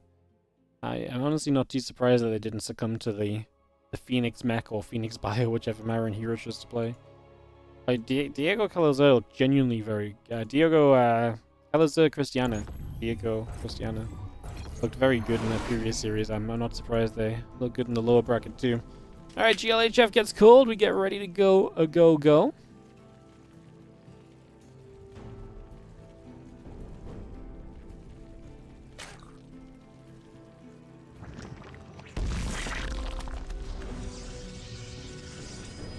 Top right, Orange Zerg and Red Protoss with a 1-0 lead will be MaxPax and Lambo, and they take on Trigger and Clem in the bottom left-hand side as we get set up in game number 2.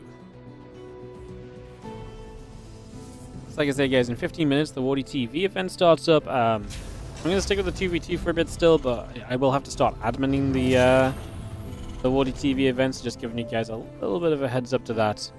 So then you guys know that is going on.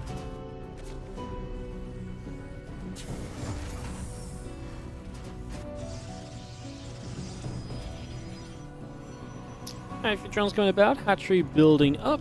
And get settled for a few moments here. Yeah, gateway in the simulator and the Nexus on the way through. Just gonna get that set up initially.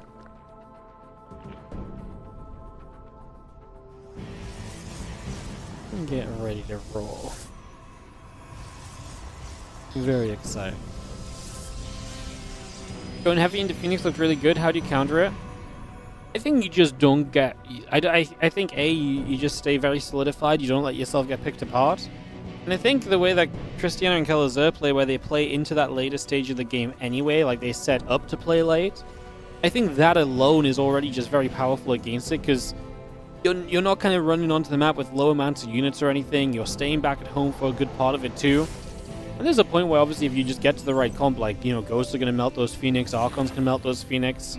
So if you can just survive early against them, I mean, that's more easily said than done, but truly, if you can just kind of get through that first initial phase, can go pretty well for you, so...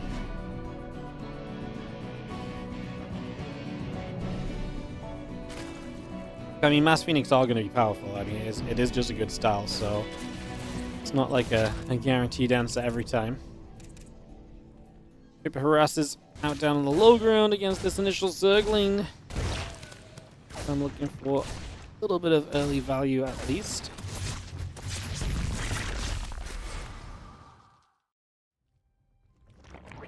Reaper pulling back. And we're just going to have ourselves the Adept, the Warp Gate, the Stargate. Continuing through, the Adept actually going to get forward there and jump onto the Reaper already. He's just going to be able to grab onto that initially.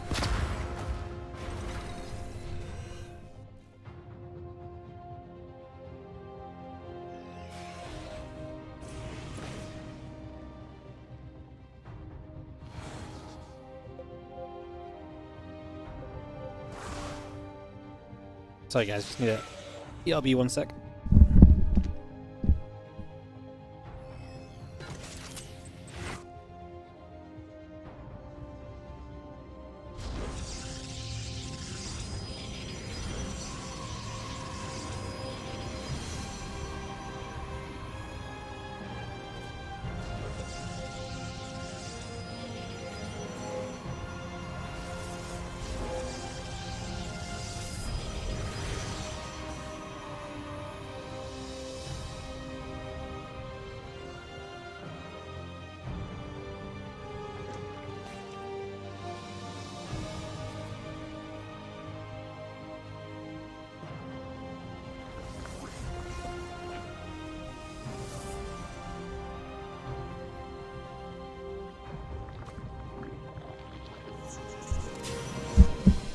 Sorry guys.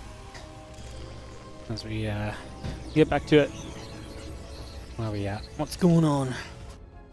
Oracle harassing around to the sides. Not doing too much though. Link coming up.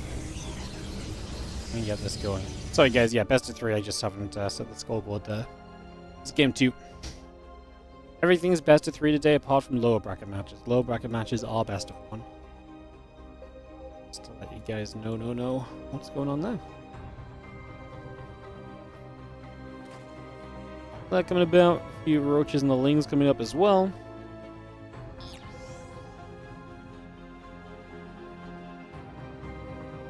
Oracle heads down to, through the bottom of the map here. A few Marines unload from the medevac. Oracle drops a little revelation down as well to see what's going on. Try to see what else is happening for a couple of seconds. See if there's much else we can get up to for a few moments. And he's going to be there with the Stalkers, the Cyclone as well. Medevac also joining up together. And look to see what else we can do as we just have the rest of this set up. Our finals best of 3 as well. Yes, our finals are best of 3 with the lower bracket team needing to win 2 best of 3s to win the tournament.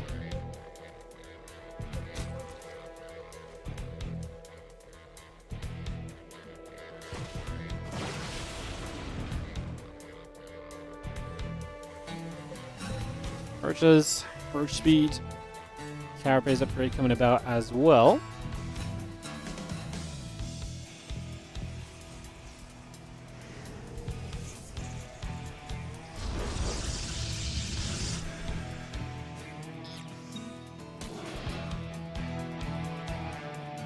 Those many probes is going to try and gather some info of their own. Again, we have the hydrogen coming up, currently about halfway through the 1-1 upgrades, the roach speed all building. So a lot of that coming through at the moment. The Stalkers stepping forward. Gonna get blinked on a little bit. We go back and forth there. And drop a little revelation down too as the... Sorry, stays toward down too. They just get a little bit of a catch. We're going for a moment or so. On that is... We've seen the little bit of a step through. Just getting into position still. Big push from Trigger and Clem. Looking for some damage. The Stalkers step forward very aggressively out of Trigger. And as we do try and drop some force fields down to catch Lambo's units over to that right side. More corrosive valves, things getting moved around. Stasis actually catches a few Marines at least as Lambo and MaxPax supply still looking pretty good. They're doing a good job of maintaining supply throughout this so far. The Marines hanging about there. Just going to see the Stalkers still firing back. If the tanks start to go down, then the damage output of this really decreases, but the tanks have done a lot already. Is definitely one of the big statements I think we can make here. Those tanks have been pretty darn huge, as you just see. The Marines can step forward as well. The few Stalkers still coming about.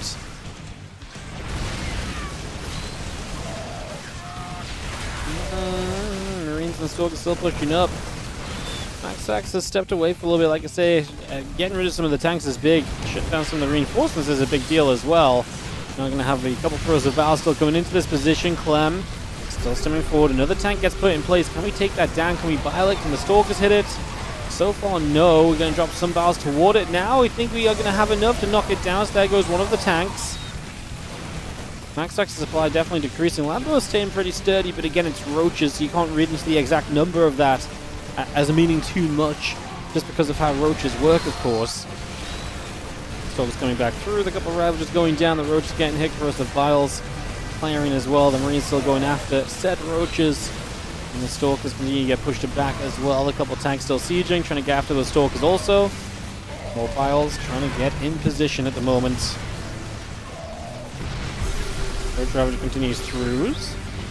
That's going to see a couple more Vials dropping down, Stalker again flung up into the sky. Bunch of roaches on the way in right now. Just going to be seeing the Zard Stalker on the left side. Going to jump up. Siege tank gets jumped onto as well. It's going to be having this hatchery going down. This push of Trigger and Clem has been very continuous, and in the end, it's looking as though it is going to be good enough to get the job done. Byun's coming back around into the center, and the rest of this all coming by also at this stage. Clem still is playing cleanup. I mean, I think they're going to get pushed back, but you don't need to keep pushing anymore. You killed the base you were pushing onto. Like, if you want to keep this going at this point, surely we aim elsewhere anyway. Would be my best guess of how this continues, but I guess let's see. Marine Tank Liberator producing through from Clem. And yeah, Temple Archives from Trigger. I think Storm across the board here would be decent. But honestly, just Archons may be kind of a good enough addition to justify that as well right now. MaxPax still can't really do much with his supply. Lambo is around the back. He's actually catching a few units from a odd location. He jumps onto a Liberator there with the Biles. He's going to try and get rid of the tank, but the tank's surviving a long time, so those roaches taking a ton of damage from the tank fire. Finally going to clean it up, and we do push them away. Trigger and Clem at 115 each supply each. Lambo 143, MaxPax 105, so again, supply is kind of good enough to kind of keep it going. Lambo does have a good set base down the right side. MaxPax setting up into some extra bases in the center as well, so all of that's still setting through here too. Look at Den coming up, the roaches and the +2 missiles all coming up. I mean, look, then especially obviously changes a lot of the pacing of this game. It makes you a lot sturdier defensively and very good at kind of holding certain positions, so maybe see a bit of what that comes out to being in the end. For now though, otherwise we're just still setting up with some Roach Ravager running across the map here, and looking to try dive in sooner rather than later to this set of units, it would seem, but not going to go just yet. Still hanging out in the middle of the map for the moment.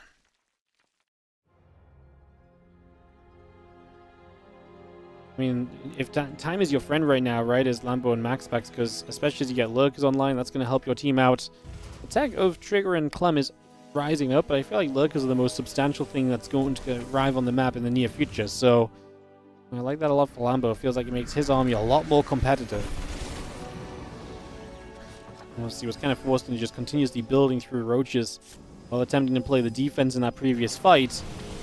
Now we're going to get a bit of a different chance. Nexus low from earlier, and we're going to see MaxPax initiating the fight. Clem's going to show up. Lambo's going to try and jump onto Clem's army to push him away from the PvP fight that's happening on the top side. However, not quite able to do so. Now those tanks to siege, I think it's hard for Lambo to come in this position now. Really, it's MaxPax's Zealots that could do very well against that, but MaxPax is now 1v2. He will lose this base, and the positioning goes the way of Trigger and Clem. They're just too close to the base before they really get pushed away from it, and it really backfires on MaxPax and Lambo. That positioning does not work for them at all, and they fall into a little bit of trouble right now.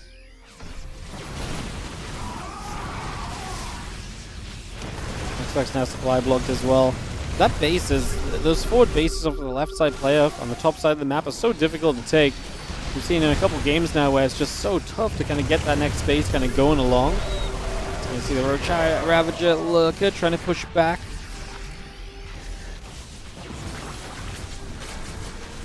Looks like a big addition, but I'm not sure if they're big enough to make up for the deficit that just got created not so long ago.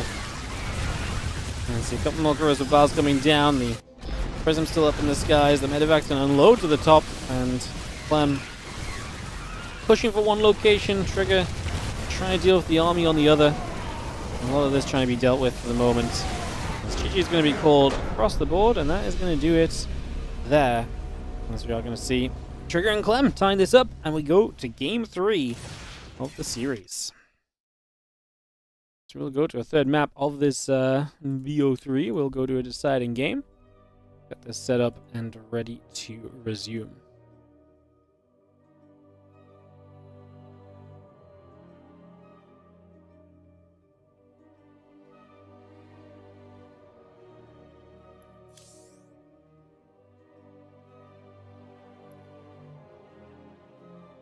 Alright, so game 3 coming up, guys. Will just be a second. Like I said, I'm going to have to start my own event off in a couple of minutes here, so the start of this next game I might be just a little bit quiet here or there. I'm just adminning the start of my tournament that will jump probably into like the semis or finals of. When we wrap this tournament up, when we wrap the 2v2 up, most 2v2 just turned out to be pretty lengthy today. Which is, there's nothing wrong with, just, you could say it did not quite line up with my original plans because I didn't know the 2v2 was even happening.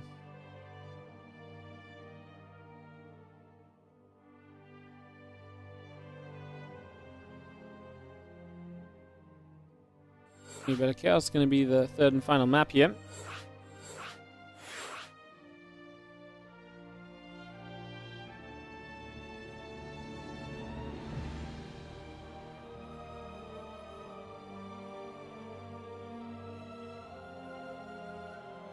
Alright, joining this lobby. Set to go in a moment. Beautiful. Sweet. If you guys are enjoying the games once again, do not forget to like, subscribe on the YouTube, or on the Twitch. Appreciate it.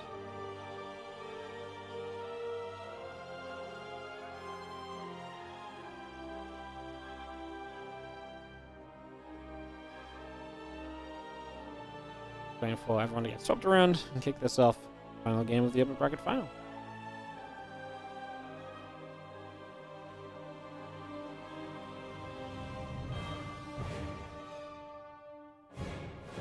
Cool.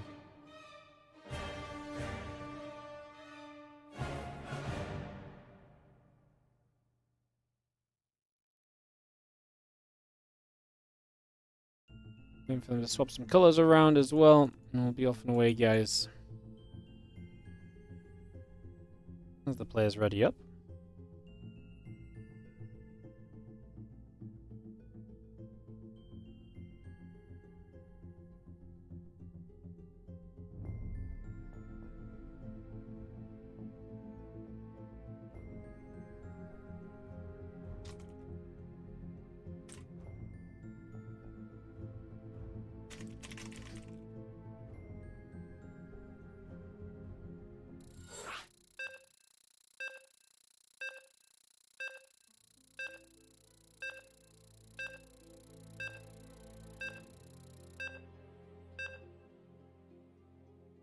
Alright, like I say, guys, I'm gonna do a little bit of, I have to just get my own tournament started here in a couple of minutes, so I'll be a little, I'll put someone on follow, but I will be just a bit quiet, maybe at points, just if I'm typing some stuff out and so on.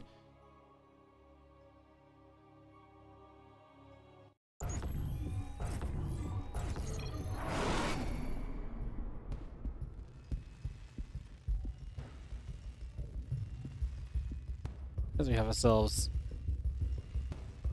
Clem and Trigger in the bottom right, taking on Lambo and MaxPax in the upper left. Away we go.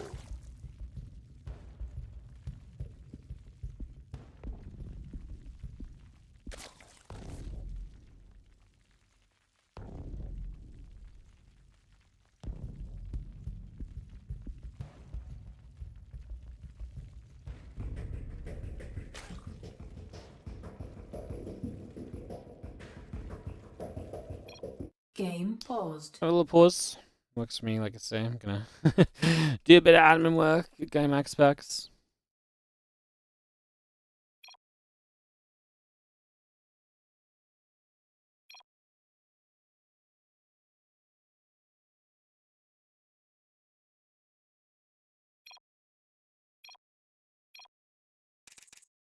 Like I said, I'm just going to tap out for a second, guys. I got to do a couple things on this PC specifically before I can admin on the other PC, so give me a sec.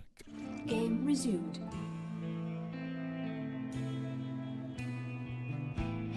I just have to seed on this PC because my other PC is not being my friend, so give me a moment.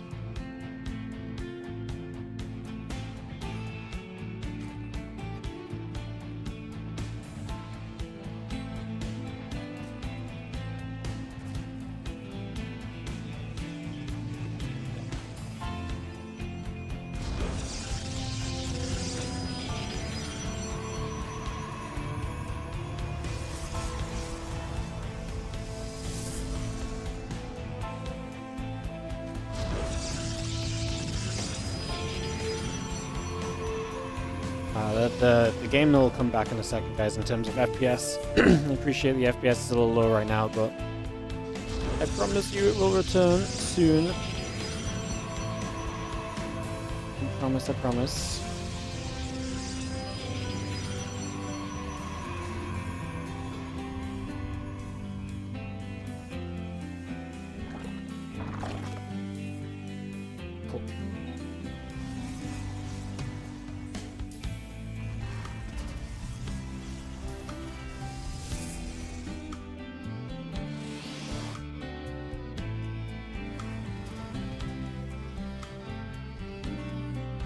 Cool. Cool. Alright.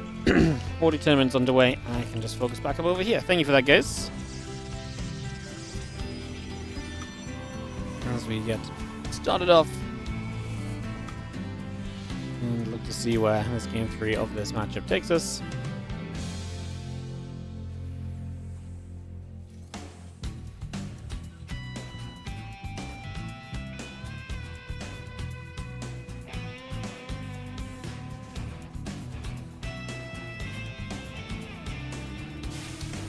Orbital, barracks, couple of Marines coming through, link speed on the way, Twilight Council gateway, the Warp Gate coming up, a couple of the probies continue to come by as well, so we get a lot of that set up and rolling for the moment.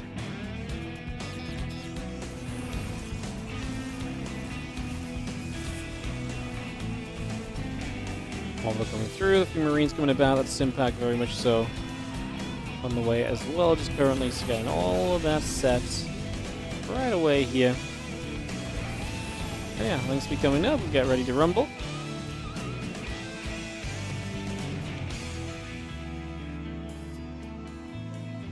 And the hallucination just going to fly across as well, see a bit of what else is going on for a couple of moments. And Twilight Council building. So again, guys, just to reiterate, the WardiTV Winter Championship Points Qualifier is starting now. I'm just going to let it play, and we're just going to cover the 2v2 event. And if it's still going on when 2v2 ends, we'll jump into it. There's some cool players signed up and stuff. I'm not hating on the players that signed up. Especially the first couple of rounds probably aren't worth covering, and by then we may as well just finish off the 2v2, I think, is what it comes down to. So that will be happening, but no coverage of it. We'll just focus on the 2v2, and we'll switch over to it at the end or so. Just depends on what time this ends versus what time the other event ends as well, right? Like, I don't really know exactly how that's going to play out just yet, so still figuring those things out. Marines Marauder, I'm just going to step up for a second or so, come across and move through, and the lair is building by. And yeah, Stimpack Combat Shield all coming up. Extra bits and pieces coming through also, just for the moment. As you get the things, the roaches, the lair building and settling for a few moments.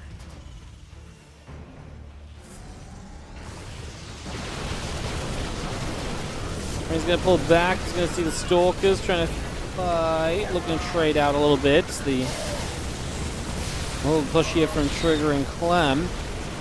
Going well, getting through Lambo's roaches especially very quickly.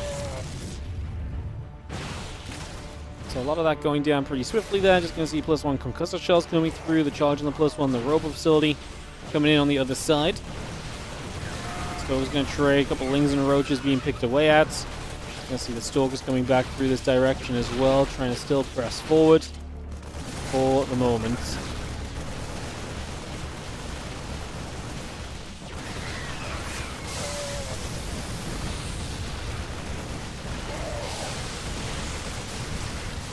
There's the Stalker still trying to fight. I'm just going to be seeing a couple of Stalkers getting hits.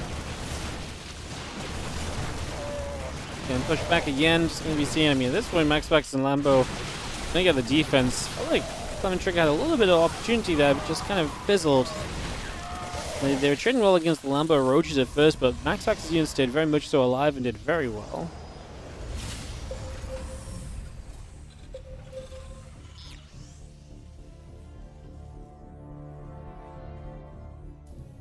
Again, Roach speed coming up, the gateways and the forge continue to come by. Just got a lot of that setting up. Gonna be seeing the pylon dropping in. Again, Roach speed and the drones continue to come through for a couple more moments. And again, charge plus 2 attack upgrade, all building extra gates in production as well. Power pace, Roach speed, continuing by. The bio army just gonna be there. A couple stalkers chase back the other direction.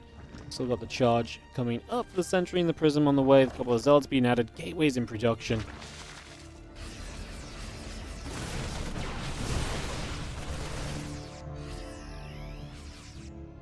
Marauder medevac still building on the side of Clem, so trying to come through supply-wise. 91 and 75 makes 465 against the 210 supply, so it's definitely a big supply lead on the side of MaxPax and Lambo. They're definitely looking good supply-wise, but again, Roach can be a little bit deceiving. It's just the fact that MaxPax is like 30 supply ahead of Trigger. That's not exactly a great number when you're comparing the two Protoss players here. As you're going to see, MaxPax sure is on kind of the Zealots and so to kind of, be a bit bulkier.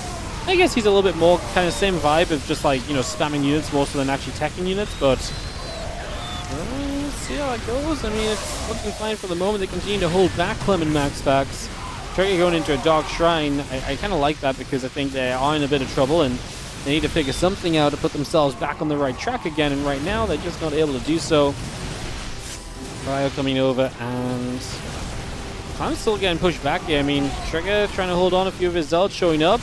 I don't think those Zealots are going to do much. Clem retreats away and leaves Trigger to kind of fight for a couple moments on his own.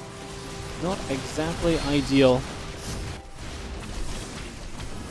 Those Zealots still going to swing. Just going to see a few more Zealots on the other side. One of mine's going to go bang, bang. Do have the SCV still in trouble as well. Missile upgrade, Carapace upgrade continue to come through.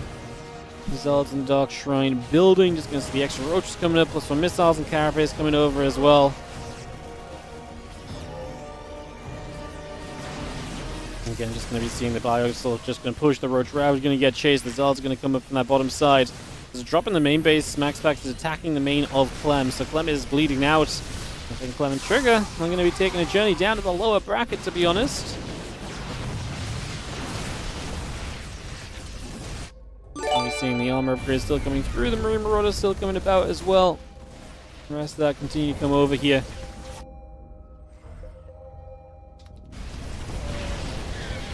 Thank you, Hargrave, for the 24-month resub. 2 years on the Prime as we see this series coming to a close. Super StarCraft Sunday, hell yeah. Who needs the Super Bowl when you got Super StarCraft, huh? Thank you so much for the 2 years, mate, as we do see the couple of Zealots getting shoved away for a couple of moments as well.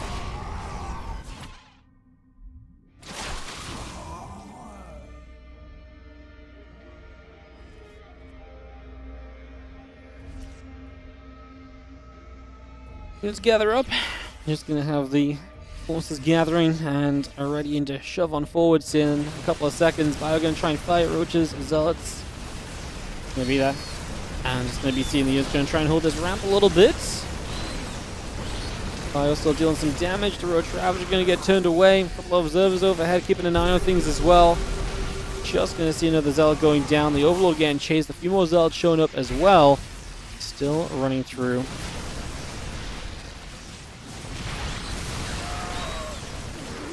Just after these other Roaches. So a lot of Roaches going to get chased down, pushed back, bullied. Clem on the counterattack is looking reasonable. Clem's army is looking good, but I mean, if MaxPax's army shows up, I think Clem's army does not look as good anymore.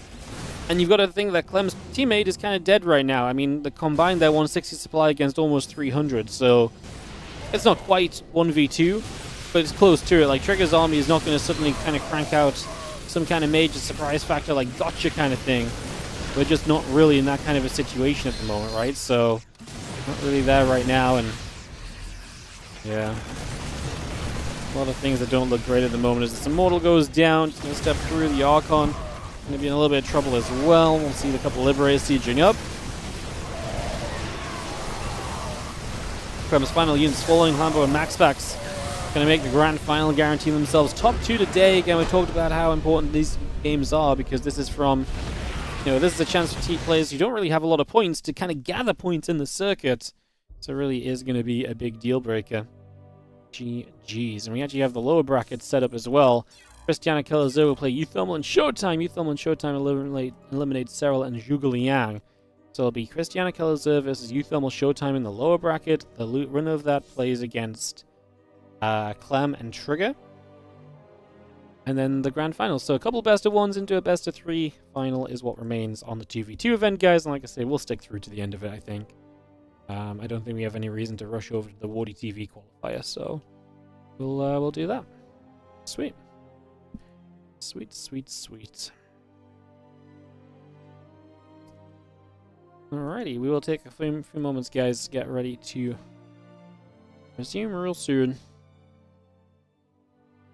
Is it so fun? Hell yeah. Hell yeah. Alright, we're just waiting for this lobby to come up. And obviously, like I said, it'll be best of 1 in the lower brackets. A couple best of 1s before the finals kicks off, basically.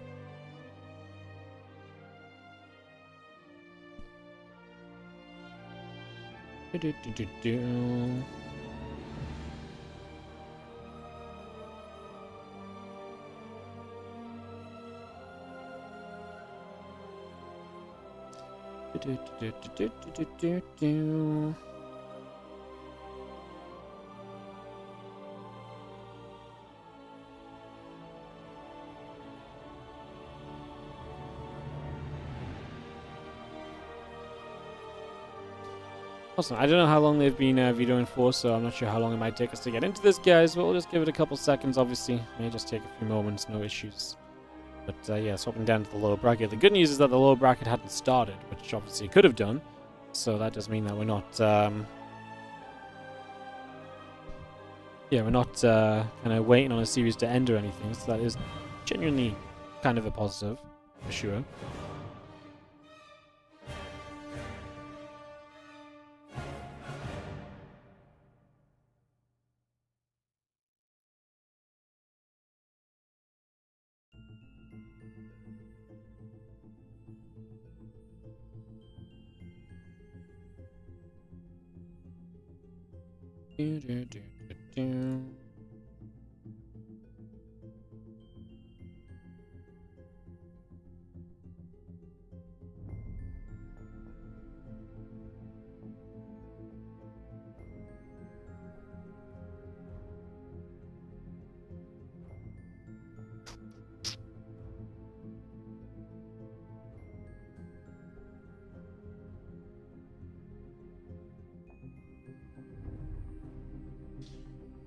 Cool.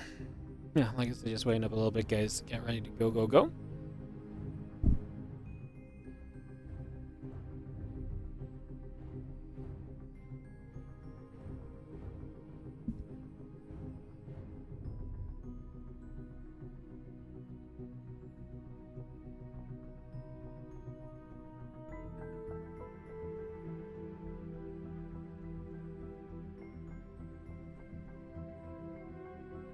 Cool. Yeah. Alright. Thank you for a little bit of patience, guys. Just taking a second. These videos to come through. I guess best of 1 video takes even longer because obviously you are waiting on even more videos to happen. So, yeah, a little bit of waiting here. But should be good in a second. Again, thanks for the patience. Is Serral playing another? Serral's eliminated, guys. So I got knocked out in the lower bracket just in the previous round. Went on a bit of a lower bracket run. Took out 1, 2, 3, 4, 5. 4 matches in the lower bracket they won, but just didn't have enough to get to this lower bracket semi, which is where we are right now. Just waiting to get into, like I say, in a couple moments, obviously. Looking to go from there. Hell yeah.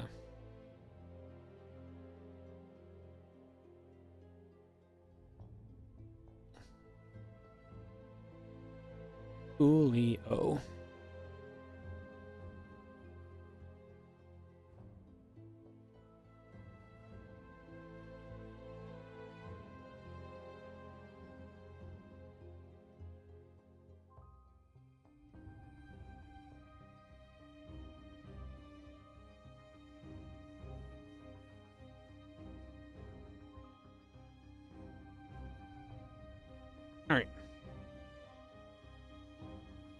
Give us a moment, guys. Like I said, shouldn't be too long. Should be able to get this underway. Guess we might even be able to see from UTHERMAL stream perhaps what the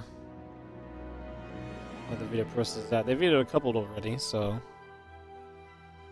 couple videos already made. Waiting for any others.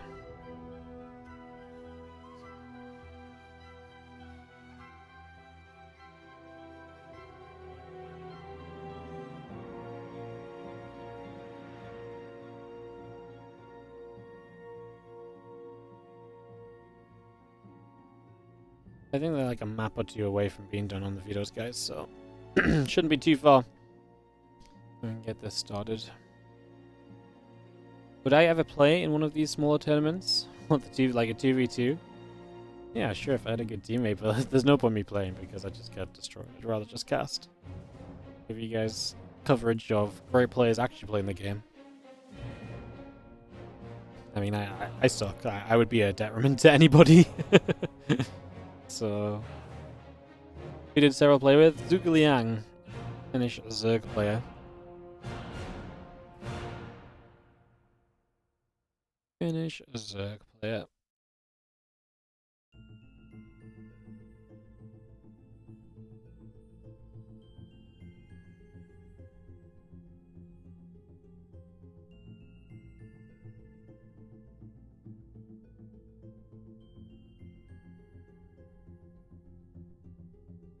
Don't actually play ST, but you watch spectator sport for you.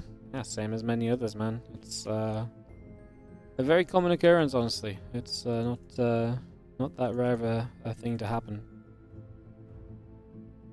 Serral's partner is also Zerg. Yeah, I think they played Zerg. It's not exactly the best for 2v2, to be honest.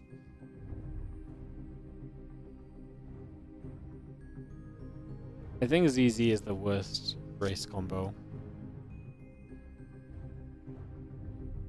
Because they rely so much on swarming, but then 2 Zerg swarming is just not that much more awesome than just 1 Zerg swarming, you know? Like, they have no strong mid game to really play through, so...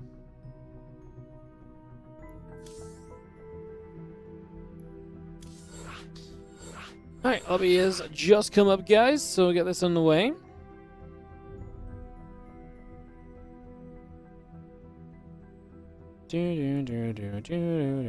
Yeah,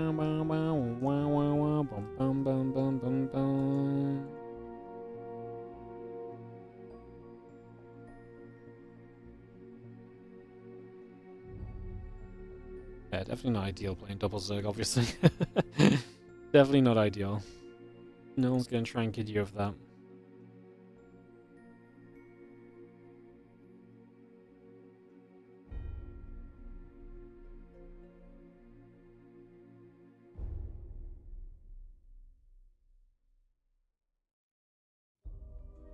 So we're in the lobby. Just a matter of waiting for a couple of seconds here and we should be able to go, guys. Alright, and for everyone to be ready to go. Start us off.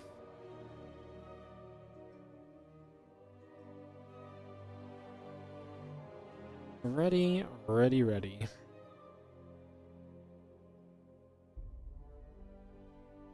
How is MaxPax in the game and on the chat? Is stream sniping allowed in this tournament? Yes, it's encouraged. We've decided that in 2026 we should encourage stream sniping as a form of entertainment. Increase the debauchery that goes on, in StarCraft 2. Just for the drama, really. Who needs legitimate games when we can just encourage people being mean and bantery with each other? Sounds great to me. Yeah, not the real MaxPax in the Twitch chat. Believe it or not. Alright, best of 1. Winner moves on to play Clem Trigger in the lower bracket final, as it is going to be UTHERMAL Showtime in the upper left, Christiana Keller in the bottom right. Big game, because this is now top 4, and every match you win right here is just going to be more of those season final points that are established and a better chance of qualifying when it comes to later in the year. So very important there.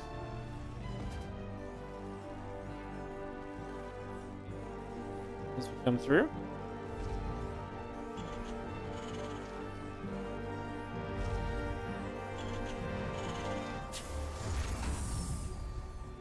Let me see what happens. I'm on the indie camera, guys. Maybe AFK at the start of the game or so, but once he's here, the camera will begin to move. I promise you that. Fear not.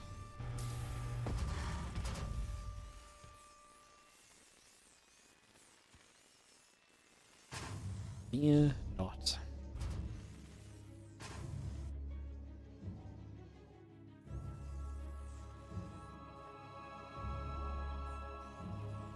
Tracks coming up. I'm just going to be seeing the gateway coming by as well, so just get a lot of that on the go. Getting this settled in for a couple moments. Nothing too crazy yet.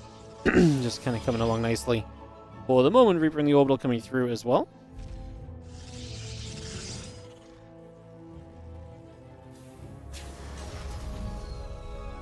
Three v 3, one of each faction on both teams would be cool, but probably too hard to organize. I don't know if it'd be too bad to organize. You're probably limited by the amount of Zergs you could get to play, but yeah, we have some 3v3 when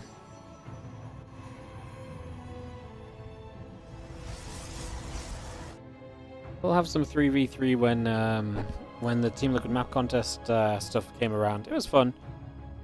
I think the more anytime you go past 2v2, I lose a bit of interest in the game when it goes past 2v2 because I feel like you can have fun 3v3 and 4v4, but it's just such a mess that everything feels scrappy, you know? Like everything feels scrappy and all over the place. When that happens in 1v1 and 2v2, I can kind of appreciate the players moving around everywhere. Oh, how did that fight end up like that and this and that? In 3v3 and 4v4, there's just so much going on. I think you lose a lot of the appreciation for that because it just naturally is like that no matter what. So, I actually really like casting 2v2 compared to the 3v3 and 4v4. I think it's a big problem.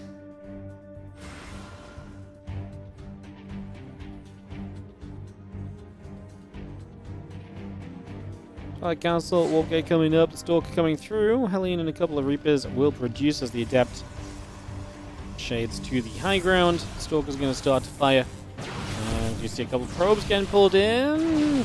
That's nice. Not really a save because I guess the probe wasn't going to die, but he avoided a shot by jumping into the assimilator at the right time.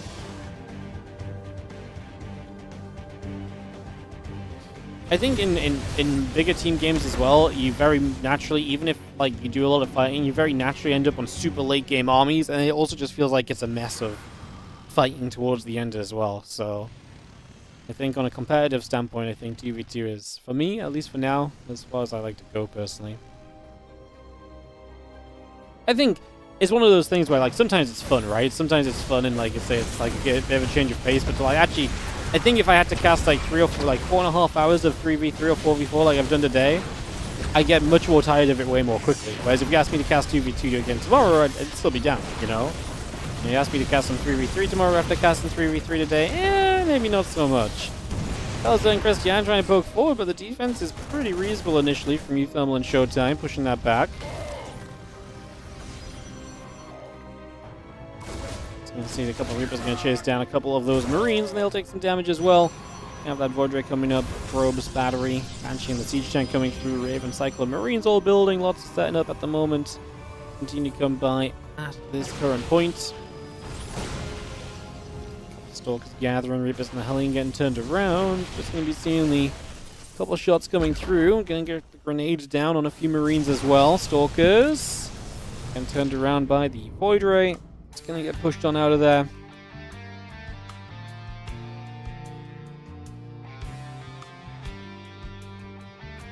Again, Barracks, Engineering Bay all coming through, so we just got a lot of that on the go immediately. Again, Cloaking coming up. Twilight Council still building. Mule will drop down onto the natural. Banshee will get rid of an SCV. The Cyclone there to push the Banshee back also.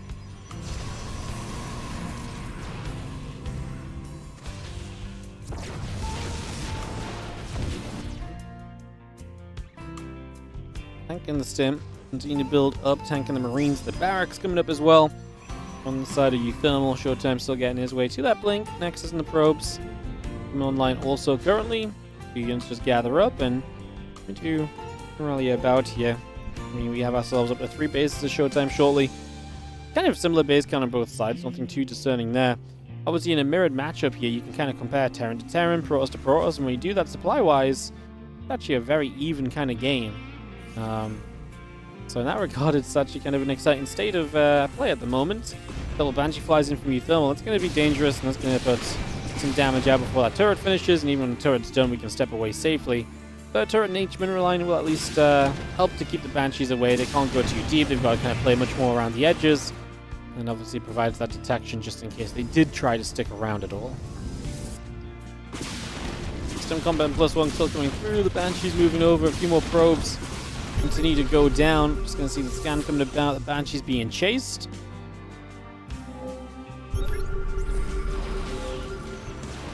Cyclone Stalker's going to get there. Banshee's going to be in trouble. That is going to be a shutdown and a pushback. Raven is still there to help out as well. Just going to see the Stalkers. It'll get rid of one more Zealot already. And just have ourselves the Raven moving through too. Just coming across for now. Armory continues to build up as well. Got that in position at the moment here.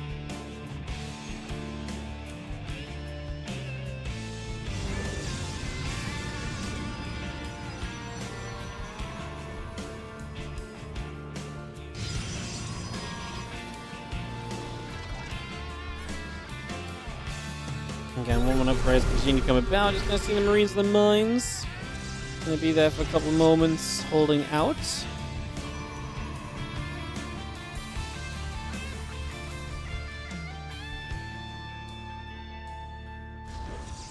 And Stalkers gathering up, Void Rays in the skies. Just going to be seeing 1-1 upgrades and that charge continue to come by as well.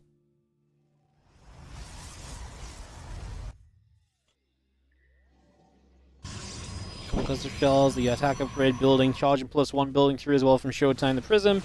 Extra gateways, the Nexus coming about. This is going to be a breakdown on these rocks, and Showtime and UTHERMAL looking to get a bit of a push going for these next few moments. Just going to get this push moving through. Bio is going to stim. A couple of tanks will see a job. Stalker's going to blink over to the sides. Marines pressing straight forward there. The Stalker's pulling back a little further. We're now going to see this army of UTHERMAL and Showtime just not able to advance through just yet. So starting to get going, but not really getting very far for the moment. Raven is here to provide detection and the auto turret for the KO even, so that's what's going to work wonders just for now. It's also a nice little add. You just got to clean up there with no issue. Very comfortably done.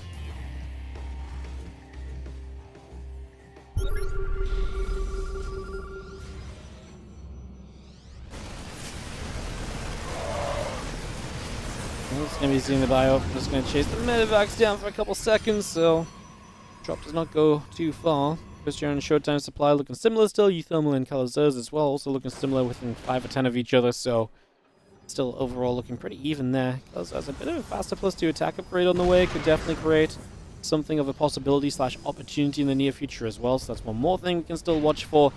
As the 2-2 upgrades come up as well on the side of Christiana. No armor upgrades from Showtime, right? Just attack upgrades. A little bit of a difference between them there. Just a better upgraded kind of game from from Calazo and Christiana than it is for UTHERMAL and Showtime. Only just though, as you're actually going to see Christiana moving to the upper left side. Calazo going to try and support on the low ground. These Marines are taking a very long time to stim, but they do get there eventually. The base goes down. They're just going to start pulling away, backing away from this. Now some Marines on that bottom right side going to get in after a few SCVs as well. Calazo going to have to lift that base off and try and retreat away. Gets a few more units coming through. Wouldn't mind onto the SCVs. Base will re-land, drop into the main base. UTHERMAL being as annoying as he possibly can be at this point. Trying to make life difficult for Calazo.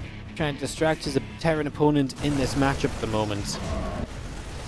Bio loads up. Bio backs away. Engineering base. Continue through. The Stalkers are just going to blink up. They're going to get in after a couple of the siege tanks already. The Bio is still stimming forward. The Zealots are going to come in after this as well. Zealot, Stalker, Archon all joining up together. The Bio are going to be here. A couple more structures going down. You're going to see this depot in the corner continue to drop currently.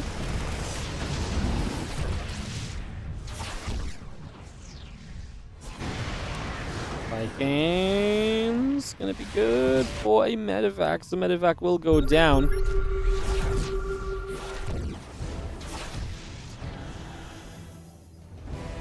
DT is just going ham initially as well. Putting some serious work in as the Prism drops in toward the main base.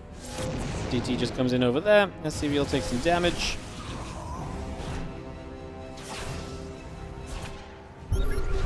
bit more being done still. Can't see another scan. DT will take a few more shots once more. And we do have the Vikings will also step over. Just to try and play cleanup, but this Prism of DT is just being annoying. Shutdown still maxed. It's still just very even on the supply. UTHERMAL runs in again. Kalazar only had the one tank nearby. A bunch of SCVs that go down. It costs you some bio because you just can't bring everything away. You get rid of a bunch of the SCVs, like I say, and that's going to be a pretty good run. I can say some Marines for economy. Yes, slowing Kalazar down. Feels fine. Don't think it's a crazy good trade either for UTHERMAL, though. Like it's one of those kind of back and forth, whatever sort of moments.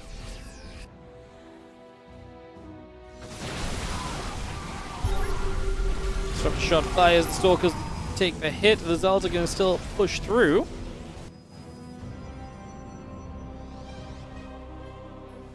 It's a littering of Widow Mines out on the map, by the way. Careful not to run into those, as you're going to see Christiana's out over on the left-hand side. Kalazar's still just trying to fend off UTHERMAL, while Christiana keeps showing up over on the left to try and just do whatever is kind of possible here, it feels like. Marines get underneath, a couple of medevacs get chased back again. More shots coming through, the Zards warping in.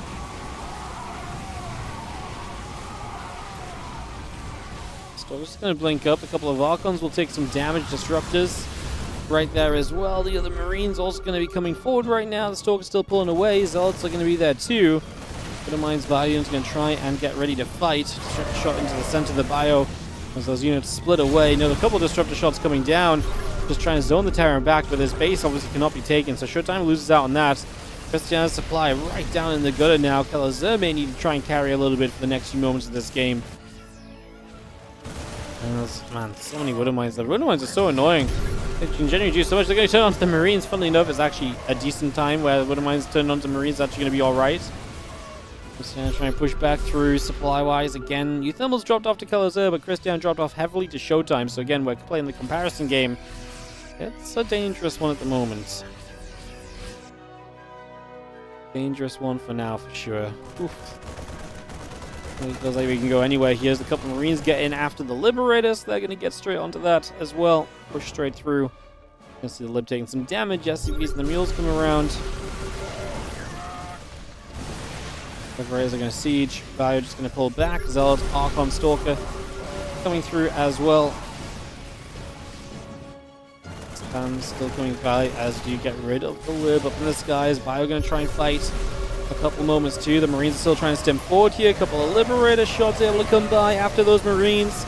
Medevac's there to help out. Widow Mines get taken out already. Stalker's blinking through, trying to get in after the Liberators as well. Next result, Stalker coming over as well here. A bit of a messy fight.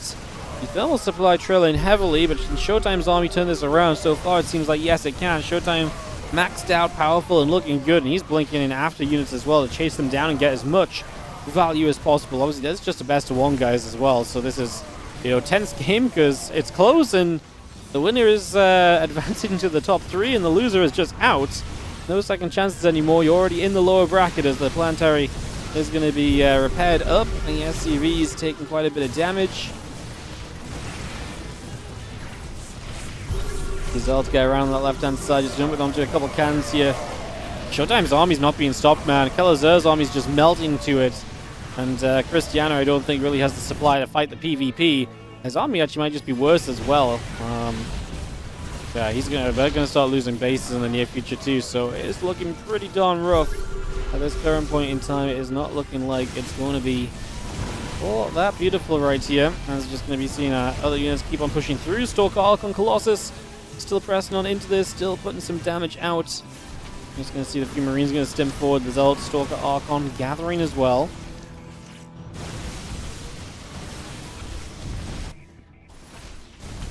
Shots going through. Palin goes down. Stalker's blinking up. But the Disruptor shot going to land for a few Marines.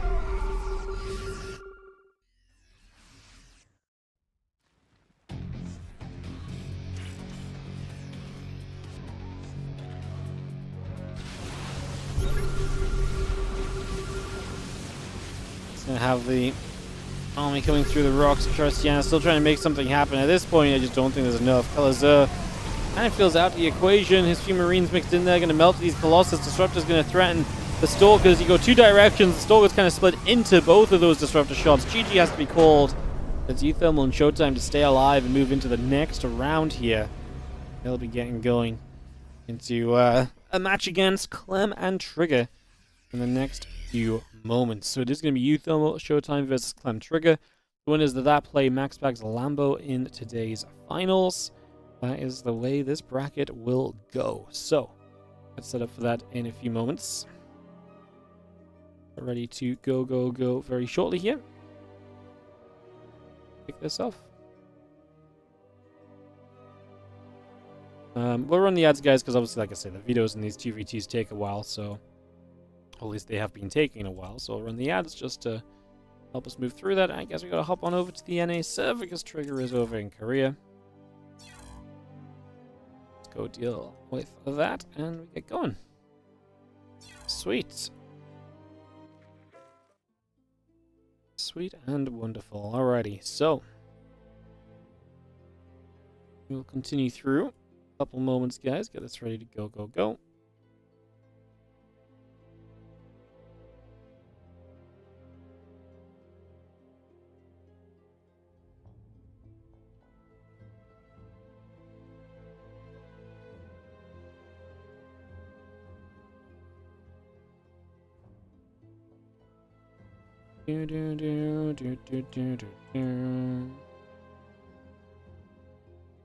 Alright, guys, we'll just wait a moment or so here, get this ready to go.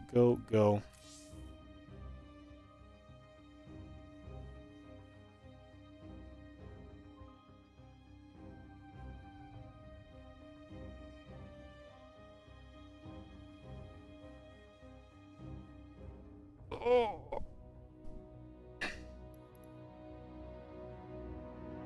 Stretch it out.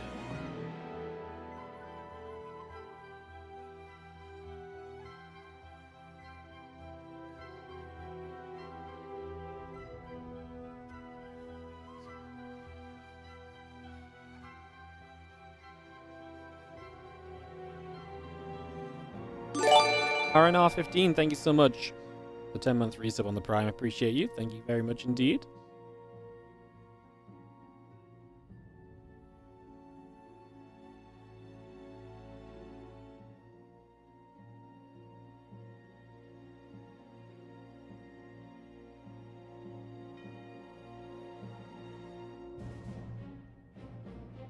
Yeah, everyone just hopping on servers, guys, get some videos going. It'll be a best of one and a best of three, and this 2v2's done. Maybe two best of threes if the finals goes a certain way. There is a reset matchup, so there is that possibility as well. That's where things are going.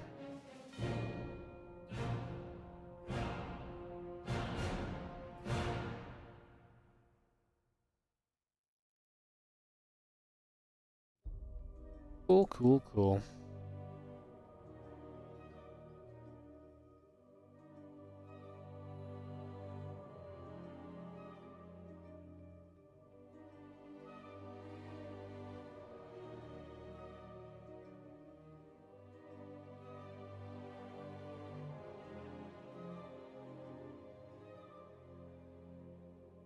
Okay, sorry, just double checking admin stuff's all good on the other screen.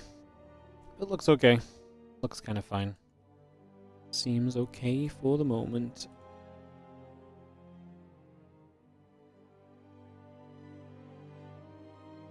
Coolio.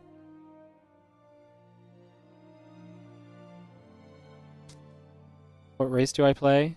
Yeah, I mean, my main was always Terran, but in this day and age, if I played... I made Zerg always... My Zerg MMR called up with my Terran in the end, because Zerg was easier to play. All the stuff I sucked at with Terran, Zerg covered up for me. But, yeah. Terran, then Zerg, then Protoss is my race preference. Ugh. I probably don't have enough knowledge to play Zerg as well anymore. Of, like, exact timings of things. Probably be in some trouble there, to be honest, but... such is the way of the world. Sometimes.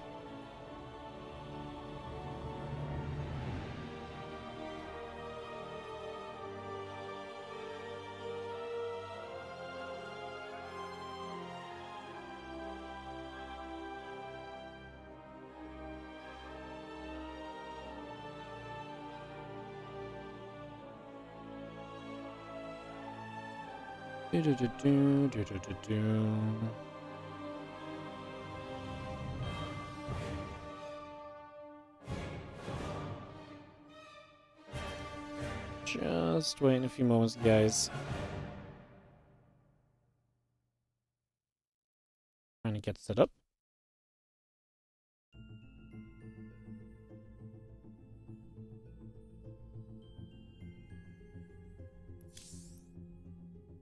Like I say, videos take a while in the TVT mode.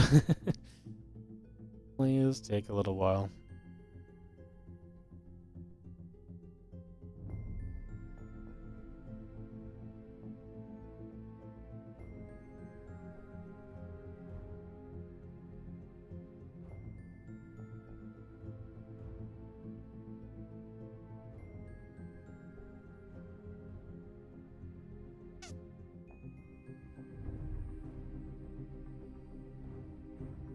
Hope everyone's been enjoying this Sunday. Hit that like button, absolutely, if you're on the YouTube. I mean, you know what? I'm even going to do it myself because we are just sat here waiting. I'm going to like my own stream.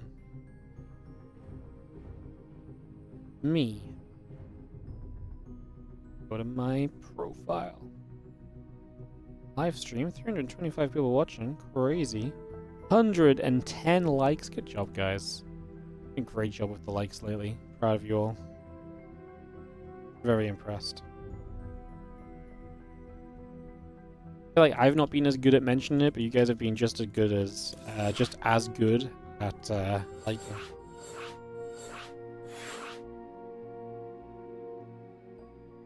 Algorithm hates that? No, the algorithm loves it if you like your own stuff. If you don't like your own stuff, why would you even be making it? Algorithm ain't stupid, Mo. Algorithm knows what's good. Algorithm knows what's good, man.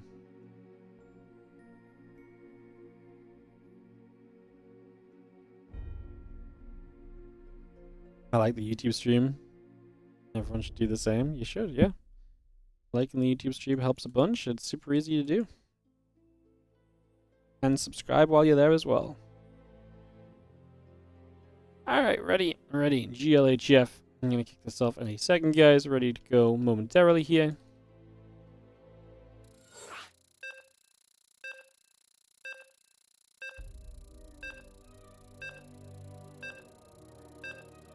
Counting down. So thank you for a little bit of patience. Like I say, it takes a little while to get these videos done, but we're just going into one more best of one, and it'll be best of 3 after this.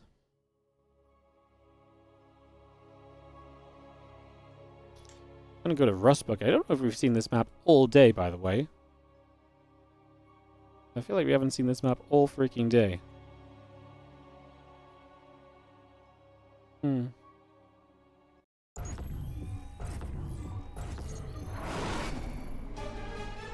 Well, what better time than now? Best of 1. As we set up so much pinging around, UTHERMAL pinged on the other side of the map. Showtime sending a worker out, so is UTHERMAL. And then Clem was pinging kind of defensively on his side of the map, so it'll be interesting to see who's going to develop into doing what here. Okay, SCV, low ground probe, coming over, cleaning bot and some warning signs. This is going to be a proxy pylon from Showtime, so they're going to go aggressive. Try and kill Clem and Trigger off really quickly here in this best of 1. Alrighty, I mean, I'm down for it. I'm interested. Show me the way. Show me what we're doing. I guess Showtime's going to double gate and UTHERMAL's going to Reaper. And just, I guess just multi-racks Reaper from back at home. And they're just going to try and bully one of the players, because they are separated. This map's really weird, because one player starts with an in-base expand, and the other doesn't.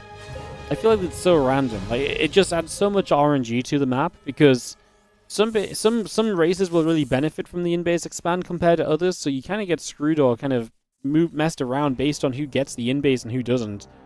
Like, complete pure chance, basically, so... Orbital coming up, Rax and the Reaper on the way, the Gateway producing. Love that UTHERMAL changes accounts to spoil the opponent.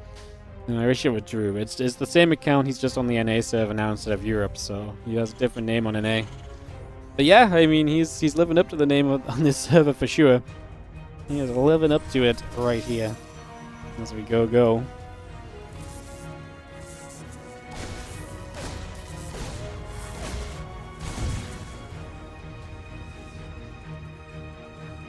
Gonna be seeing the couple of Reapers coming through, barracks coming about. Gonna see the bunker coming down, and gonna see the Reaper trying to fight. A couple of Zealots gonna push their way up to this high ground. Bunker's gonna cancel. Reaper gonna come in for the SCV, and obviously the pressure will begin here. Who are they gonna bully? They're gonna jump onto Clem. I mean, probably the right call. Clem has a low ground CC as well. The Zealots get through the wall off. He is gonna try and get some bunkers up though. More units coming about. Stalker's going to be there to fire back. A little grenade going down as well. Not going to do too much just yet. Just going to see a few more shots from the Stalkers already. Zealots are still going to put themselves onto the low ground. Stalker's still going to shoot. Factory taking some more damage. Tech Lab is going to be dropping very shortly as well. Again, just going to see the Reapers and the Stalkers continue to come around here as we continue to push through. I mean, again, this is all about trying to kill Clem off. Now, Trigger's going to start supporting this soon. His own Stalker's arriving. A lot of SCVs pulling through and just taking damage. And Clem, as he jumps out of the bunker, puts his units that jump out of the bunker obviously in danger.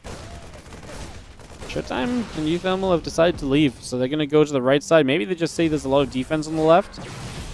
High ground vision going to be given, but we can't really go up that ramp with a force field available on the sentry.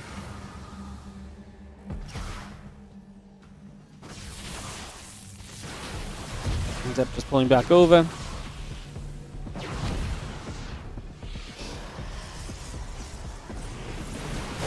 Going back onto a few probes again. Just going to be seeing the Stalkers continue to shoot. Again, Reapers coming up. Just going to be seeing the Cyclone locking on. Just going to push away those Reapers for a couple seconds as well. It's doing a good job of that. Being able to clean that up for the moment. Warp Gate's still coming about. Immortal and the Sentry coming over. Defense has been made for the moment. Now, obviously, Clem is kind of down in supply, but Trigger's supply is looking good. So Trigger may have to be the carry in this game. It's a reasonable setup still. I think it's a very doable setup.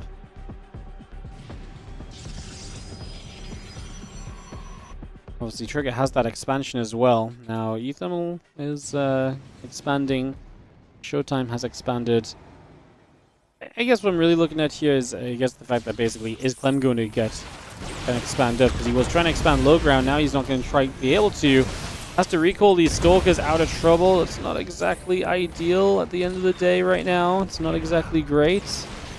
Now you're going to lose power to these gateways. I think UTHERMAL and Showtime are in some trouble because that's a lot of that kind of power in this game kind of disappearing very quickly at the moment and definitely going a little bit of the wrong direction very quickly right now.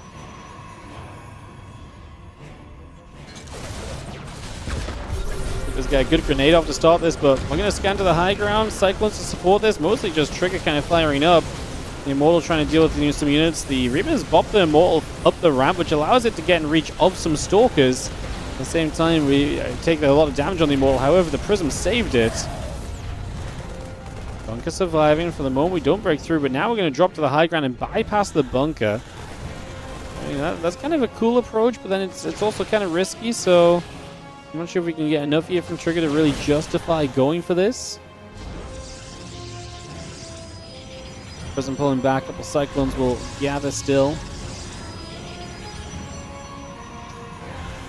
Scary moment, isn't it? It is a scary moment right here. The few Stalkers still firing away, doing what they can. And a few more shots in, a couple Cyclones locking on. Gonna go after those Stalkers as well.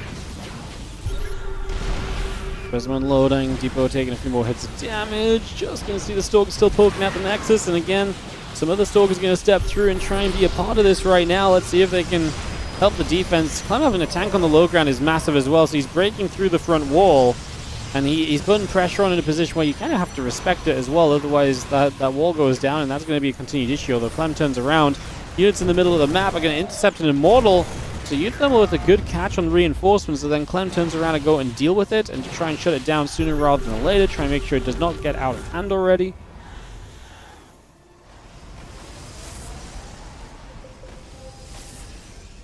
I mean, mean, Showtime and UTHERMAL are going to survive. Supply-wise, UTHERMAL up a little bit on Clem. Trigger up quite substantially on Showtime. So I think overall, Clem and Trigger supply-wise are looking better. Maybe a similar day scan on both sides. So that part looks pretty even.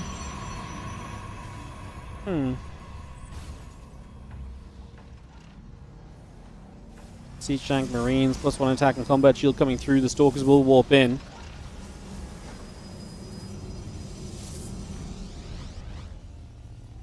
Infantry Stalker just warping in as well. A couple of Stalkers going to get caught. Going to fire up a little bit. A few shots coming about.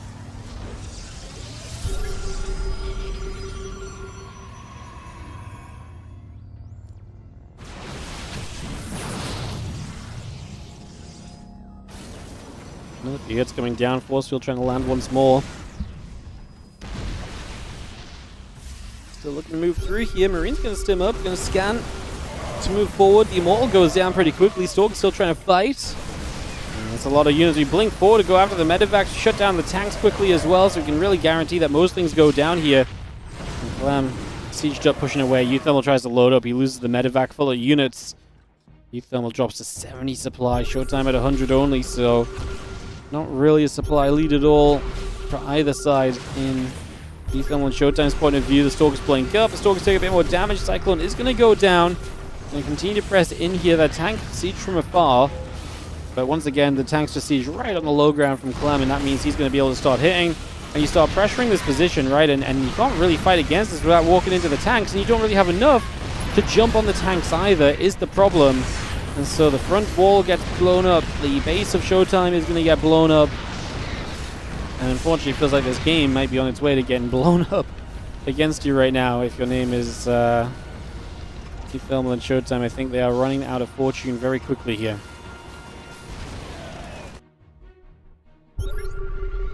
Charge and +1. The gate's coming through. Vikings a tank coming up as well. Going to shoot at a few of the zealots. Just going to be seeing anything else coming about also. We'll recall on the Nexus, trying to reposition as well. Just trying to reset things. Some still gathering through, and again, the Nexus just going to take some shots for a few moments, taking a couple of hits.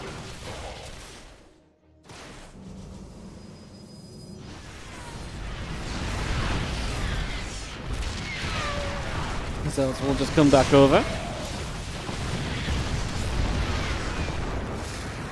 Moving about still. Tank's going to fire. Nexus will go down.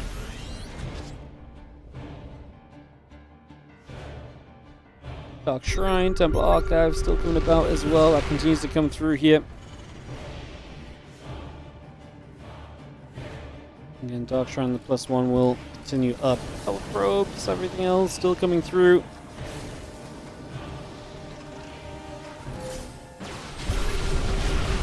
Tank's actually going to get caught. I mean, Showtime runs down this ramp.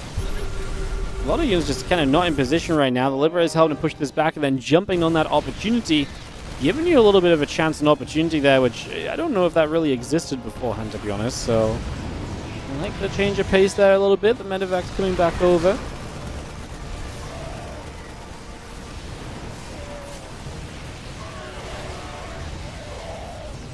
Still going to be here playing the cleanup on the drop in the main base. Clem supply dropping a lot, man. Clem and Trigger were looking so good, and it is falling a little bit right now. It is going the wrong way for the moment.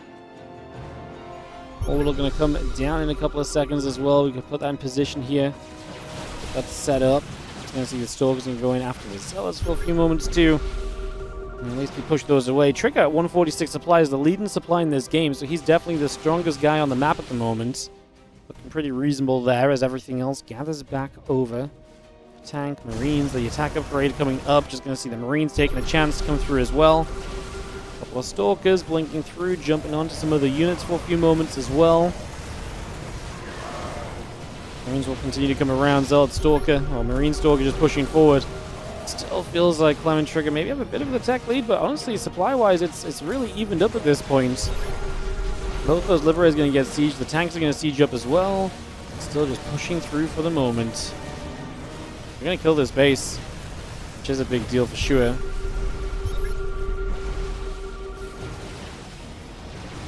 That base is going to be in some trouble. I'm just going to be moving up here. Going to see a siege tank in the front. Going to be a pretty easy target, so it looks as though we're going to prioritize that. Didn't actually get rid of the tank in the back with low HP, but still pressuring Trigger and Clem. I mean, the supplies overall are still very close, but Trigger and Clem in that aggressive position. Tank's in a good place. Storm's going down. Tank is going to fall.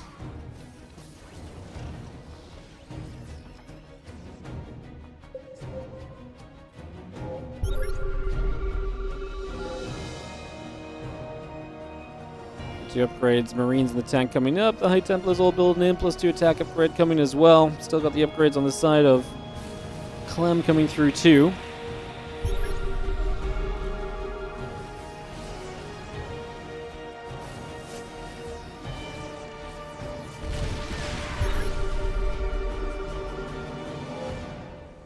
When it comes about, just going to be seeing a few Marines getting chased. Let's go the other way. Gonna see our sensor towers halfway done. Marines, medevac, tank, 2-2 upgrades. Still building by. The couple libs coming up. The tank and the Marines all coming over. The Viking will patrol for a little bit as well.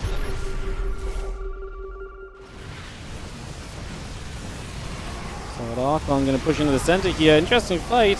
Because it is Showtime just trying to clean up Clem's army, but it's just not enough. UTHERMAL not here to support this. And Showtime kind of fighting on his own ends up hurting and losing a lot of the units, so a lot lost there straight away.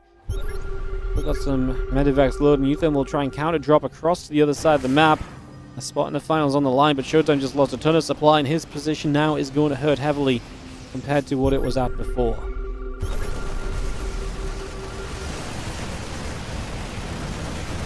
Trying to get rid of an orbital here, so at least the drop from UTHERMAL will see some success. However, it's getting caught by these returning Marines from Clem. So see success, but actually takes a lot of damage in the process as well, so we take a lot of losses at the end of that. Oof.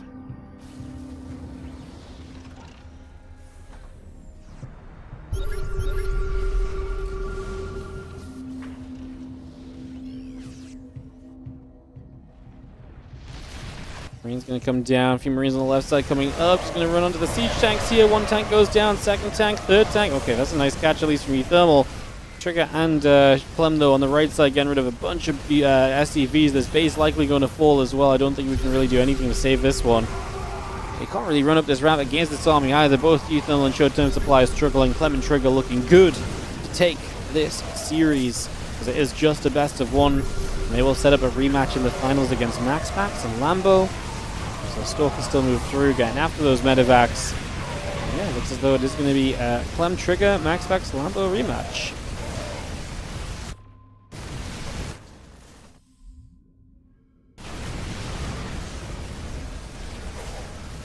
I mean, still coming about, still getting set up. Continue to move through, just going to see those results gathering around. There's a couple of mortals are going to be there. Archon getting jumped on. DT's morph into an Archon. Gonna be a nice catch as well. A few other Marines coming back the other way. This Archon gonna get jumped on as well. A few Marines chase back up to the high ground as well.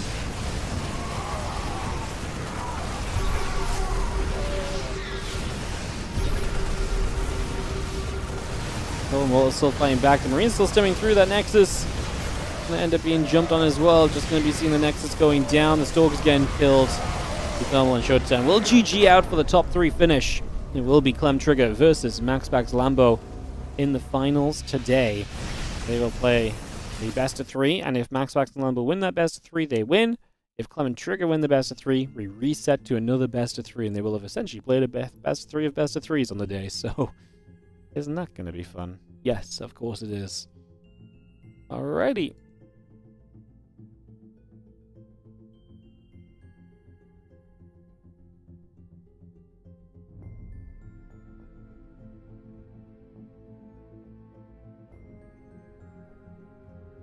Alrighty. So yeah, I guess we start on NA. And go from there.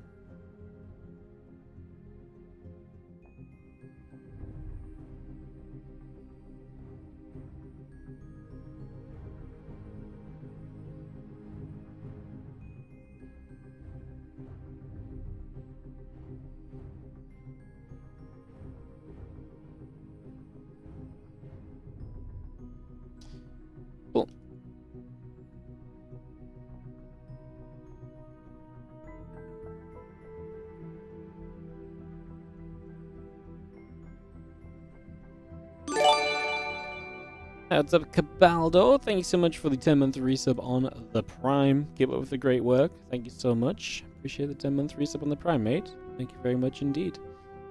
As, yeah, we are just going to wait for this next matchup, guys. We'll take a couple moments. I say a couple moments, they take forever to veto in the 2v2, but maybe they'll be fast. They vetoed a couple times already today with each other, so we'll take a little bit of time, jump into this finals. In terms of the WardiTV tournament, guys, we might not even get there because they're already playing semi-finals and stuff, so there's a very real chance that we just don't get to that point, and we just don't have that tournament at all today, and we'll just have to see the results. Yeah, I didn't realize the TV2 was double elim. Yeah, just a disaster on my part, bad scheduling. I need to be more aware of when the TV2 events are, because I just had no idea, and it's yeah. It's obviously we can still cast the TV2, so it's fine. It's just didn't really make sense to waste $150 on a qualifier today, where basically nobody signed up and nobody casts. So a little silly. Such is life. Such is life.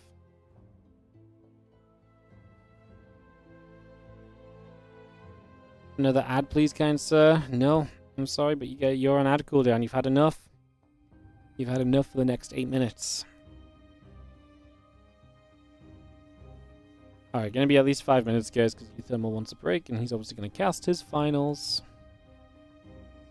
Sad face. Well, you might get more ads before the final starts, to be honest, at this rate, you know? That's how long the TVT takes to veto sometimes. Maybe it's in the realm of possibility still.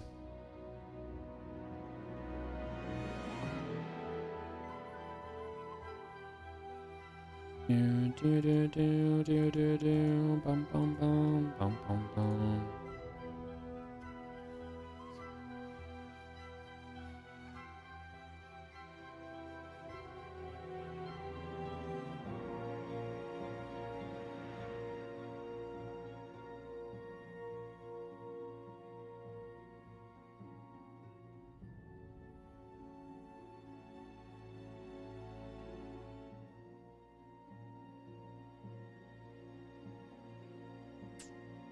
Do do do do do do do.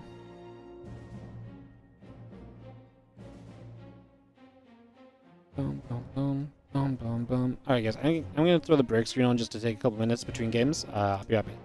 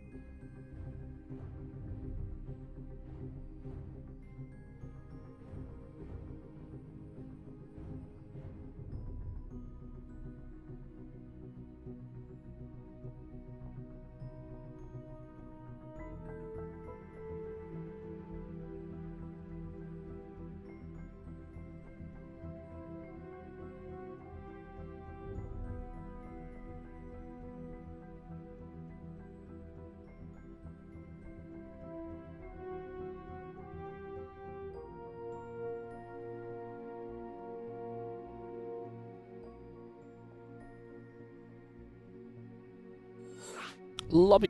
Providing everyone else is ready, so we'll take a couple moments and get ready to go into Lambo MaxPax versus Clem and Trigger. A rematch from the upper bracket final. Again, Lambo and MaxPax winning that upper bracket final. Just need to win one best of 3. It will reset to a second best of 3 if Clem and Trigger win the first, and then the winner of that would win the whole thing. So that's where we're at for today in the 2 versus 2 scenario. So that's where things are at. That's what's going on. I'm gonna get ready to roll here in a couple moments. What's up, Nate? How you doing? Good luck to you, matey. As we get everyone just into this lobby. I think UTHERMAL still AFK though. When he's back, we can start. Thank you for the 25-month resub on the Prime, my little soda pop. Appreciate you, matey. Thank you for the 25 on the Prime. Hybrid, how you doing as well, mate? Thank you so much. Also coming through for the 61-month resub. Appreciate you. Thank you very much indeed. Thank you, thank you, thank you. Appreciate the support, guys, as we are. Obviously just, okay, Ethan will just join the lobby, so it should just be a second. Should be able to go. Get this started off and kick this into play. Love Lambo. He's always at getting the other team to swap to the right colors and stuff, making Cast's life easier. Good guy, Lambo. Good guy, Lambo.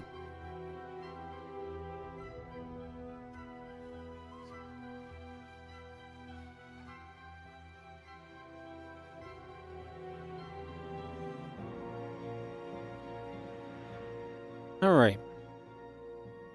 Hopefully Ethan will ready up and we should be good to go, guys. Good use of the Prime. Hell yeah. Prime it up if you don't already. Appreciate you guys. Appreciate you guys big time. Like I say, they're probably just going to do this and wrap it up. I mean, we might cast the final of the Wardy event. Depends how fast this best of 3 is and if we get 2 best of 3s, basically. Is what it kind of comes down to, so. Do. Bum bum bum bada bum bum bum bum bum bum bum bum.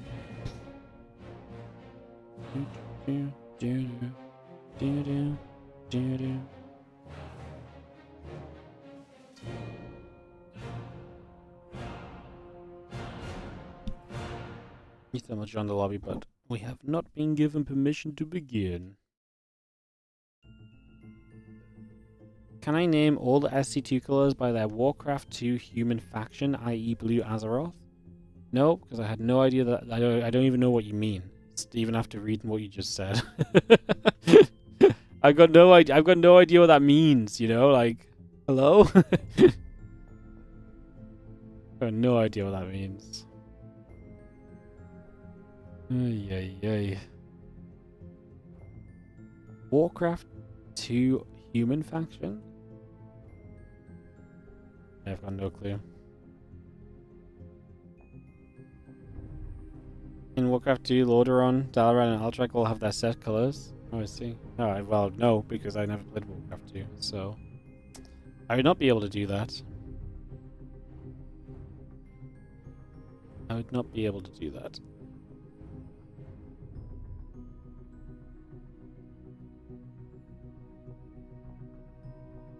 Believe it or not.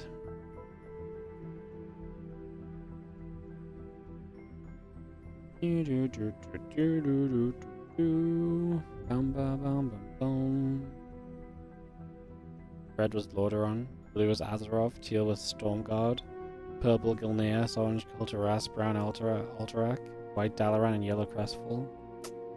Damn. You guys have some color info that I had no idea existed. Unfortunately, instead of trying to figure those out, I'm just going to take you guys into some StarCraft 2, as it is finals time. Lambo MaxPax versus Trigger Clem. I'll explain the best of situation again when we get in game.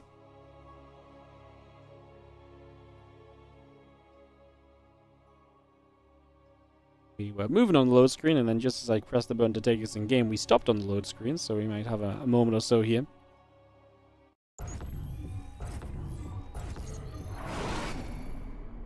GLA Jeff getting called as we kick this off and get this going.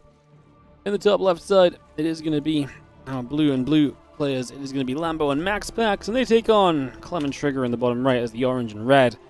So this is a grand final, but it's best of 3 with the If MaxPax and Lambo win this best of 3, it's over because they came from the winner bracket. If Clem and Trigger win the best of 3, they go into a reset best of 3 to then see who wins the tournament. Honestly, kind of fair because they played best of 3, these two teams in the upper bracket final as well, and MaxPax and Lambo won theirs. They're essentially playing a best of 3 of best of 3s, but MaxPax and Lambo already won the first best of 3, so you can kind of think of it like that, and I think it's kind of a cute way to think of it and makes it feel very fair as well. I think I like reset matches when it's just best of 3. I think for 2v2 that actually probably works very well. I don't like it so much in 1v1 because I feel like best of 3 finals obviously just isn't great, and yeah, it's so interesting. There's so many ways to look at it and think of it. Everyone has their opinions on how it should be or what's good and what's not. Always very fun to discuss. As Proby is moving around for a couple seconds there, it's just going to go on a little bit of a journey, see what's going on. Okay, coming up, Probe coming through, Racks on the way. We get ourselves a little bit of setting up. New Better Chaos is our map here, so both players spawn within the same main.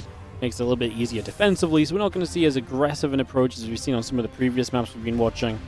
And it's just going to be seen as CC. And goes onto the low ground nice and quickly there. So just going to put that straight in position, get that set up. Just for a moment or two. Probe stepping over. And yeah, just trying to see where we're going to take things for a couple moments on this one. Nexus and Cybercore are going to all be a part of this as well. A couple of Lings will chase after the Proby.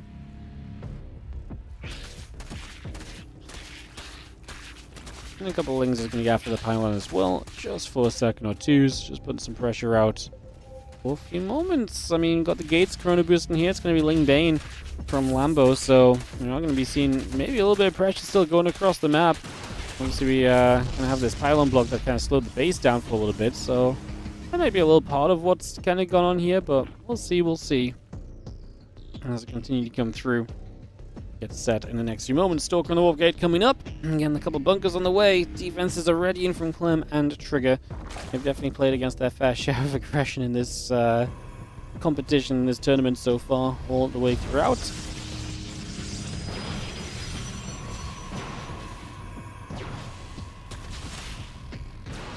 Stalker is going to be there to try and keep zoning backwards. So again, chasing that away, pushing that back for a few moments at least. Keeping that out of there for a couple more moments right now. Can we bring that back and out of the way just for the moment? So again, keeping that away momentarily.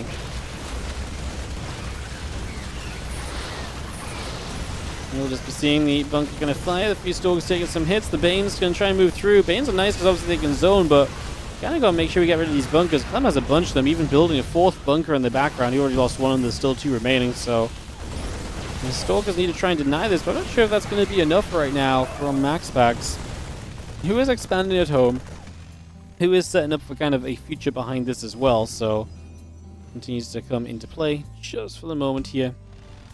That's set up and ready to go. I'm just going to see a couple of Hellions are going to shoot, a couple of bits of damage coming by, some shots coming over here and there. This nation pops back into play.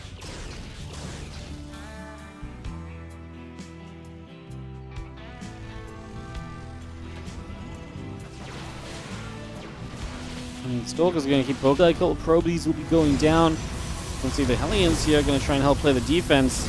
Just don't think we can really do much more here as Lambo and MaxPax. I think it's time to just fully back away from being aggressive, because at this point I think being aggressive just gives up more than you're really gaining.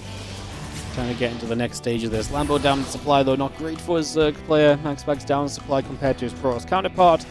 So it definitely doesn't look good for Lambo and MaxPax. This investment into an attack has not worked out.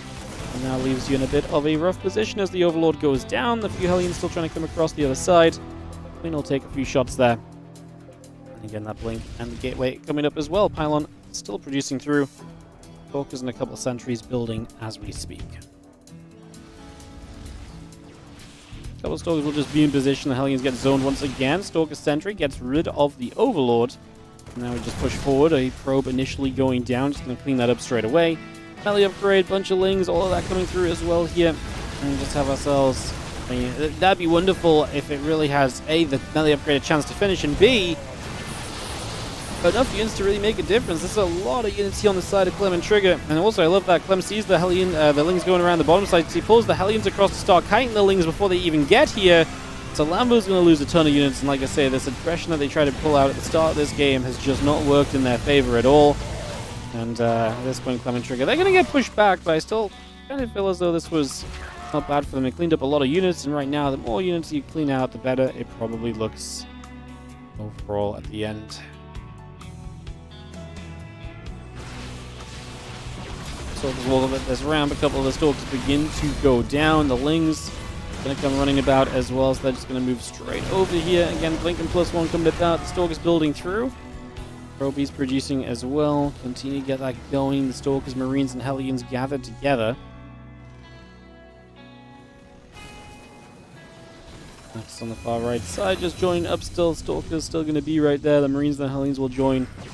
Ready to put a bit more pressure out. The Overlord will take a few hits. Overlord going to come stepping through.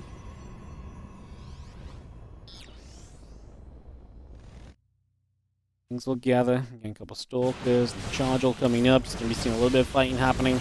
A lot of Stalkers from MaxPax over here, and get a few strong moments, put some damage out. We're going to see the Lings going to threaten for the counterattack onto some of the tanks there, so they're going to get some damage done as well. The rest of those Lings coming through. Tanks getting caught again. Stalkers now getting wrapped around. Those Lings keep on putting in the work. Stalkers, battery taking a bunch of damage.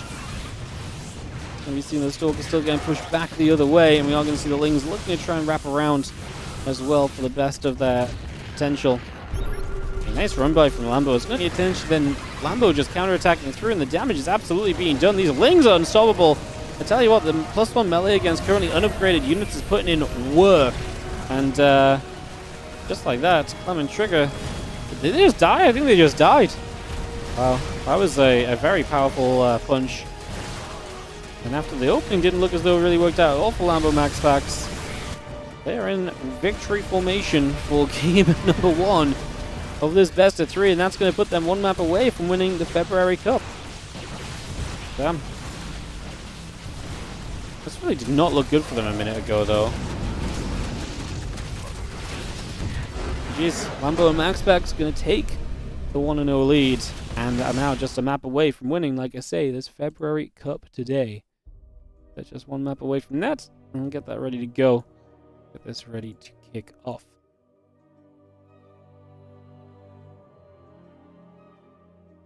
Alright, we'll get that started in a second, guys. Get this hosted up, and we'll jump into the game and join and see what's going on. Get this all rolling. Perfect. Perfecto.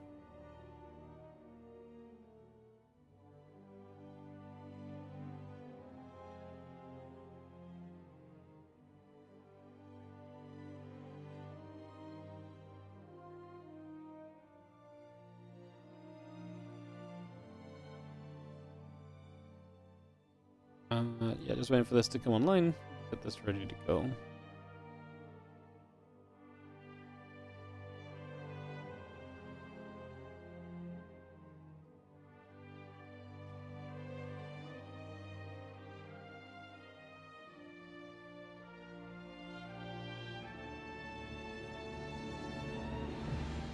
Do you think it's going to win the Super Bowl?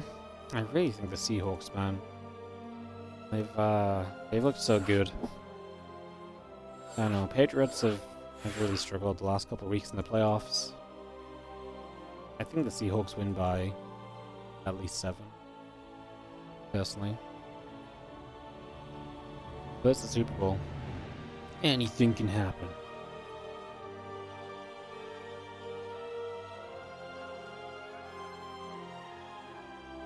I just feel like when the competition's gotten tough, the Patriots have struggled, whereas the Seahawks have just still been good, you know? Maybe even played better, honestly, last couple of weeks.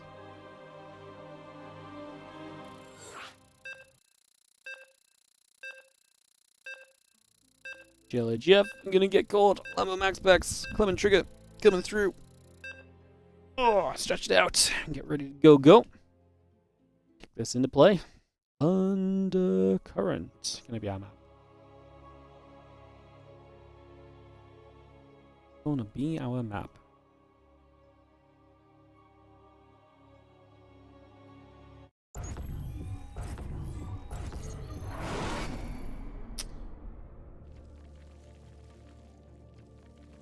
Alrighty, it's a map to win it all here for Lambo and MaxPax, our blue combo in the bottom left corner of the map here. They take on the red and orange combo, Clem and Trigger in the upper right hand side. Put this up and ready to party. See how things are gonna go. Put the indie camera on and wait for him to take us on a journey around the beautiful undercurrent to see what happens.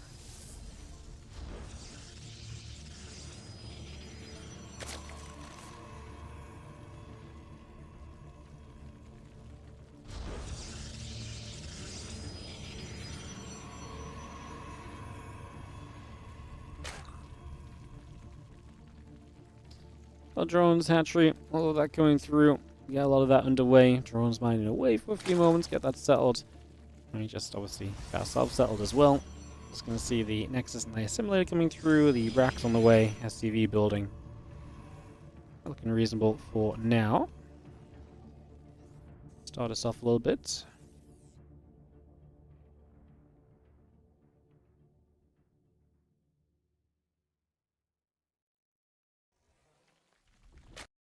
Access gate and the assimilator coming about, the orbital and the marine building up, hatchery in the pool coming by, the drone on the way.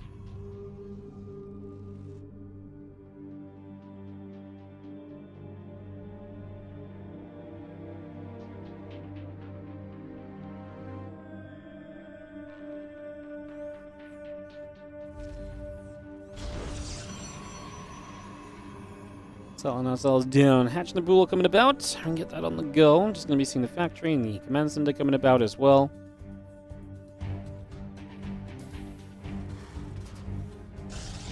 Again, the factory coming about. The tech lab on the way over. The command center coming through as well. It's going to be seeing the SCV coming around. The couple queens and the link speed building through. The Stargate and the Nexus. And also produce. I'm just going to see the barracks jumping off the tech lab. Moving over to the side. And that factory finishing in just a couple moments. CC building, SCV on the way.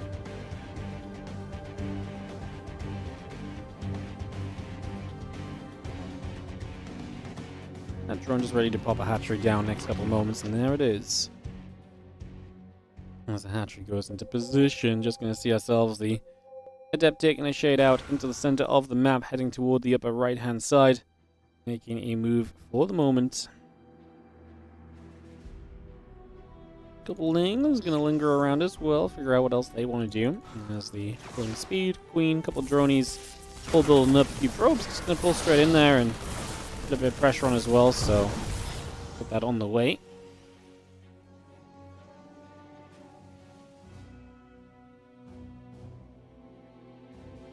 Adept just gets pushed back a moment or two, and the barracks coming up, the siege tank on the way, and the Adept still gonna shade out the other side. Get rolling for a moment or two here as the factory continues to settle into place as well, and continue to get that on the go.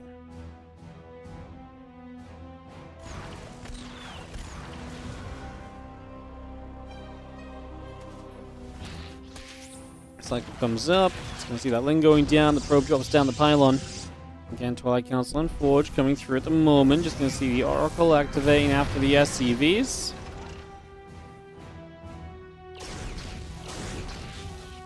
Again, Hallucination going to fly through, the Overlord going to be right there. Again, Roach-Roaring, a couple drones, lings, Overlord building, blinking the gates of the Nexus.